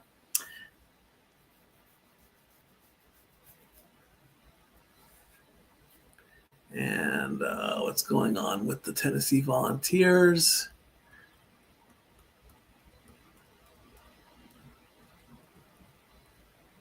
They lost to Vanderbilt by a point in their most recent game. They'll be playing Mississippi State tomorrow, and then the number 1 team, Auburn, later this weekend.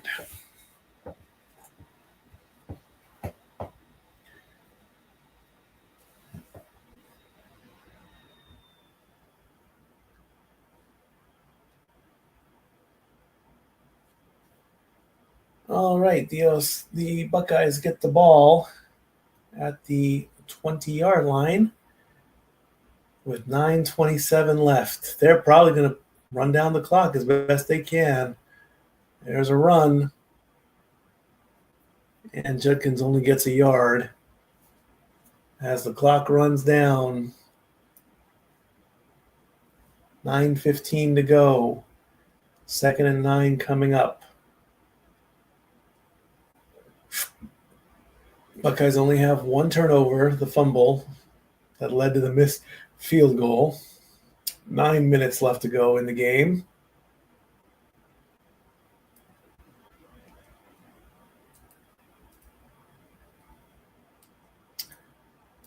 Howard waiting for the snap, gets it, holds on to it, takes it himself, gets the first down, and runs for 11 yards. As the clock hits 8:35.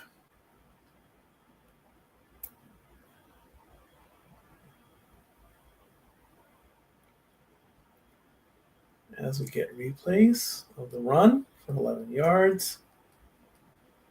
16 of 19 for 175 yards, 2 touchdowns, 51 rushing yards. 1st and 10 for the Buckeyes. Gets the snap, gets the handoff, and gets another 3 yards as Judkins continues on. Clock now down to about 8 minutes. It's going to bring up 2nd and 7.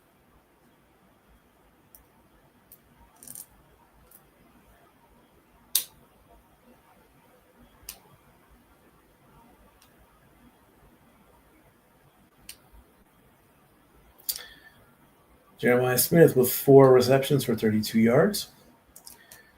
And 7:30 to go. 375 total yards for the Buckeyes, 213 for the Fighting Irish. There's the snap, there's the pitch, and we get another 4 yards.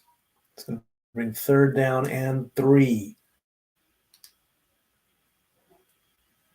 As the clock reaches 5, 4, 3, 2, 1. 7 minutes to go in the game. 3rd and 3. As the clock keeps running, Ohio State gets closer and closer to a national championship. They're at 379 yards. Averaging 7 yards per play. They only need 3. And an incomplete pass. That will stop the clock at 6 minutes and 34 seconds. Jeremiah Smith, the intended target.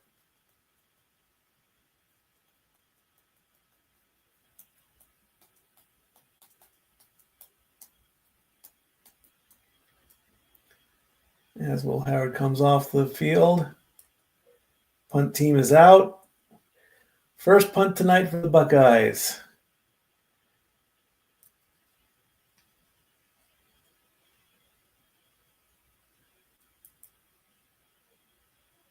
Punt is up. Down to about the 10. We have a return to about the 20-yard line. 6:25 left to go in the game. Goodyear Blimp celebrating 100 years.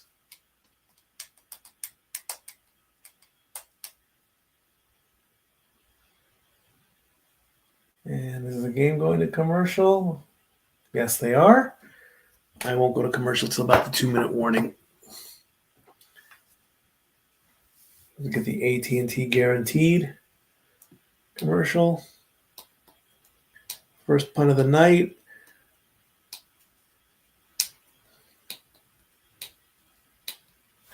$6:25 left to go.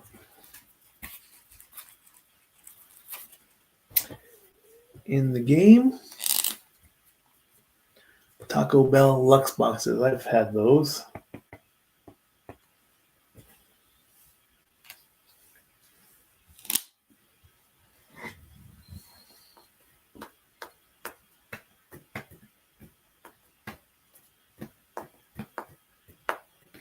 There is, again, talk in the NFL for next season. Of course, this comes up a lot. Instead of the onside kick, to maintain possession when a team is down. It's been thrown out many seasons. Completing a fourth and I believe it's a 4th and 15 or a 4th and 20. I personally, myself, I do think that's a great idea. If they convert the play, then they keep possession. If not, they lose it. Because as rare as the onside kick is, the recovery of it just, doesn't take place as often as teams that use it would like. So I do believe that the 4th and 15 or 4th and 20 option, whichever one is possibly being considered, I don't know. I mean, it comes up when it comes time to tweak the rules or whatever. So it is a possibility. It is in play, but you never know what's going to happen during the off season. 6 minutes and 25 seconds left on the clock.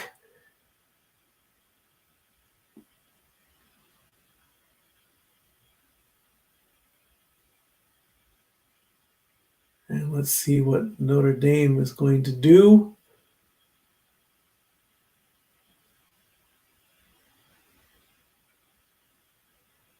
They obviously need to score here.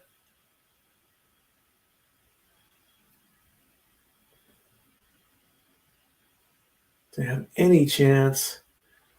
16 and 20 for Howard, 15 and 24 for Leonard, 175, 158.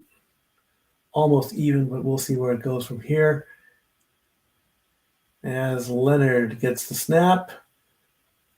Looking, throws, complete, first down. 12 yards to Bo Collins. 1st and 10 coming as the clock runs down. Next play. Quick snap, quick pass, out of bounds. With 6 minutes left to go, Mitchell Evans gets 4 yards. Unfortunately, it does not stop the clock. Running out of bounds does not stop the clock in college. 5:45 left to go. 2nd and 6. Waiting for the snap. Gets it. Throws. Complete. Still on his feet. Keep going. Gets a block. 33 yards for Mitchell Evans. That'll put them on the Notre Dame 36-yard line.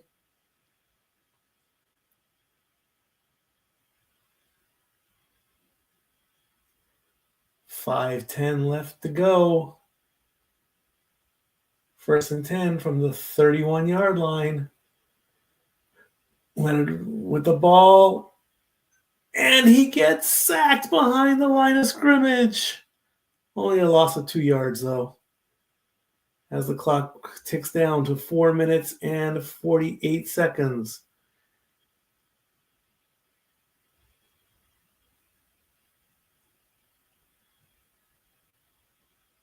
That might stop the momentum.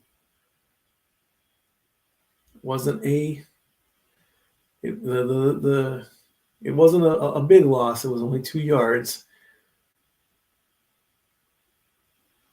And we have a player down. And it's one of the Buckeyes.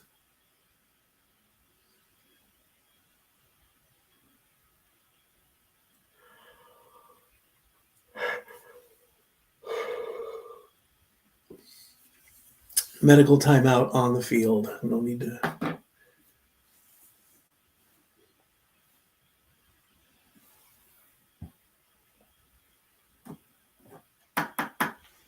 Verbo. Burger King. $5 duo anytime. And I don't like chicken fries. At BK. 4 minutes and 57 seconds left to go on this medical timeout.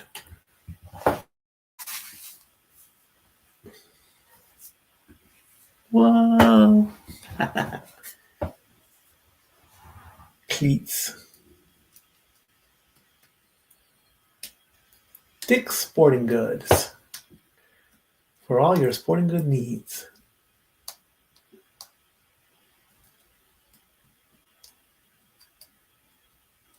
Jeep.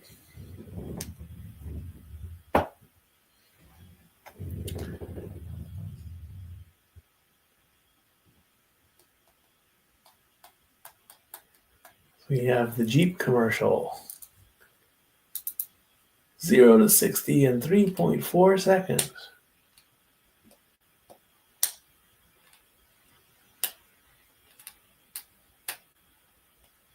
All new, all electric Jeep Wrangler. I don't know if I could drive an electric car.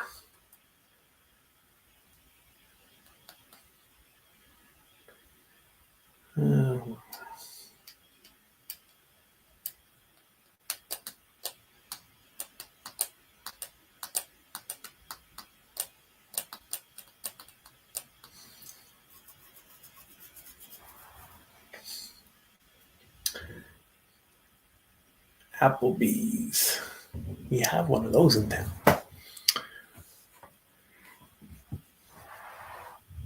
Again, don't forget, this weekend, AFC and NFC championship game. 3 o'clock Eastern, noon Pacific, as the Chiefs take on the Bills and the Commanders take on the Eagles. Post-game trophy presentation coming up. It's been a good little show. All righty, let's see what happens here.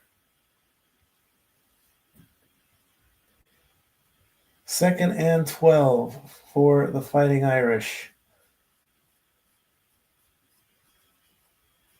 Gets the snap, quick pass. And it goes nowhere. 3 yards for the Bo Collins. That's going to bring up 3rd and 9. The clock winds down even more.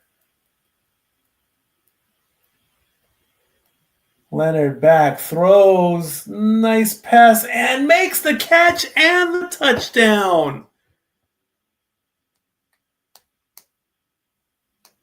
A much-needed touchdown makes it 31-21 as Jaden Gracehouse gets a 30-yard. They have to go for two here.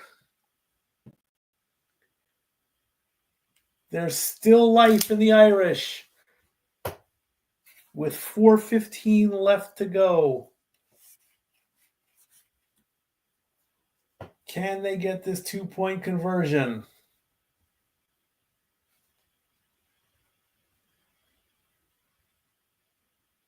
Ball at the 3-yard line.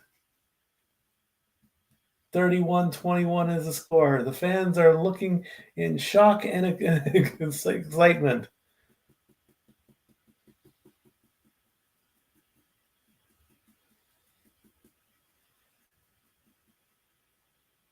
Hands it off.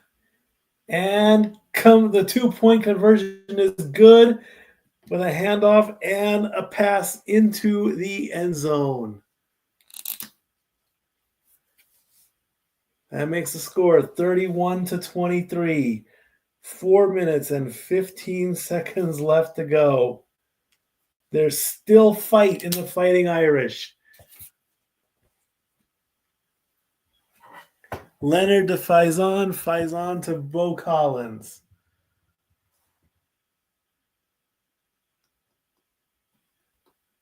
So now what do? Do you kick it off and hope that...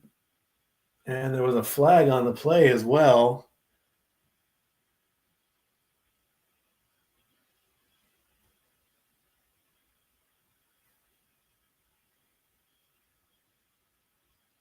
Why a flag was thrown, I have no idea.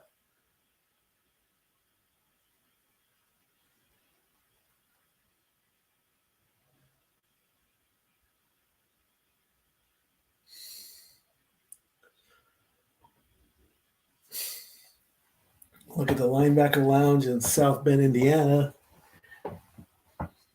They're hoping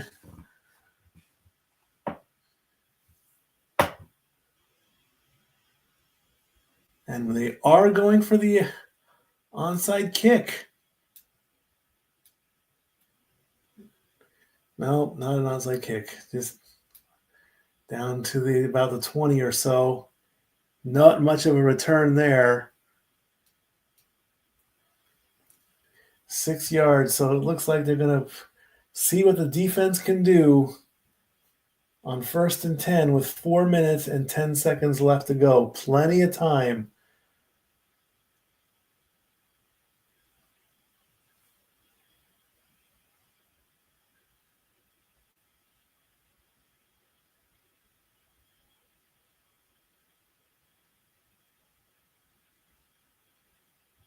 Sea of green. Green everywhere. Trying to rally the troops. 200 yards in the second half alone for Notre Dame. 148 for Ohio State. This game is not over yet. Howard with the handoff and a tackle for 3 yards. That's going to bring up 2nd and 7. The clock now down to 4 minutes.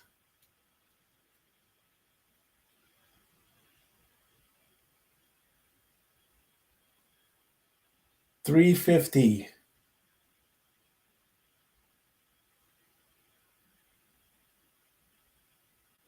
Second and 7 coming up. 3:40 left to go.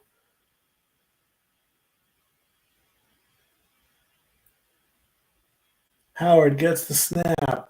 And breaks one tackle, runs to his left, gets the first down. 3:25 to go. Notre Dame might want to use one of their timeouts.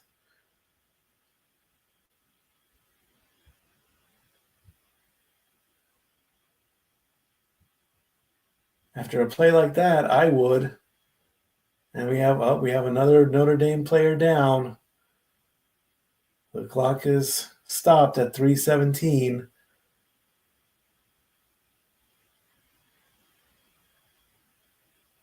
taking him off the field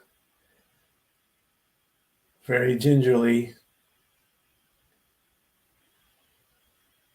3:17 left to go on in the game. 1st and 10 coming from the 27-yard line.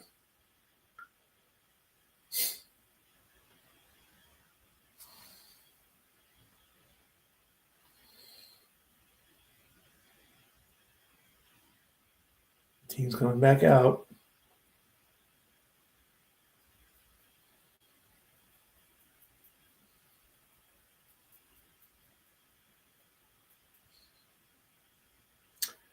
Next play coming up.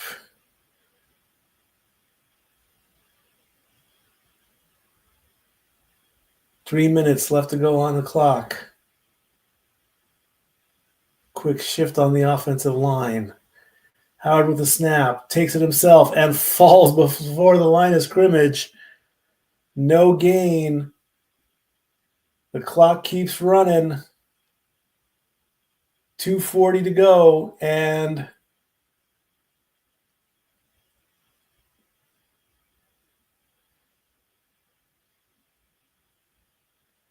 as we look at the replay again, and Notre Dame calls timeout with 2:40 to go. 2nd and 10 coming.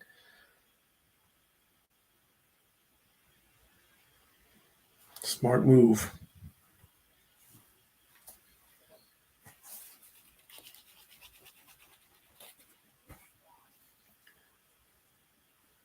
Notre Dame trailed by 24 points with 7:52 left in the third quarter, largest deficit this season. This has been their best quarter so far at 132 yards. A stop here might take it down to the 2-minute warning.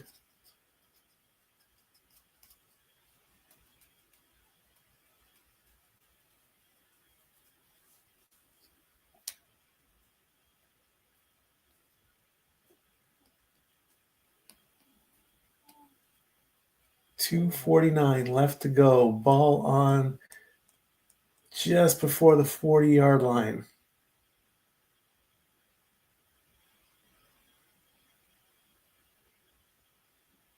And nowhere. That's a stop. That's a much-needed stop. That's going to bring up 3rd down. And Notre Dame takes its second timeout at 2:44.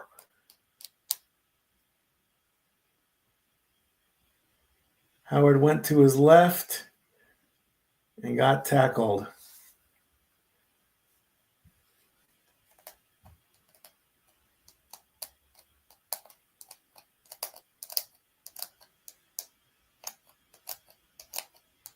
.245 left to go. 3rd and 11.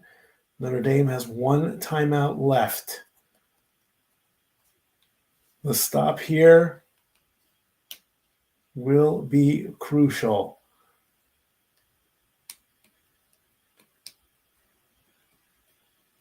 Ohio State has converted 8 of 10.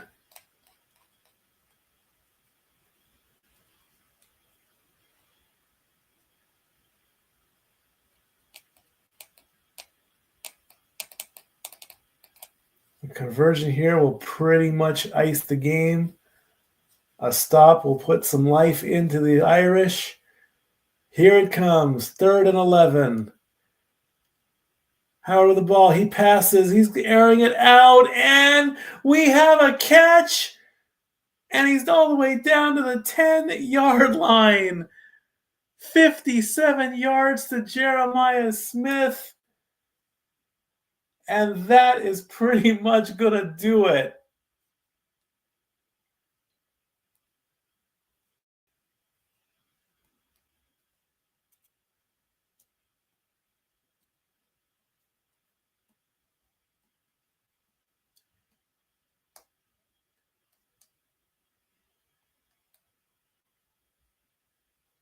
LeBron, Ohio State coach, is happy. And we are at the 2-minute warning. It is 1st and goal.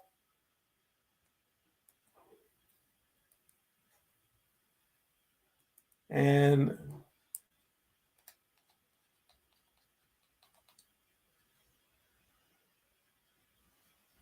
doesn't look like they're going to go to a commercial. Yes, they are. And we are going to take our last commercial break of the evening. When we come back, the final 2 minutes. And now for a taste of things to come.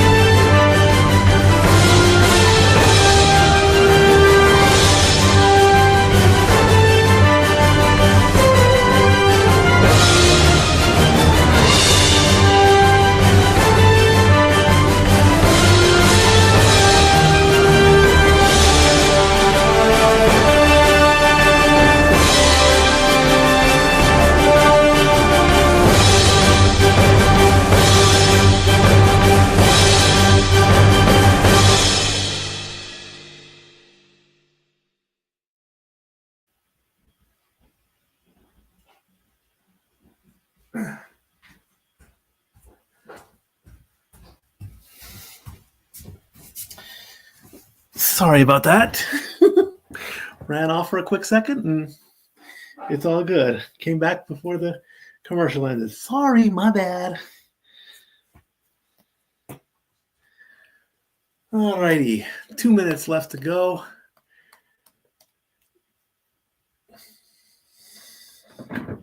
Notre Dame has one timeout left. And the ball is at the 10-yard line.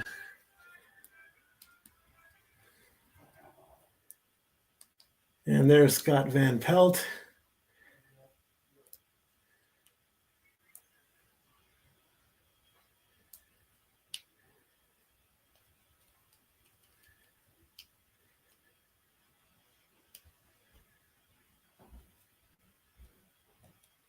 And they line up. 1st and goal. Notre Dame has one timeout. Ohio State has 2. Handoff. Play stops. Flag on the play. False start.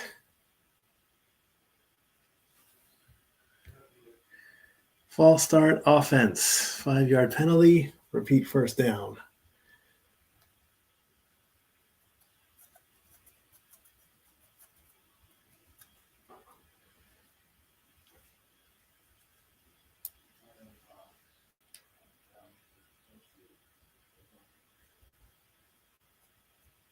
Next play. From the 15. Howard passes off. 1-yard run. And Notre Dame takes their last time out.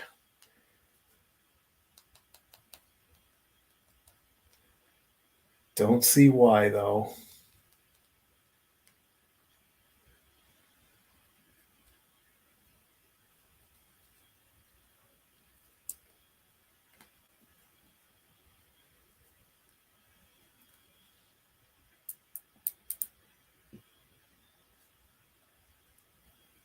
It's still a 2-position game and all that.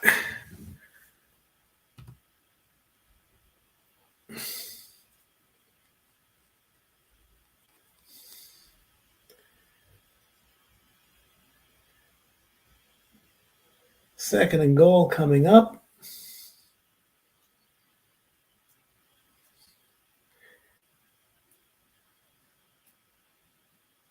Jeremiah Smith, 103 yards, 133 yards. Not very many in the last game. 88 tonight. Second and goal.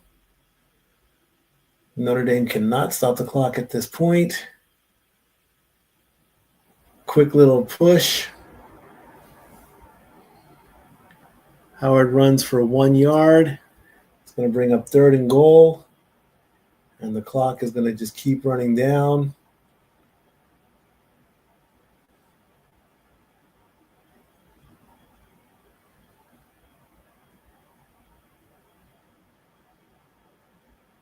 "90 seconds left to go.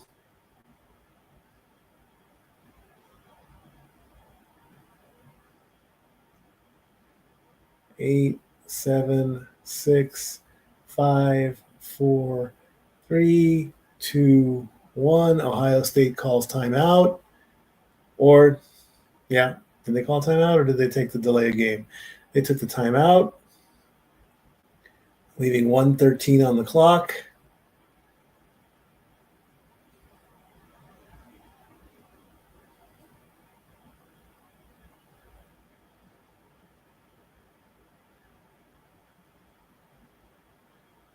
Jeremiah Smith with 5 receptions and 88 yards.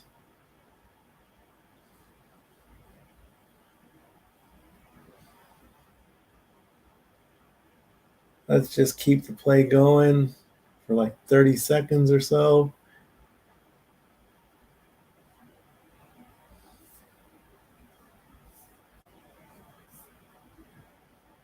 And down the ball, and that'll be it. It is academics at this point.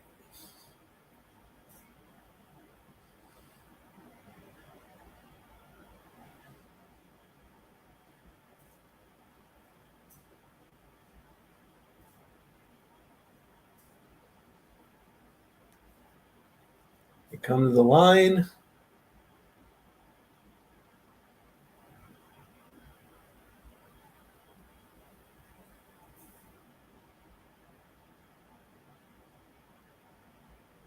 There's the snap. There's the fake handoff. He's down. That'll bring up fourth and goal. Lost 2 yards. 1 minute left to go in the game.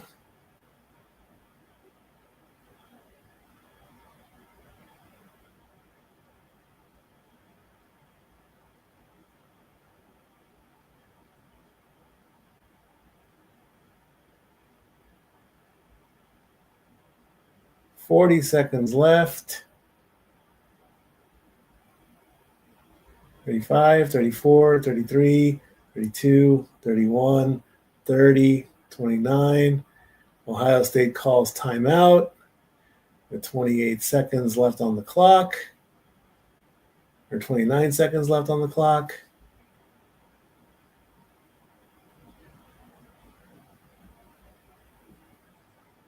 Notre Dame has 6 blocked kicks, ties for the most.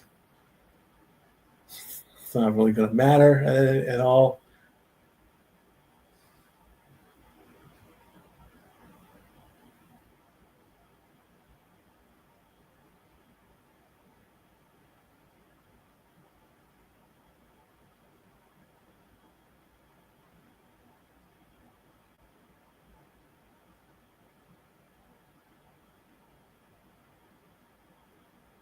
And it looks like the Buckeyes are going to kick a field goal just to put the points on the board.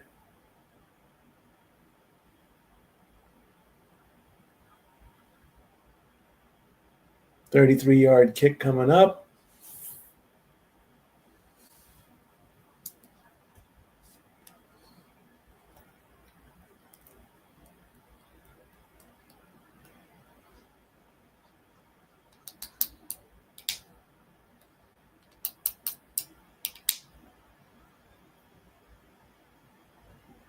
Snap, kick. It's good. That'll make the score 34-23 with 26 seconds left on the clock.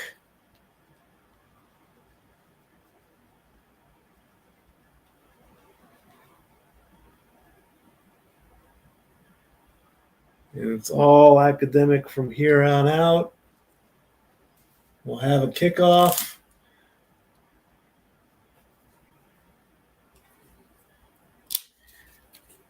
And possibly Notre Dame will do something to keep the drive or the return.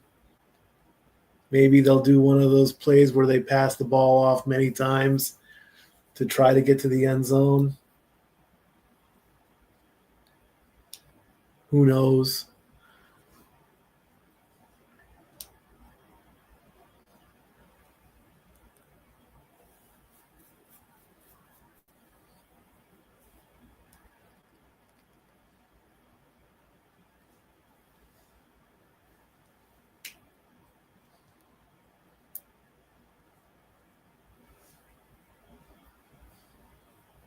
Howard, congrats. 445 total yards for the Buckeyes, 293 for the Fighting Irish.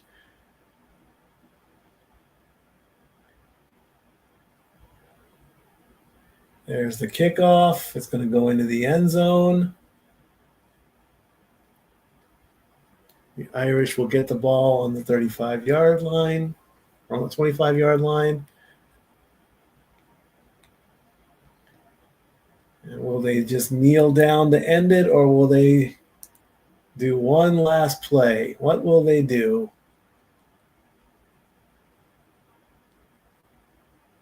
Will they accept defeat? Or will they do one last play just for the fun of it? I would choose one last play just for the fun of it. And it looks like they're going to do the one last play. And the forward momentum stops and the clock runs down. Final play there was a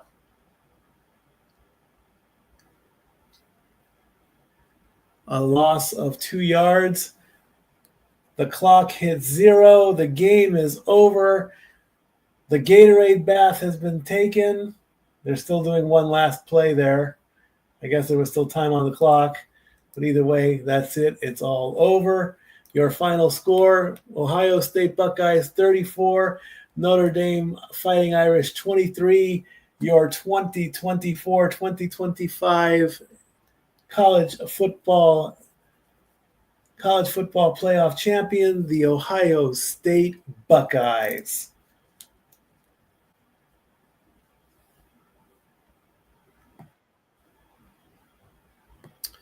And to the victor goes the spoils. OH! IO. OHIO! OHIO! Oh. Fuck yeah!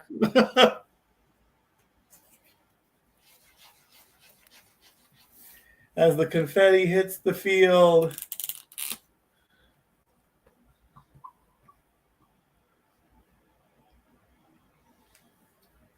There's your screenshot. There you go. Well done. Ah, beautiful. You knocked off my Volunteers. You took out the number 1 team, Oregon Ducks. You took out the Longhorns, and you beat one of the greatest college football franchises in the history.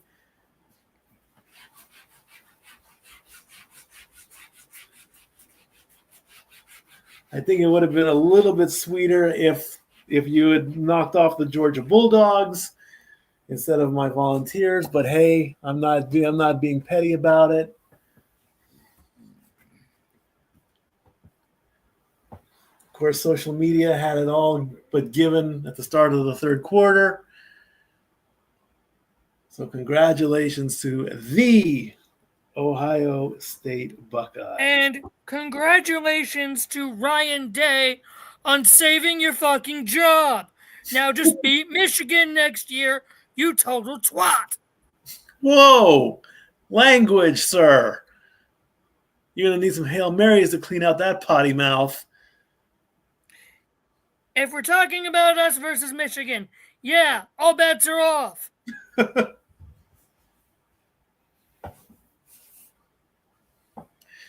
says the big man upstairs. All right, ladies and gentlemen. Thank you all for watching. Thank you, Brother Josh, for coming in and backing me up a little bit in between Raw and all that. Good job.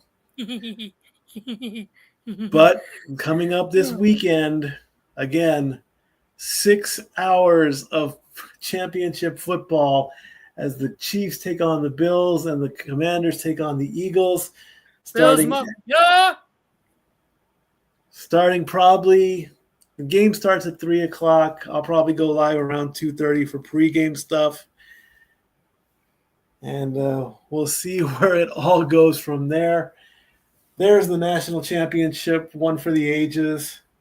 When are you going to buy that shirt, Josh? Which shirt? The brand new college football shirt that Will Howard is wearing. Probably not. Maybe I'll be a good brother and I'll gift it to you. Oh. How about that? Heck, maybe I'll buy one. You know, hey, I've seen all the teams. I've seen Tennessee fans, Ohio State fans, Alabama fans, and Georgia fans as Notre Dame walks off and the matching hat to go with it. One championship is down. 2 more to be decided on the weekend. Thank you all for watching. I've been on the air for almost 5 hours. It is 11:15 almost on the East Coast. Stay warm, stay happy, and we'll see you next week. I love you all. Stat Boy out. Fuck Bill Belichick. Oh, don't start that again.